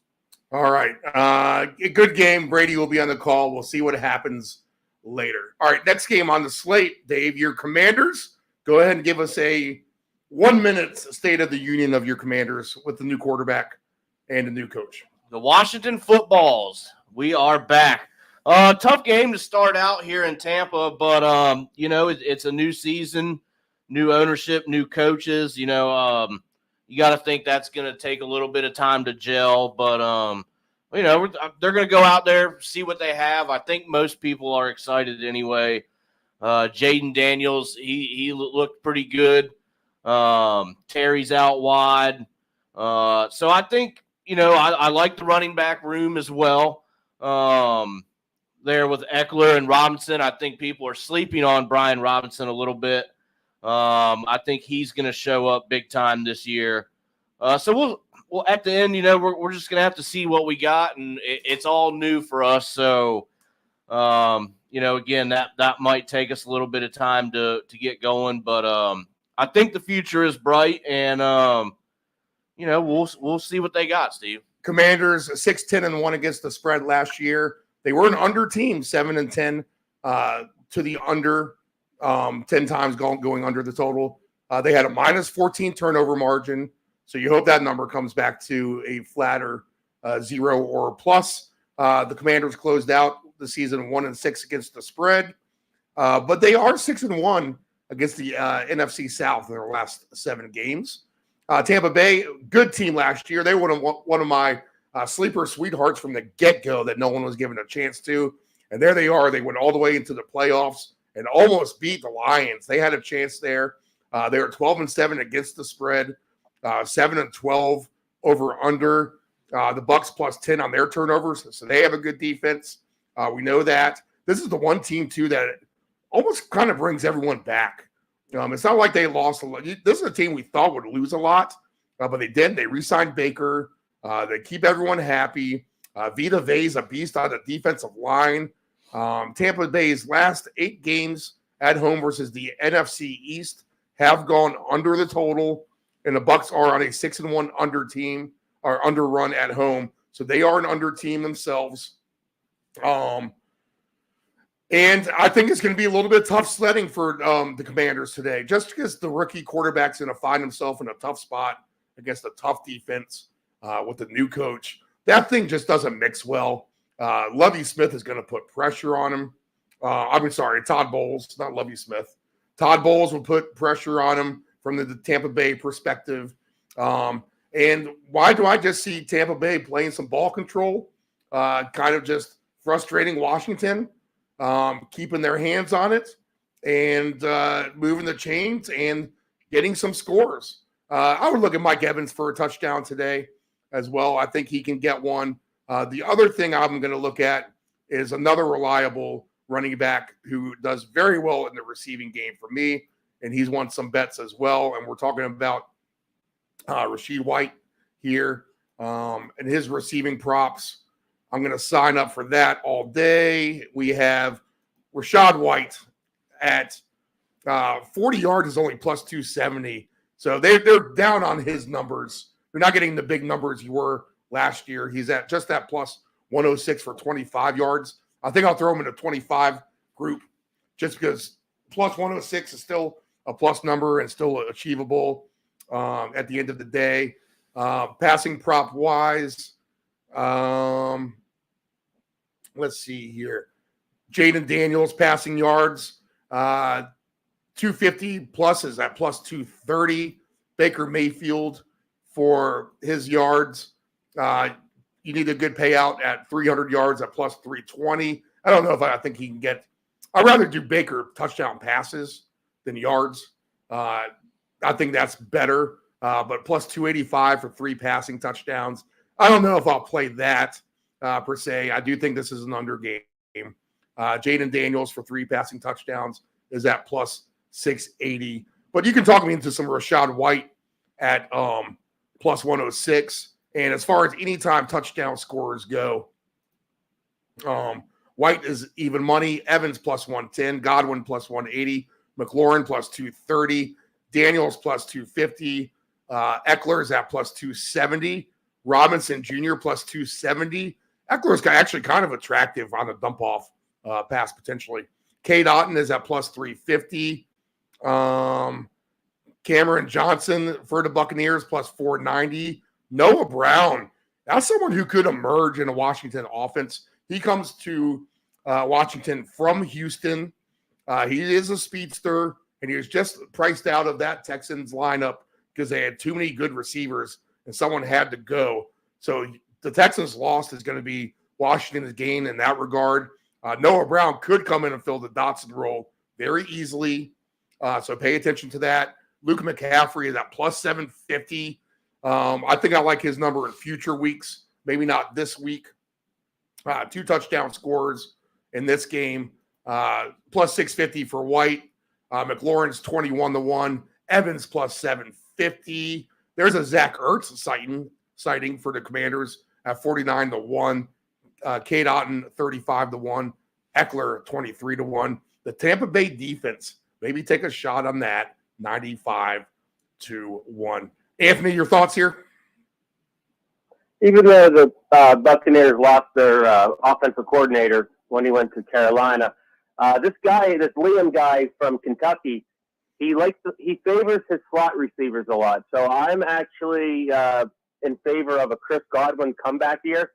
He didn't do bad last year, but as far as touchdowns are concerned, I think he only scored about 3 or 4. So I like Chris Godwin in a bounce back year. Why not start this year? Obviously, they still have Mike Evans and Rashad White. Never upset starting Cade Otton. But for some positivity for David's beloved footballs, 12 years ago, RG3 started for the Washington Redskins, as they were called. And his stat line in his first game of the year, 320 yards and 2 touchdowns, followed by 42 yards on the ground. Jaden Daniels kind of fits that bill, doesn't he? Definitely So does. why can't we have a repeat occurrence of what happened 12 years ago? It's possible. It's possible. It's not superhuman and crazy, so good weather in Tampa Bay, and a chance for that as well. All right, the night game should be a fun one with the Rams and the Lions. The Rams are 11-6-1 last year against the spread, but they were an under team, 9-10 to the over/under. The Rams closed out on the season 7-1 against the spread last year. They are really good in September. McVay has them prepared 13-5-2 in their last 20 games. And he is 6-1 in week 1 games himself, is Sean McVay. Detroit, the best in the league last year, over, under, and against the spread. They were 14-6 against the spread, 13-7 to the over, under. Actually, they're second behind Cleveland with that over, under stuff. The Lions, they close out the season 6-1 against the spread, and they are on a nice September run themselves. So they come in well prepared, 7-1 in September. And they lost last year, the Rams did in the playoffs, 24-23 to the Lions, which that game did go under the total, and which it is today at 52.5. Right now, the Lions -4.5. I think these teams play loosey-goosey. I think it's not as tight as in the playoff game, and I'm going to expect them to get over this total, actually, 52.5. Now, it's a lot of points to get to. I'm not expecting it to be a 38-35 type of game, but I do think they go over. I won't play an alternate over, but I will take the Lions to cover the spread. I think the Lions do outclass the Rams at the end of the day. The wealth gets spread around evenly, so it's tough to figure it out. If I'm going to pick a favorite running back, I'm going to go back to how the Lions started last year, and that was heavy on Montgomery, not so heavy on Gibbs, which they could do the same thing because of the injuries to Gibbs. We'll see. He is listed to play, so we shall see him. But maybe Montgomery gets the ball a little bit more. He's -145 for the anytime. Gibbs -135 for him. And I did jump on the Gibbs train at the right time last year. He was very effective for me in some payouts. I avoided Montgomery, but I think it's Montgomery's day more so than Gibbs. And I would say Cooper Kupp gets involved in the action as well in the end zone. He's +130. St. Brown -110. Kyron Williams, will he get counterfeited at the end of the day by Blake Corum? We shall see. -120 for him. Corum +240. There's Sam Laporta at +150. Jamison Williams, always a sneaky play for us at +250. DeMarcus Robinson, too. Do not sleep on him at +410. He was a great player for us last year, prop-wise as well. 2 touchdown scores in this game. Montgomery 4-1. Gibbs +440. Puka +950. St. Brown +550. Kupp +950. Corum 20-1. Laporta 11-1. DeMarcus Robinson 43-1. So I'm going to throw him in my long shot of 2 touchdown scores with all the guys up around 40 to 50 to 60 to 70 to 1 to 130-1. So we'll throw Marcus Robinson up there as well. Just for quickly on the receiver prop wise, Robinson is just 34.5 for his receiving yards. I could see that going over. Everything else seems somewhat inflated. Like Puka's hard to get above 73.5 for a baseline for him. Kupp is still 66.5. So he's going to have to do really good to get a good alternate payout number there. Laporta might be a little low at 53.5. But I think a fun game overall. I look forward to it. What do you got, Dave? I tend to agree with you here, Steve. You got the usual cast of characters for these teams. If you look at the touchdown score, anytime numbers, they're all pretty low. So that would indicate, we're expecting points in this one. So I think you leave the over right where it is and just kind of enjoy what we think might be a shootout. And each quarterback for 3+ touchdowns is in the super great payout. So I'll just look more towards the low ball receiver numbers of guys like Robinson at the end of the day. And I can think of stuff as we go along. But a fun game, and good luck to anyone who plays this. Hopefully you're not trying to win back all your money you lost from 1 o'clock at 4 o'clock. Hopefully you have a nice steady profit going into this game. Anthony, do you like a shootout here? I mean, if the line's 52, why change it? I mean, if Vegas is telling you 52, 52.5, then it's probably going to be one of those 28, 24 games, somewhere in that mix. Don't get cute with this game. I mean, is this like the third time we've had the Jared Goff and Matt Stafford revenge game narrative? I feel like they play every year now. Right. And sometimes twice a year in the playoffs. I'm excited for this game. I hope we're not too drunk so we can actually watch it and enjoy it. Right. This is fantasy heaven. Everyone's healthy so far. Top Nakua, they're both ready to go. Kyron Williams and the new Blake Corum from Michigan. By the way, Michigan sucks. Texas beat the shit out of them yesterday. Anyway, and then on the other side of the ball, Gibbs, he aggravated his hamstring a couple weeks ago, but he's ready to go. But I like your angle on David Montgomery. He's going to be the starting running back. Gibbs is going to come in. They're going to rotate. Laporta, I love the fact you call him that now. So that's great. I take full credit for that. But yeah, give me Jamison Williams all day as well. He's a home run hitter. Hopefully he's more involved in the offense this year than he was last year. If you're looking at a random first touchdown score, Jamison Williams is always on the radar. I'm just looking forward for tonight's game. And if you have any of those guys in fantasy, buckle up. All right, one last game on the slate. Monday night, the Jets and the 49ers. The 49ers are minus 3.5, 43.5. So money is coming in on the Jets. Quite frankly, boys, I need to see Aaron Rodgers play before I go Jets heavy. I know the Jets are probably going to be a much better team. I think they are a contender at the end of the day to win the AFC. So I am giving them a fair chance in that regard. But this is a tough opponent on the road right off the bat when Rodgers has not been playing. That's just the same thing as Joe Burrow. You haven't been playing. What do you got? What do you got for me this week? And the 49ers are not the right team to be playing. I remember when Brett Favre played for the Jets, a little different circumstance because Rodgers has been with the team for a full year. But the Brett Favre first game for him on Monday Night Football when he went out to Phillip Rivers at San Diego team with the Chargers, the Jets got absolutely walloped in that game. I could see the same thing here potentially. I think the Niners cover the spread.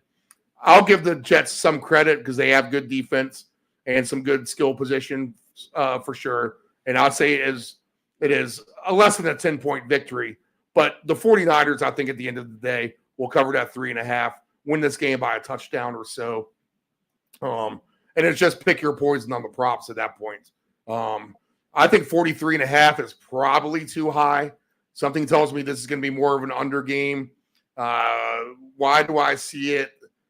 Something like 49ers 24, Jets 17, something like that, maybe. If that's the case, it's not like anyone's really lighting up the scoreboard. McCaffrey's a question mark. Breece Hall, I think I'll look at his receiving yards. Dave Del Grande loves him on the dump off because Rodgers loves to dump the ball off. And Breece Hall, for receiving prop wise, reception style, we'll do it a little differently this time. Just for catches alone, Breece Hall, Dave Del Grande likes 8 catches at plus 550 for Breece Hall. So I could actually see that as well. Maybe he catches 8 balls for 50 yards, something like that on the Rodgers dump off. But, it's the same thing at the Niners. It's your guess who's going to score for them. And maybe the same thing for the Jets as well, now that they have some better players on board here. But I'll predict a game that goes slightly under the total. I think the Niners cover the spread, and they get off to a 1-0 start. Jets, they can regroup here in the future weeks and still be a good contender. All right, Anthony, your thoughts. Can Rodgers just get past 4 plays? Yeah, survive the game. I think that's a win for them if he survives the game. Yeah. Honestly, it's a win because if Rodgers can, even if that entire team's shaky, because they're obviously playing the 49ers, if Rodgers can get through this entire game, if this team can get through this game, and let's say they lose by 3, right? I'm okay with that. That's a win for every Aaron Rodgers and Jets fan out there, because that means that they're ready and they're going to regroup. As far as the game itself, I love that Breece Hall call. I mean, he's arguably the best running back in the league right now. I mean, you saw what Breece Hall did last year without Rodgers. Who do you have to throw it to him? Was it Trevor Siemian and Zach Wilson? Right. And he still pulled ass. Yep. I also have a prop with Garrett Wilson having the most touchdowns or the most receiving touchdowns this year. Granted, of course, Rodgers stays healthy, but there's a lot of firepower. Tyler Conklin, their tight end, Breece Hall, Garrett Wilson, Mike Williams is an interesting one because he's healthy and he's a home run hitter as well. As far as the 49ers are concerned, McCaffrey, he's going to play, but he's still questionable. He's not 100%. Now, does that mean he's going to suck? No. He's going to be amazing like he always is. But what I'm more intrigued on is if McCaffrey's just a little less than 100%, Deebo Samuel's my guy, because they actually line Deebo up in the backfield sometimes, and he does get the occasional rush. So if you're looking at a 2-touchdown score, Deebo's my guy. All right, we're going to actually cue that up here in a second. Dave, your thoughts on this game? I actually like the Niners by 5.5 on an alt spread. Probably coming in under as well, but I will give the Jets a little bit of love and give me a Garrett Wilson touchdown. All right. So good stuff, boys. Good to go through the whole slate there. We'll get the best bets here in a second. We'll get on out of here as we're nearing 30 minutes to kick off. We're going to have to get our bets in fast, guys. Kidding. No one talk to each other when we get off the air. But let's go ahead and cue up the best sounder in all of sports.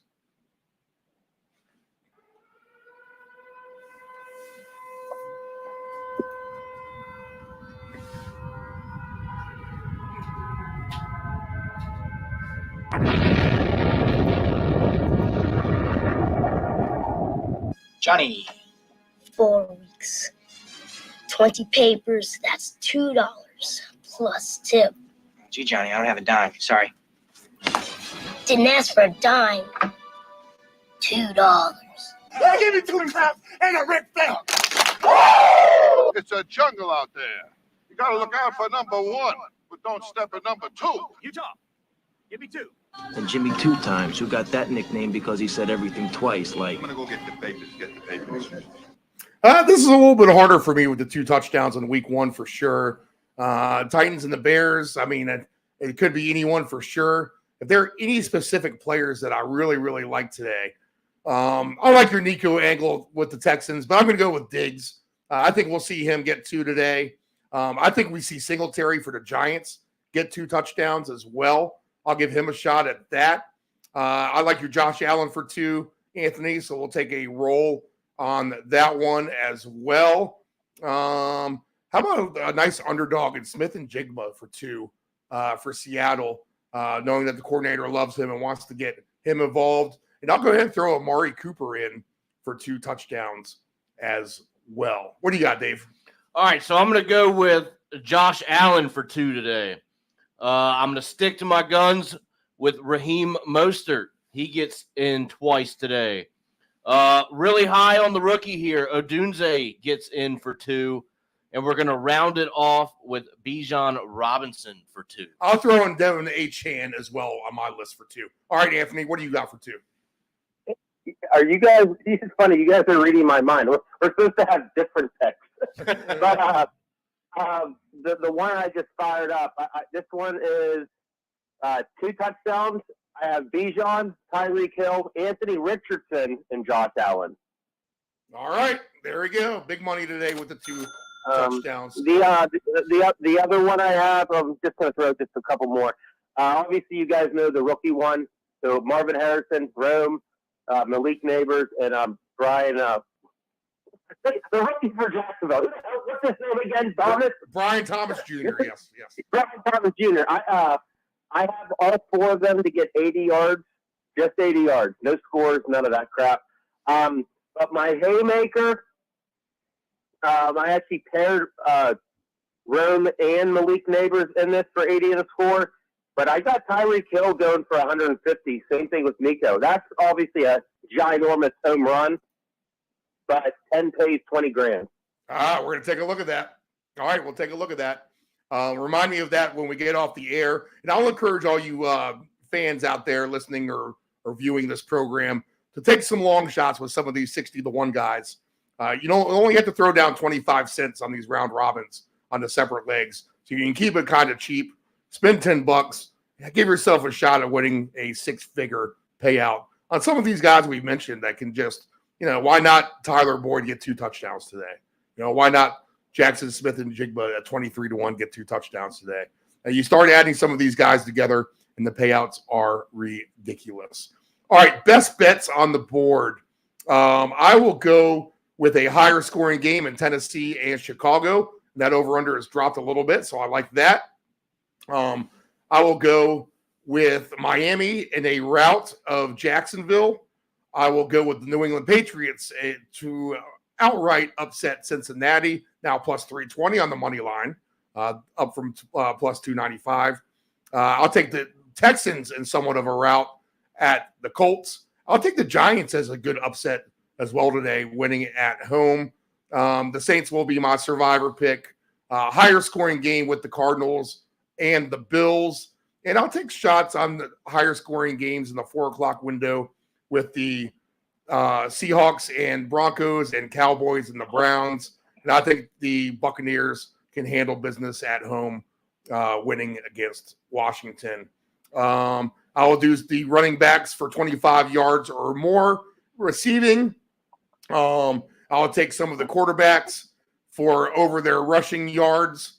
I'll throw C.J. Stroud in there since it's cheap. I'm going to do some of these quarterbacks for 3 touchdowns or more at big payouts. I'm talking about Jacoby Brissett. I'm talking about Will Levis, guys like that. So there's some big numbers to be had. Dig through and find something you like. All right, Dave, your best bets. All right, best bets for today. We're gonna go with the prop bet here that I like. New England and Cincinnati both to have a rushing touchdown today. Then we're going to drop down to the Cardinals and Bills.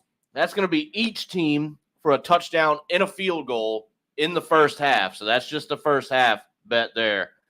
We're going to add Raheem Mostert with 50-plus rushing yards today. And then rounding out with the fourth bet that I like the most, both teams to score a rushing touchdown. That is the Titans and the Bears. All right, Anthony, anything else to add on your plate? The only other bet that I made, the more I thought about it, because I don't typically bet spreads, but if this Jacksonville Miami game and Houston Indy game is everything we hope it's going to be, I just did a 2-teamer with the alternate over at 60.5. All right, good stuff. Let's cash some money. All right, guys, that's going to do it. We'll go ahead and get on out of here for kickoff. Our first show, Week 1, 2024-25 NFL season is officially in the books. You can subscribe to our YouTube channel, Deep End 757 Broadcasting. You can reach us on the X at Deep End 757, and you can get all our content at deependbroadcasting.com. Good luck, Nephew Dave. Good luck. Good luck, Ants Man. And good luck to everyone out there in Deep End Land. We will see you for Week 2.